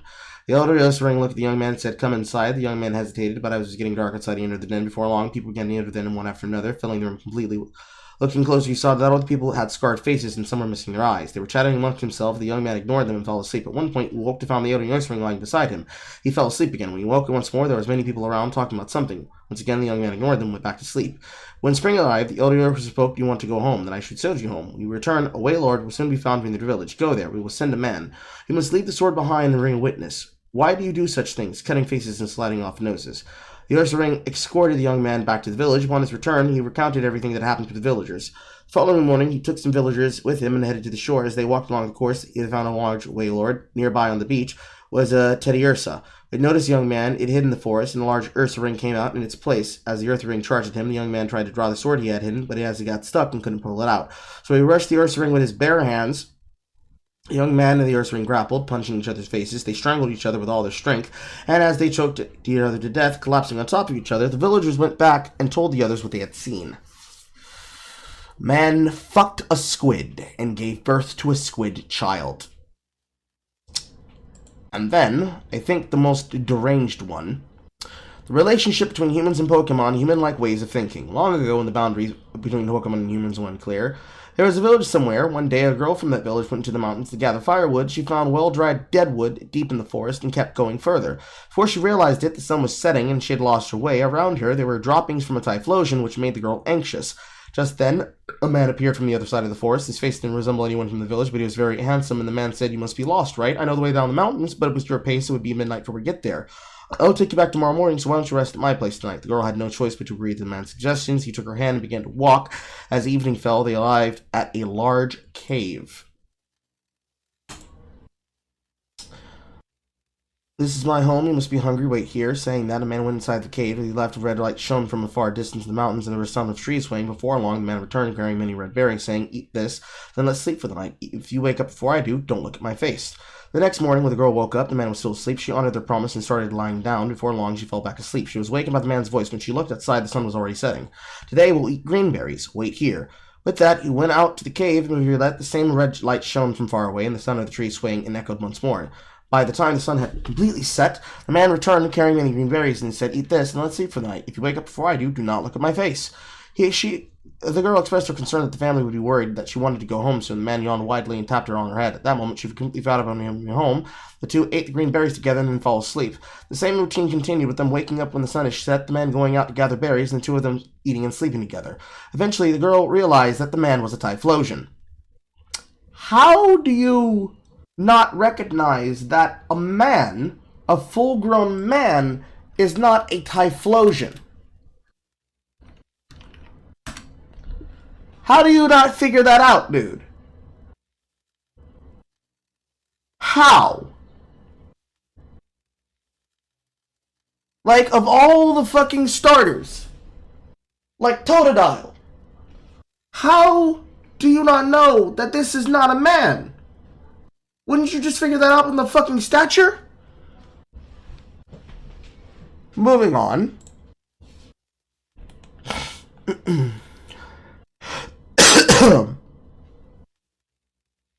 As winter approached, the Typhlosion dug deeper into the cave and said to the girl, "Go and gather wood for firewood. Break off the branches from the higher parts of the tall trees." She tried to do as the Typhlosion instructed, but the tallest trees scared her, so she could only climb the shorter ones. When she brought back some branches, it said, "That won't do. If it's not from higher branches, humans will find us." When the snow began to fall, the two of them lived in the depths of the cave, mostly sleeping. There was plenty of food. Occasionally they would wake up, eat, and go back to sleep. One day when she awoke, the girl was holding a child. After several days and nights passed, the Typhlosion said, "Your father is looking for you, but you are my wife, so I can't return you. I will have to fight him." The girl pleaded, "Please don't do that. Don't kill my father. How can I live with you if you kill my family? You are a good person. Please stay here with me and sleep." "All right, let's stay here and sleep." The man nodded. The next night, the Typhlosion woke the girl and said, "Your father is close by. Go and see."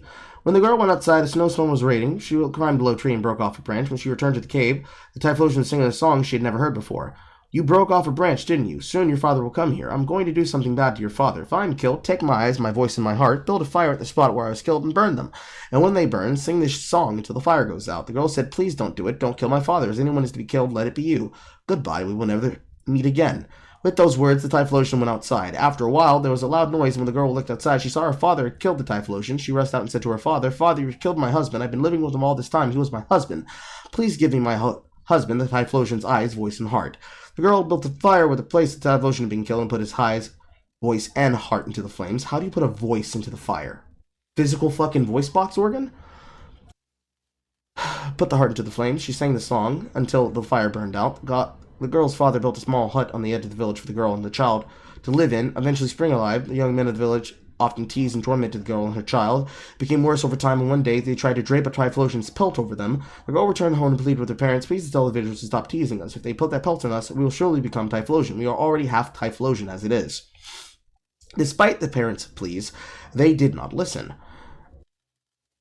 They found it even more amusing, and eventually draped the Typhlosion pelt over the girl and the child. At that moment, they howled loudly and vanished into the depths of the forest, never to be seen again. And so people came to understand that Typhlosions were half human beings.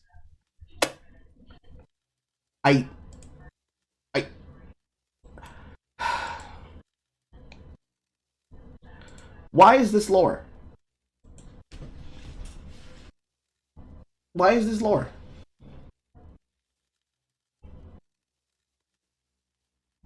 My day is ruined having learned this. My day was ruined having learned this. But, you know, there's another one. Well, actually, I think this is the same one. No, this is the same one. Yeah, this is the same one. Just different typeset. But yeah, all that to be like, hey guys, you railing her. Pain. Disorganized, inordinate pain. Physically ill. I'm physically ill. Anywho, all of these leaks, by the way, came out immediately after filings on the Pocket Pair case being frivolously pursued by Nintendo. Believe from that what you will. If you want to go find more leaks about Pokemon, you simply find them on the Central Leaks. Me personally, I'm not very big into Pokemon as I once was, but for those that care, that's a place you can go to find them. That is Centro Leaks, at Centro Leaks, the biggest source of Pokemon links, rumors, and news. And if the Terra Leak, which is what they're calling it, the terabyte of leaked information about past Pokemon games, as well as upcoming projects and other shit that they're working through, this is where you can go ahead and find this. Anyways. Final news from Smash JT about Chris Kindred apparently being fired from Sweet Baby Inc. I found this while I was looking through, and we will cover it, and this will be the last thing we talk about. Take it away, Death Row. Hold on, wait a second, I'm confused. I thought that these people never did anything wrong, because there's never been accountability from day one. What's going on, guys? Welcome to another episode of Smash JT. And as you see from the title of this video, Chris Kindred, employee at Sweet Baby Inc., is now Chris Kindred, former employee at Sweet Baby Inc. According to Master of TDS Gothic Therapy, Chris Kindred, the person that tried to get Kabrutus canceled, the same Chris Kindred that contacted my old job trying to get me fired, has been fired from Sweet Baby Inc. And I gotta tell you, just looking at initial reactions online, there is not one single tear being shed.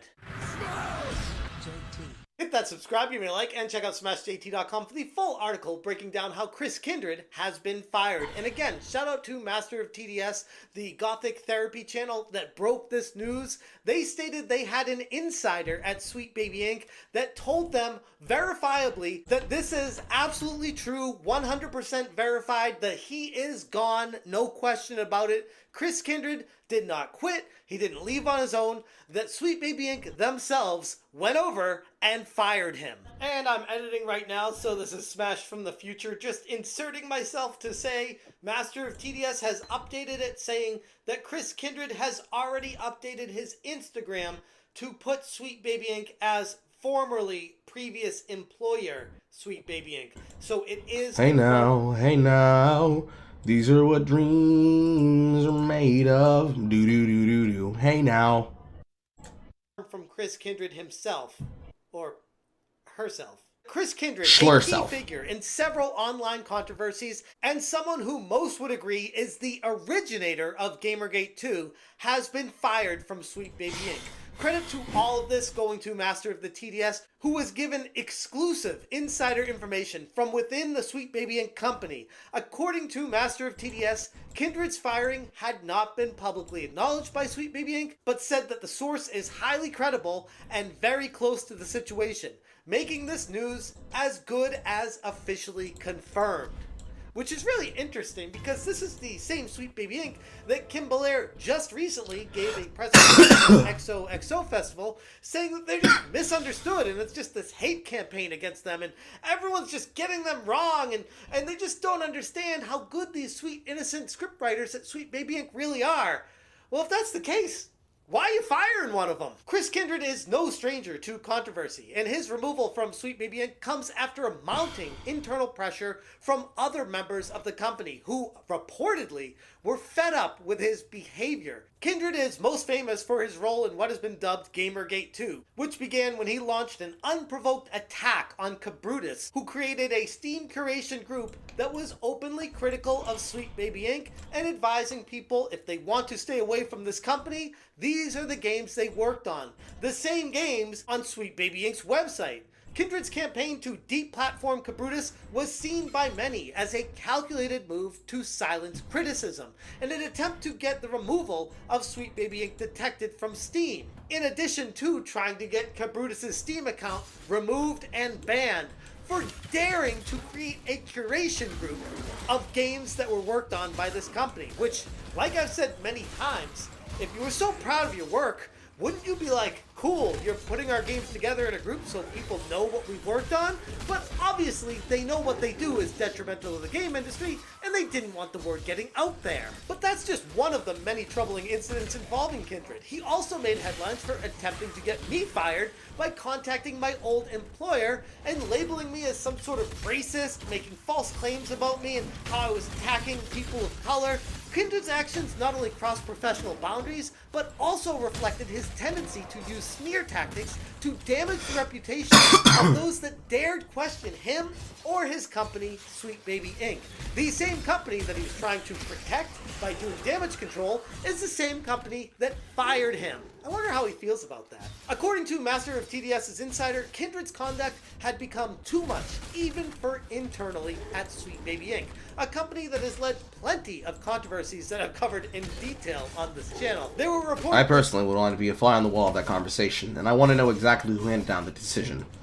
Because if it was just some HR manager that liaisoned it, or was liaisoned to, by Kim or David, Kim Belair or David Bedard, the two co-owners, I want to know exactly who said, alright, goddammit, this is too much, this is too far. I want to know exactly who said it, and who exactly called for it. Because imagine if you had done this at some point in any of the 6 months since this happened. Imagine if you took any level of accountability beforehand instead of what you guys chose to do instead. Then you wouldn't have these problems. You probably could have been able to float the situation and say, you know what, here's what we know, here's what I can confirm, here's what I can prove. But unfortunately, a little bit too late, if you want to see it that way at least. Me personally, I see it as they're cleaning house to try and remove as many problems as possible to try and get away from them, but you know. Multiple calls to CEO Kim Belair and other decision makers within the company, urging them to remove Kindred from his position. And although this decision to part ways with Kindred was made internally, Sweet Baby Inc. has opted not to make any of these statements on the matter public. At least not yet. But at the same time, it's Sweet Baby Inc. and let's not hold our breath because they're not going to be forthcoming with any information. That's all they do. They zip up, tight up, don't tell anyone about anything ever because what they say can and will be used against them. Because of how they've treated the game community, they are not to be trusted, even when it comes to this kind of action. Madam Savvy said, "They are not storytellers. If they were, they'd make original IP. If they love this industry, they wouldn't try to change what exists. They teach people how to make their own companies. These people are nothing more than losers. Nuclear Winter said they would only do this if companies they work with demanded it. It's still not good enough. We know what the entire company scam is now. Never do business with Sweet Baby. This is a huge development, not just because Kindred has been fired, but because it highlights the ongoing internal divisions within Sweet Baby Inc. Not everyone at the company was on board with Kindred's toxic behavior, and that should speak volumes for exactly what's transpiring internally at Sweet Baby Inc. right now. It looks like the push from within had finally gained enough traction to result in his dismissal, and while we could speculate as to what he potentially did inside the company as to what provoked him being fired now after all things, I don't know. It would just be speculation. But based off of his prior actions, it would lead me to believe that if he's doing things external facing, aggressively against people, attacking them and trying to get their lives ruined, stands to reason the same type of person that would do something internally against people as well. Digital Alucard said, my first experience with this boy is when he and voice actor Zeno Robinson were accusing Akira Toriyama of being racist the same day his death was revealed. Both of them blocked me when I called them both out, which is yet another thing Chris Kindred did. He accused Akira Toriyama, the legendary artist, of being racist because he didn't like some of his characters in Dragon Ball Z. Kindred being fired is a lesson for the broader industry too. People who use their positions to bully, intimidate, and silence others will eventually always face consequences, even if those consequences come quietly and behind closed doors. And after way too much time has passed for it to actually even mean anything anyways, it does catch up to you. Acting the way you do like that, Chris, this is kinda what you had coming to you. Kyle Wilson said he tried to ban Cabrutus from having a Steam page, and now he's been banned from having income. How very ironic. For those of us who have been on the receiving end of Kindred's harassment, this feels like a long overdue justice. His attempts to get me fired, his baseless attacks against Cabrutus, and his overall toxic influence on the gaming community has finally caught up to him. The fact that he's out of Sweet Baby Inc. is great news for everyone who values open discussion and accountability in the gaming industry. And I'll say something that will probably get me dislikes on this video, but I hope he lands on his feet. Elsewhere, outside the game industry. I never want to wish ill on anybody, even if they've come after me and tried to ruin my life. I don't want to be the guy that tries to fight fire with fire. I like to think justice will prevail and the truth will always set you free. As long as you're always searching for the truth and taking the high road, you will be good in this world. It's the type of people like Chris Kindred that deal with situations like this and then get confused as to why the whole world's against him when all he did was bring it on himself. And while I know this video is focused on Chris Kindred, I can't help but relate it back to Sweet Baby Inc. and the time he tried to call my old job and get me fired because he was just so angry that I decided to take interest in covering this topic on my YouTube channel. When I reached out to Sweet Baby Inc. to say, what do you have to say about this? What are you doing about this? Are you going to hold your own employee accountable and say something? Are you going to reprimand them? Are you going to do anything? I was met with silence. And this is a frustration that I have with Kim Belair and David Bedard and Sweet Baby Inc. in general. They are not equipped to be CEOs of a company. They're in over their head and continue to prove that day in and day out, where they don't have the best interests of the community in mind. They care about one thing, and that's making money. They'll destroy every game in their wake if it means they'll make a buck at the end of the day. Professionally, they should have reached out to me, apologized for what happened, and taken full accountability for it. But no, they're too scared, probably afraid of a lawsuit, probably afraid that there'd be more repercussions coming at them for doing such a thing. Instead of actually being honest and transparent and accountable, they went the complete opposite direction. Dux the Monster said, so ignoring potential NDAs and how much of a little bitch he is, when will he spill the SBIT? You know he's going to have a proper bitch fest at some point. And you know SBI dumped his ass hoping they can get back out of the limelight. Won't work, but no options. Kindred's departure is another example of why standing up against individuals like him matters. This is a win for free speech, for the gaming community, and for anyone who's ever been unfairly targeted by a quote-unquote professional trying to leverage their position for personal attacks. So let's celebrate this moment, but at the same time, take it with a grain of salt, because Sweet Baby Inc. is still doing the Sweet Baby Inc. things they do. This is a win for all gamers, but at the same time, not a reason for us to go back and relax and rest on our laurels, because the job is not done. I'm going to leave it there. If you guys want more information, check out smashjt.com for the full article. If you appreciate what I'm doing here, please consider hitting that join button. Thank you so much for watching, and as always, you stay smashing. Special occasion because I was just given a huge scoop and we're going to break it here on this video. Yes, we have an insider from Sweet Baby Inc. telling us that Chris Kindred has been fired. Sweet. Very nice. Ultimately, there's not really much to say, because what do you need to say? What needs to be said? Clearly, this individual should have not been involved in the company. They should have not been involved in the company. They should have not been given a platform. They should have not been given access to power. They should have addressed the problems directly when it was time to address the problems and not let the shit get to the point that they clearly let it get to. There are lots of things that needed to be done at some point before this happened. But, you know, for whatever reason, it's all good. It's all good in the neighborhood. All good in the neighborhood. All that matters, in my perspective and opinion, is just handling that and letting that work itself out, for the most part. Because there's no other thing that could have been done and no other thing that could have been said than, yeah, that's pretty shit. But you know, we got there. I think that's probably the most important part. Besides that, I don't know what to really say or to feel about that. Because what can you say?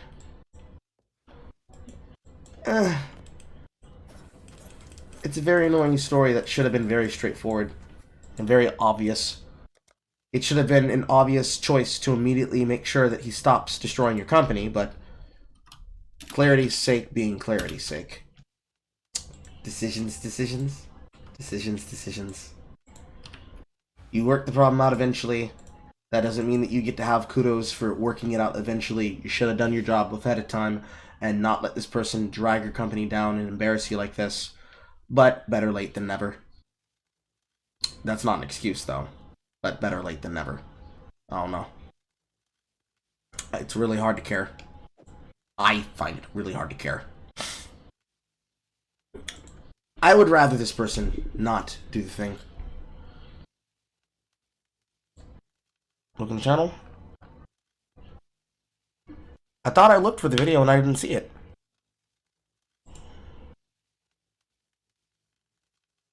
Ah, this must have been it.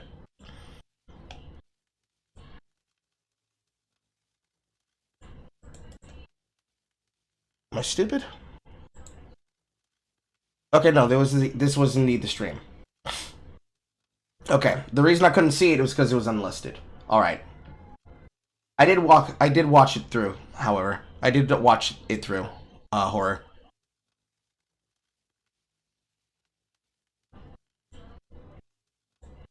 My bad. I didn't see it at the time. That's why I asked. And then when you disappeared, I'm like, ah, shit, I have to work it out. But it's okay. We did watch it. I did go through it. Wow, that's fucking embarrassing. Still, the Kiss Kindred being out, it's not going to change anything. As long as Kim does not say, yes, he did this, and make a public statement saying, we didn't think it was that big of a deal, because I didn't see what the problem was. I just figured people were just making news about nothing.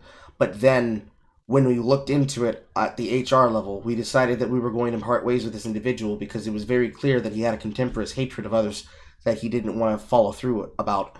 And when we had a discussion in private, it became clear to me that his behavior went a lot further than just chuds being mad. He had a serious contempt for the consumer basis, and this made me realize how people were describing these things. Unless he comes forward and says something like that, the Chris Kindred firing is not going to change anything. Because it's not just Chris that you'd have to fire. You would have also had to fire Maya Kramer. You'd had to get rid of Legobots. You'd have to get rid of any person who ever made a public statement antagonizing and defenestrating the public consensus. But at the same time, you still fanned the flames of this too. So you stand with harassment and hate that you like, but only as long as you like it?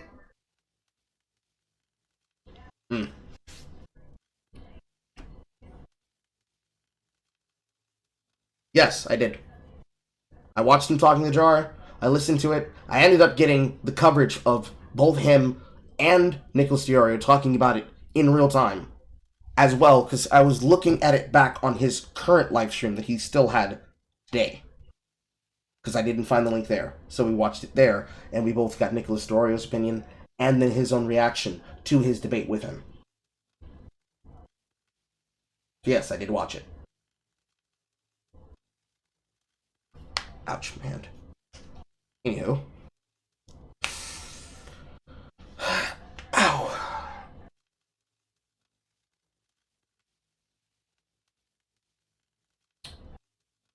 What was my thought? Reading chat. Okay. Alright, that makes sense. I kind of worried that it died and that you had to record it just then.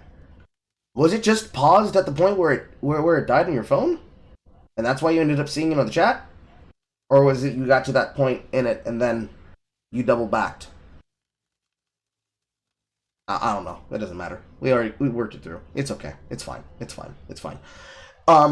Just get rid of the whole company. You don't have to get rid of the whole company because ultimately it's not just SBI you have to get rid of. You have to get rid of the idea of the agency consultant. You'd have to get rid of the agency consultant in order to solve the problem. So the first problem is, let's define the problem. What's the problem with the games industry?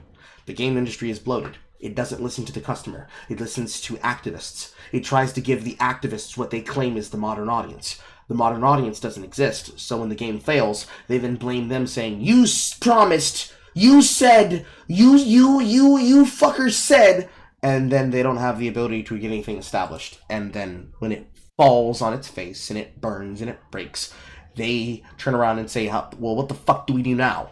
And they don't have a result for what the fuck do they do now, because what do you fix? What do you do? What do you fix and what do you do? You can't fix the problem. There's no fixing it. You just take the piss. You just take the L. You get no money. You get no money. You lose the ability to make money, and that's it. You just take the fucking L, and no one's allowed to have anything anymore. Just embarrassment. Pure embarrassment. That's all that's supposed to happen. Pure embarrassment. Anywho, teeth itch.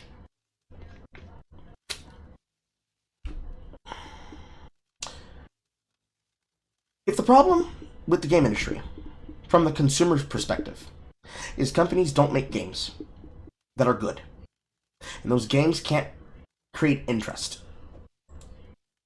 and because those games cannot create interest, people are bored, and they want to see something better. How do you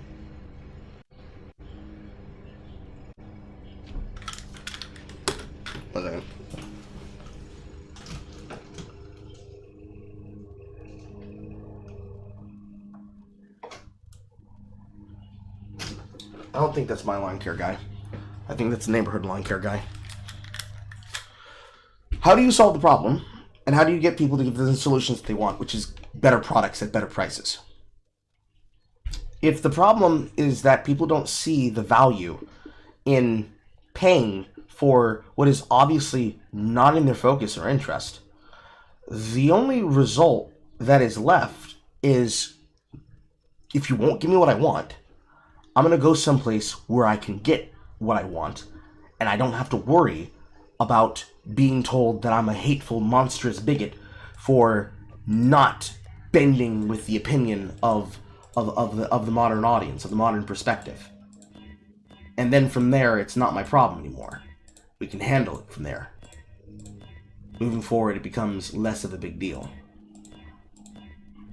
We get one with the fucking blue.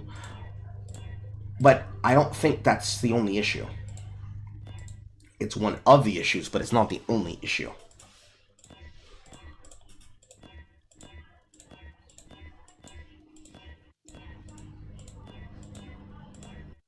This color might be a little bit too hard. Yeah, it might be a little bit hard. I need the helm.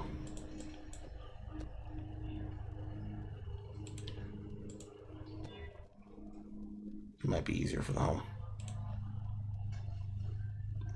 Pierce. This will work. But there's the answer from the consumer perspective. If the consumer perspective is give us better outcomes, just produce things that make better money, but that's like saying just solve the problem yourself, forehead. And once you've started a problem like this, you can't fix it that easy. So that's not really an answer. If the issue is from the company perspective of we're not listening to the people, then create. Am I choking on nothing?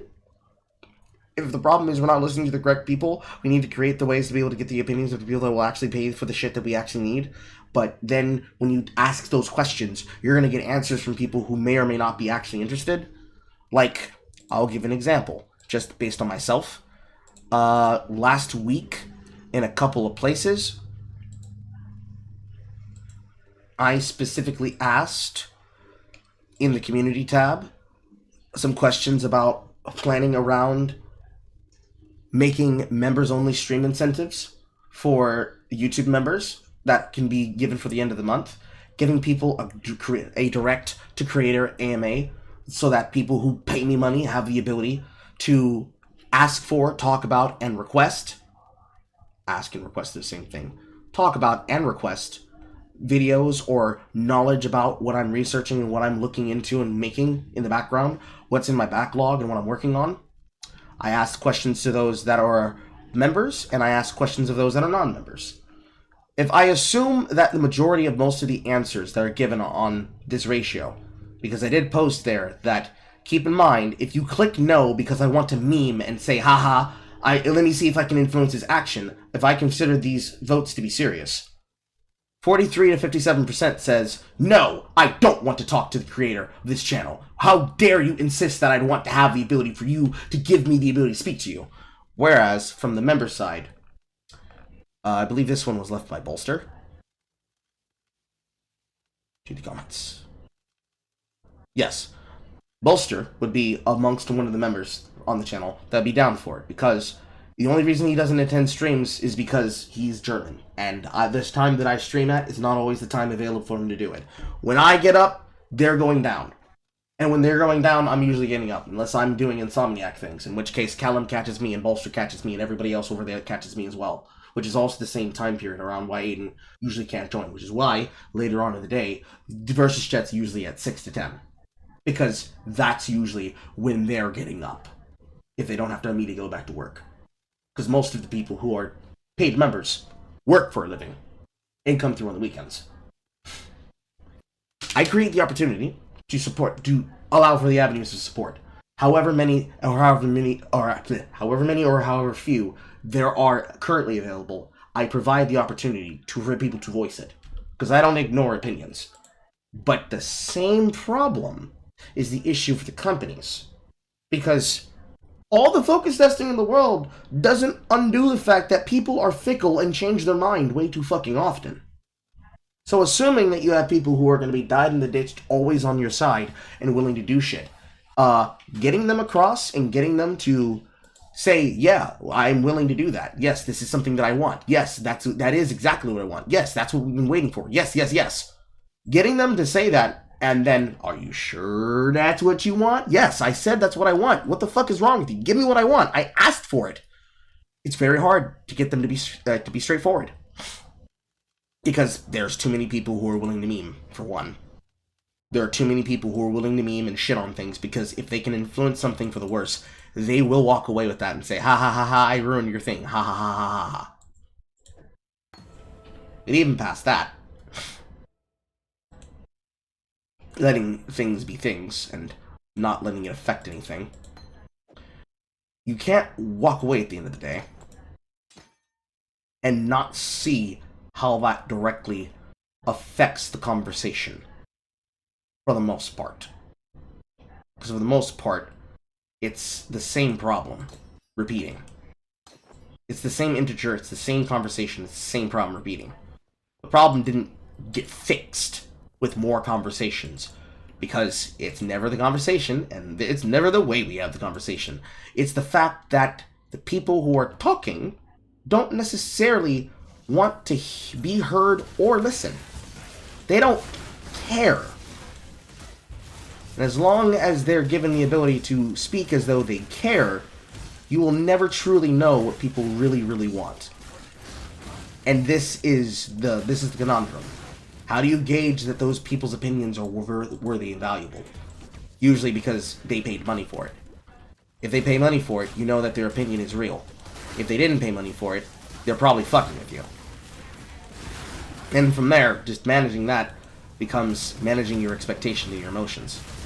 Like, just generally trust whether or not you expect them to be lying to you. And that tells you what the opinion is. Otherwise, you're gonna round the circle, and you're gonna loop. Then, you get to the angle of, well, who's gonna return the money of our investment? And that's really hard. Because that investment return is why a lot of these companies find themselves on the outs and outs, as is. Because they're not getting their monetary value back on anything that they've asked for, or that they've made. So, someone's getting fucked. Doesn't matter who, someone's getting fucked. And because someone's getting fucked, they ain't finna be happy. It becomes this Uncle Samsonite meme. Nobody's having fun. The people who say they love to watch chaos like this aren't having fun. The people who like businesses and like having fun aren't having fun. Everyone's victimized by these actions. And then, once the games flop, when they are told this is what people said that they wanted, and then it doesn't work, or people fall off with it, they decide to move on to the next shiny thing, they try to do a lot of things to overcompensate and keep people involved and invested. And it tends to not work out for anybody's favor in that regard. Simply just because. Be that as it may, even if that were the case, you'd have to then look at the market. The market's doing the same shit, because all the games are usually the same thing. It just tends not to work out in anyone's case, to be serious.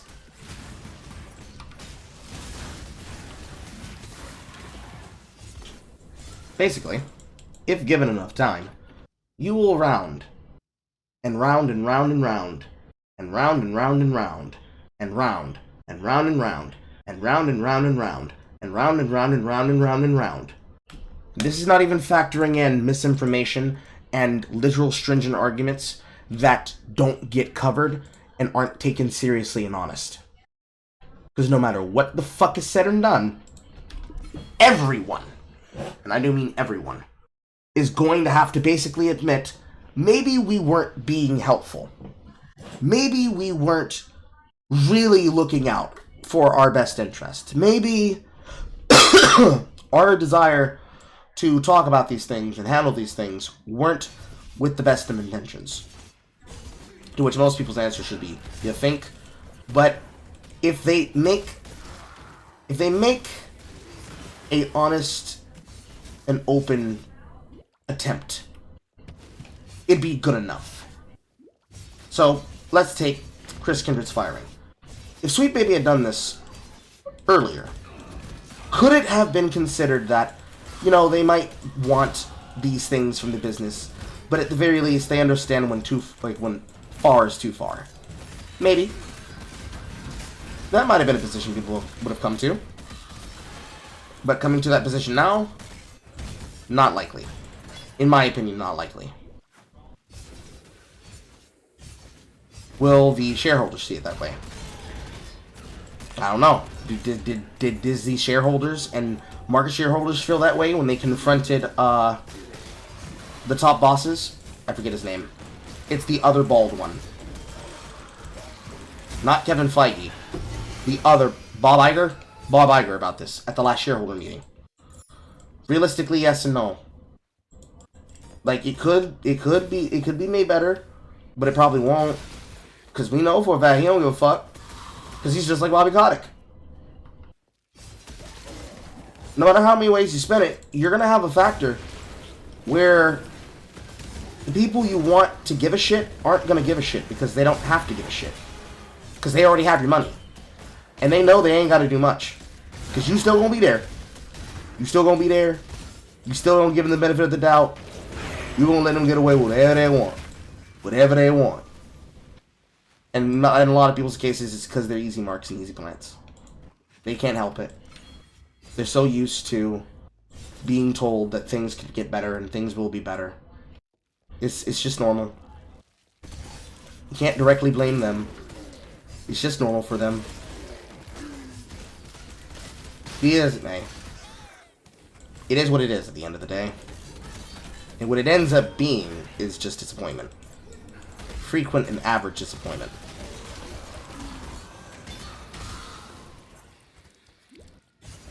In any regard, that is all the news we have for today. I am probably going to roll a poison character. I will be back live later in the evening, and then we will see what kind of trouble we can get into. I should have a project coming out later this week. I have no idea what's actually going to happen Wednesday.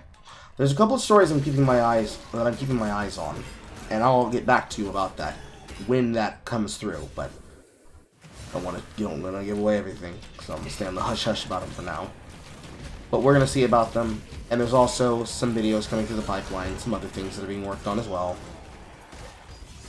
A couple appearances, couple of things I'm in talks about. We'll see what happens. Anywho, I'm in Coral. And we will see all motherfuckers next time.